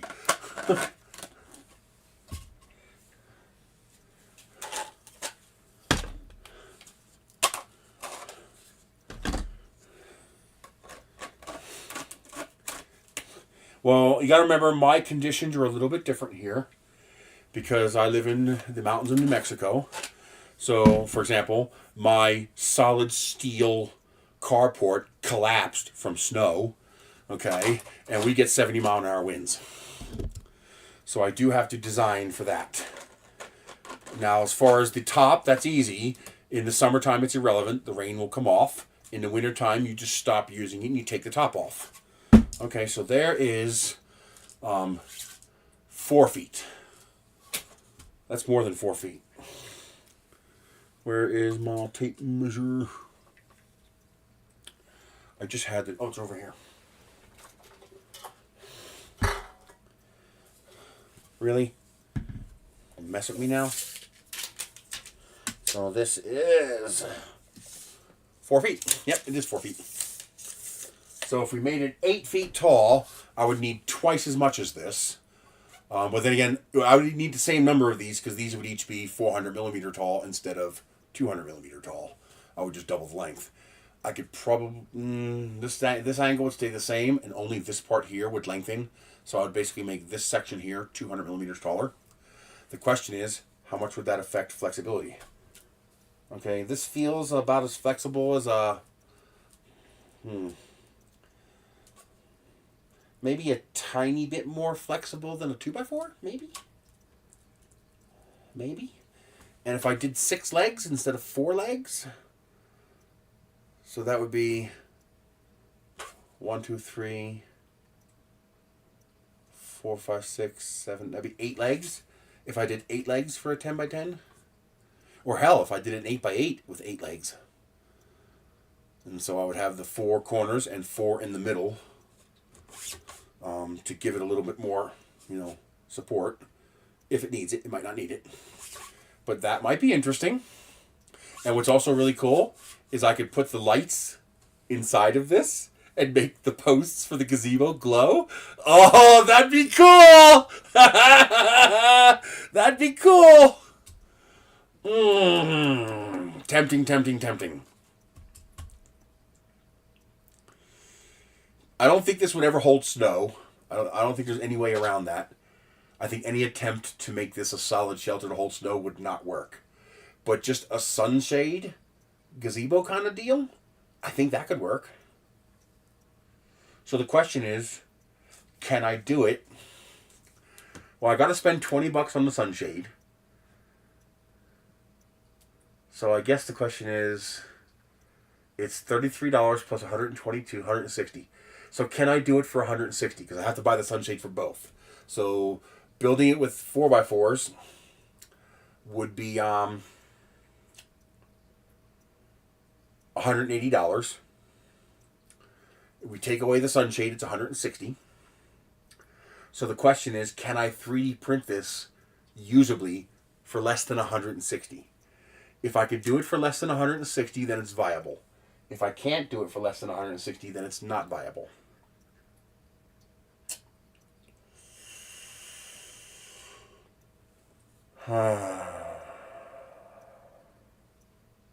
That's something I have to think about. Well, it'd be easy enough to make up a tall one of these and see how long it is. Or see how heavy it is when I print it. Oh, that's right, they don't go together. Let me get all these things out of my way. I gotta get these mounted, but it's been so freaking cold outside. I don't want to go outside and do it.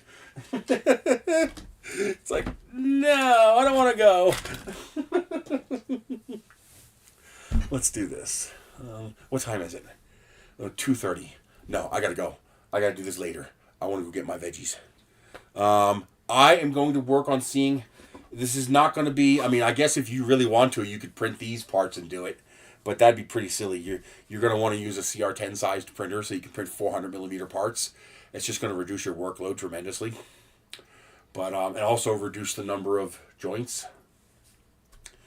Although in this case, the joints are actually strengthening because it's doubling the amount of plastic that's there. But it also uses more plastic. That's something you have to factor in too. Actually, the lumber would be more expensive locally. It'd be cheaper to go to Home Depot and buy the lumber, even with the gas factored in. Although I'll have to check and see what the price difference is versus the gas. But again, I want to try to do this. I can't do this if I buy lumber. I don't have the money. The only reason I'm even considering this is I can afford to, maybe next month I can afford to spend $20 to buy a sunshade, and I might have one already. I have quite a few sunshades, so I might already have the sunshade, and I have the plastic. Unlike the lamp post, which, thank you, hey Mark, he's not here, Big Bad Joe. Thank you for the filament. I did get it, and this doesn't have to be white. This can be whatever colors I have. And although I am going to want to go with the same color for the posts, because I'm going to put the lights inside of them. So where are they at? Where'd it go? Oh, here. I am going to want to put these. These are actually, I think, 1.6 meters tall. So this would be tall enough to fill this and make it glow at night. So each of my posts will have a little glow thing. Who doesn't want to do that? I do. I absolutely want to do that. I'm going to make it glow.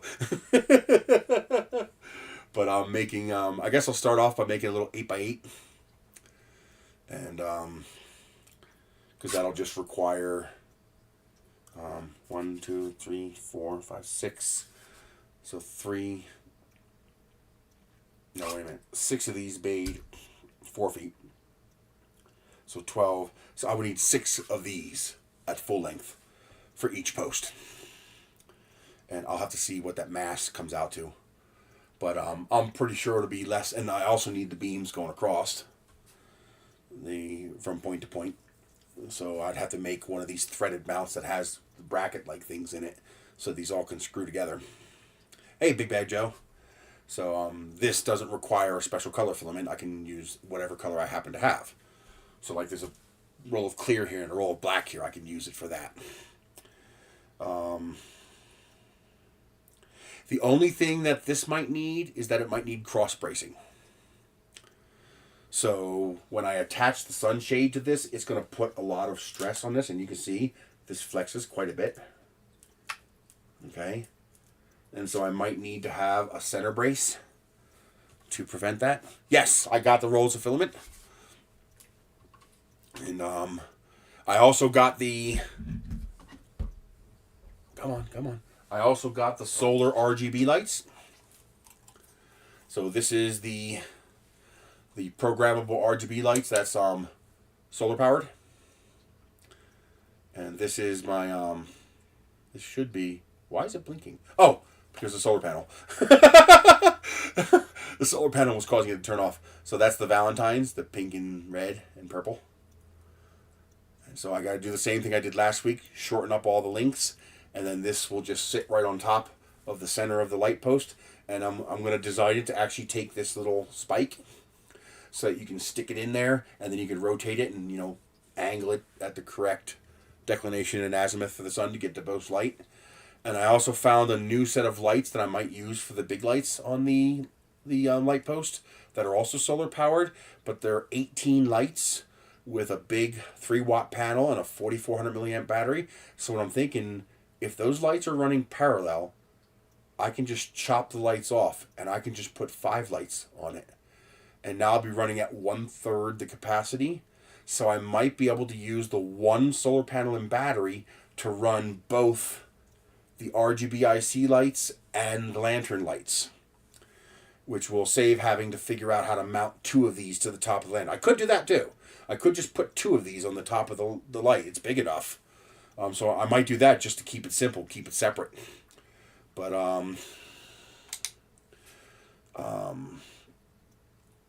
in fact, I might do that just for simplicity's sake. I mean, it's going to be 8 feet in the air. Who cares if there's 2 solar panels up there? But and on top of that, those lights are only $12. And that's a lot cheaper than the hanging lanterns, which are $6 each. So that's $30. So for $30 total, you could get the RGBIC and the lights you need for the lantern. You'll just have to cut, splice, and run the wires. And but yeah, that should theoretically work. So I'm gonna try to order a set of those as soon as I can. I don't have the money right now, but maybe next week I'm gonna order a set of those and see what happens. That's also one of the reasons why I want to move away from the lanterns is the wind, because those lanterns will blow around. They're not going to fall off. They're going through the print, but it's more than bright enough, but it doesn't look as nice as I would like. And it's also expensive. You know, even when I get them on sale for $5 a piece, that's still $25 for 5 lamps. And the biggest thing is they don't run very long. They run for about 4 or 5 hours, and then they turn off because they're out of power. In the summertime, that'll be better. I can also dim them, and that'll make it better. But if I'm going to run dimmer, then I don't need expensive lights. So if I can get cheaper lights that'll run at the dimmer brightness, then that would be better. And plus, the other problem is the lanterns look like you tack them on. They don't look like they were designed to be there. They look like something you added. Like the solar lights, these lights on the top. You know, these look like they belong there because they're fitted into the design. While the lanterns, well, they look like something you tacked on. And so I'm trying to find a more elegant solution to that that'll also bring the price down. And I think I can do the entire electronics package for $30. So 2 kilograms of plastic, $30 worth of electronics, and you have an 8-foot tall, very fancy lantern. And it'll be completely solar powered. And because we'll be underdriving the solar panels and the batteries well below what they were designed to run, even up north, you should be able to get enough light for a pretty decent run into the nightfall. So, I'm going to try printing a couple of these at 400 millimeters, and we'll see how strong it is. If I think it'll hold up to this is what I'm worried about. So we'll see if that's strong enough to make a gazebo out of. Because this price isn't. Look at what they're charging for this big bad. This is insane.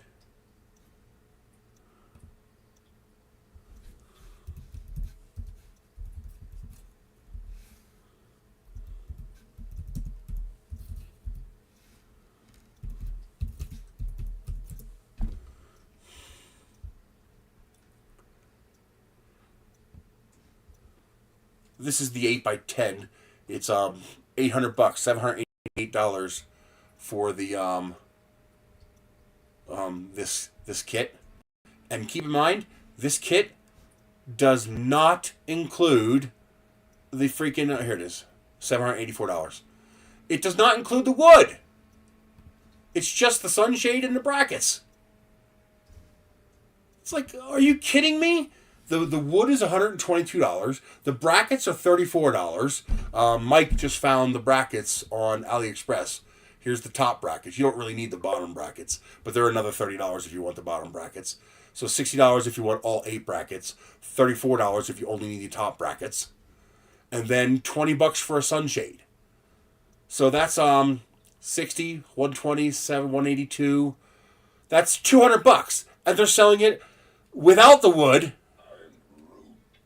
Well, I think I can print those brackets. Maybe. But yes, I do think I can print those brackets. Should I?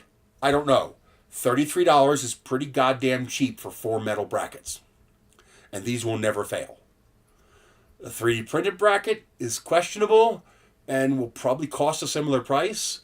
I'm figuring to make it beefy enough, probably 1.5 kilograms. So you're looking at $20 worth of plastic, while this is only $13 more. But I might try to do it anyway, just because I can. Whether it's financially equitable to? No, probably not. Compared to the kit? Oh yeah, absolutely. Print everything. But compared to doing it yourself by putting the parts together, it's borderline. It's questionable. If you want an 8x8 or smaller, yes, definitely you could print it. If you want 10x10 or bigger, I'd probably go with the metal. But I'm going to try to do it, to make my own, using the parts that I already have designed. The trick is to get the mass down low enough. I tried to make a 4x4, and it would be, each 10-foot 4x4 would be 2.4 kilograms of plastic. That is $24 in plastic to print an $18 4x4. That's a hard no. I mean, I don't 3D print just for the shits and giggles of it. If it's cheaper to use wood, then use the wood. So the question is, can I get a usable 10-foot tall post for less than $18 in plastic? So that's the trick. It's going to be to see how little plastic I can use to make a post that's still strong enough to perform the function. If I could do it for less than $18, then I'll do it. If I can't, then I won't do it at all. But at that point, you buy the 4x4s. And then you see if you can 3D print the brackets.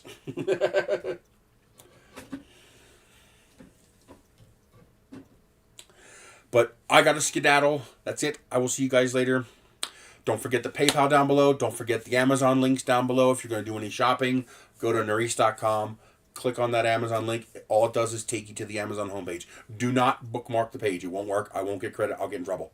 You have to actually go to Nerys.com, click on the link. You can't bookmark it. You can bookmark Nerys.com, but you can't bookmark the Amazon link. I was thinking about making an auto forwarder where, Nerys.com/AMZ and then just automatically forwards to Amazon. This way you can just change your Amazon link to that link, but I think that violates Amazon's terms of service, so I'm not going to do that. I think that counts as automated link forwarding, so I'm not going to do that. So just go to Nerys.com, click on an Amazon link, and I'm looking into getting a Bambu affiliate link. I'm not sure if they just give those to anybody, so if you do want to buy one, I'll get a link for it if I can. And because somebody asked me if I had a link for them. But that's it. If you want to see what we talked about regarding the 3D Benchy fiasco and the Bambu fiasco, we did both of those at the beginning of the stream. So you only have to watch the first 30 or 40 minutes of the stream to see that. So if you want to see what we talked about discussing that, I'm also going to post a dedicated video for those things. But if you want to see that, watch the beginning of the video. You don't have to scrub very far. As soon as I get a few people in here, we start talking about that. And basically, it's a lot of hoopla that's been blown out of proportion. And everybody who is on YouTube reporting this crap should have known better and done their due diligence. There's a better way to report this crap. And it's like, come on, 3D printing crosser, there was no DMC takedown. Oh, man. But just if you're going to do reporting, try to do some due diligence. Try to do some actual research. It's nothing hinky. There's no conspiracy. Nobody's out to kill the Benchy. It's a lot of hoopla. I imagine the CEO of NTI right now is going, "What the fuck is a Benchy?" I can just imagine that. Everybody's angry with us over this Benchy thing. Who has a Benchy? He probably doesn't even know what it is. But that's it. The lanterns do look great. They just don't run very long. Tonight I'm going to set them for the lower brightness and see how that works. Because it is nice to have an all-in-one unit that just snaps into place. And that is nice. But I also want to try the integrated lantern that I found. Because I think that'll work very well. She seems to be doing okay. We're getting some things moving. She's going to start seeing a psychologist there because I think a part of her problem is psychological. Where, she's developmentally challenged. And so her maturity level is fixed at a lower level than most people, more childlike than your average person. And so when something hurts, she doesn't want to do it. Because it hurts, so she doesn't want to do it. But we need to coax her into doing it without pushing her so hard that she just shuts down and clams up. So, because she's got to start standing up so that she can get her legs back under so she can come home. I mean, I can't take care of her myself if she can't walk. She has to be able to walk. She has to be able to go to the bathroom. You know, I looked her straight. I was like, Michelle, I love you, but I'm not cleaning you up when you need to change and you go all over yourself in your bed. I'm not doing that. I mean, I didn't have a child for a reason. I was like, so you've got to be able to stand up. You've got to be able to walk. You've got to be able to go to the bathroom. But the problem is, it's physical therapy, and physical therapy hurts. And when something hurts, you don't want to do it. Now, you and I, we understand, okay, the pain is necessary. But to someone with a childlike mentality, when something hurts, you don't want to do it. And, but I think she'll get better. She is losing weight very quickly, which is very, very good. She's lost over 20 pounds already. If she can get rid of another 30, 40 pounds, that alone will help her get up. Because she won't have so much mass to pick up. And so I'm really hoping that she continues with the weight loss. And go from there. We'll see what happens. But, you know, I'm hopeful. It's looking good. You know, health-wise, she's doing okay. You know, no more sickness, nothing like that, you know. So she's doing good in that regard. And, you know, her blood pressure's good. O2 levels still need work. But that's going to come down to metabolism and, you know, getting up and walking. But yeah, so they're going to have a psychologist see her once a week or once every other week. I told them use their judgment, what they think is best. But just, you know, I made sure to let them know she's developmentally challenged, so they have to approach her from that aspect. And try to get her to, like she initially said no to the psychologist because she knows what's going to happen. The psychologist is going to, she thinks the psychologist is going to make her get up, and that hurts, and she doesn't want to do that. And, well, it's not that she doesn't want to get up, is that she doesn't want the pain. And not wanting the pain means not getting up, because every time she tries, it hurts. So that's why I think it's psychological. You know, I think someone who's good with working with underdeveloped adults, you know, children, someone who's good with working with children is what we need to try to work with her to get her to go where she needs to go. Because once she gets up and once she starts walking, then obviously the muscles will rebuild and then it won't hurt so much anymore. But just got to get to that point. Because I don't want her to be there long term, you know, years and years. Just because eventually, if she's there too long, she'll never leave. Her muscles will atrophy to the point where she'll never leave. And I do not want that to happen. So, that would suck. That would suck hardcore. Alright, that's it. I will see you guys later. I'm going to go get my veggies. It's 3 o'clock. They're getting ready to open. So, I'll see you guys later.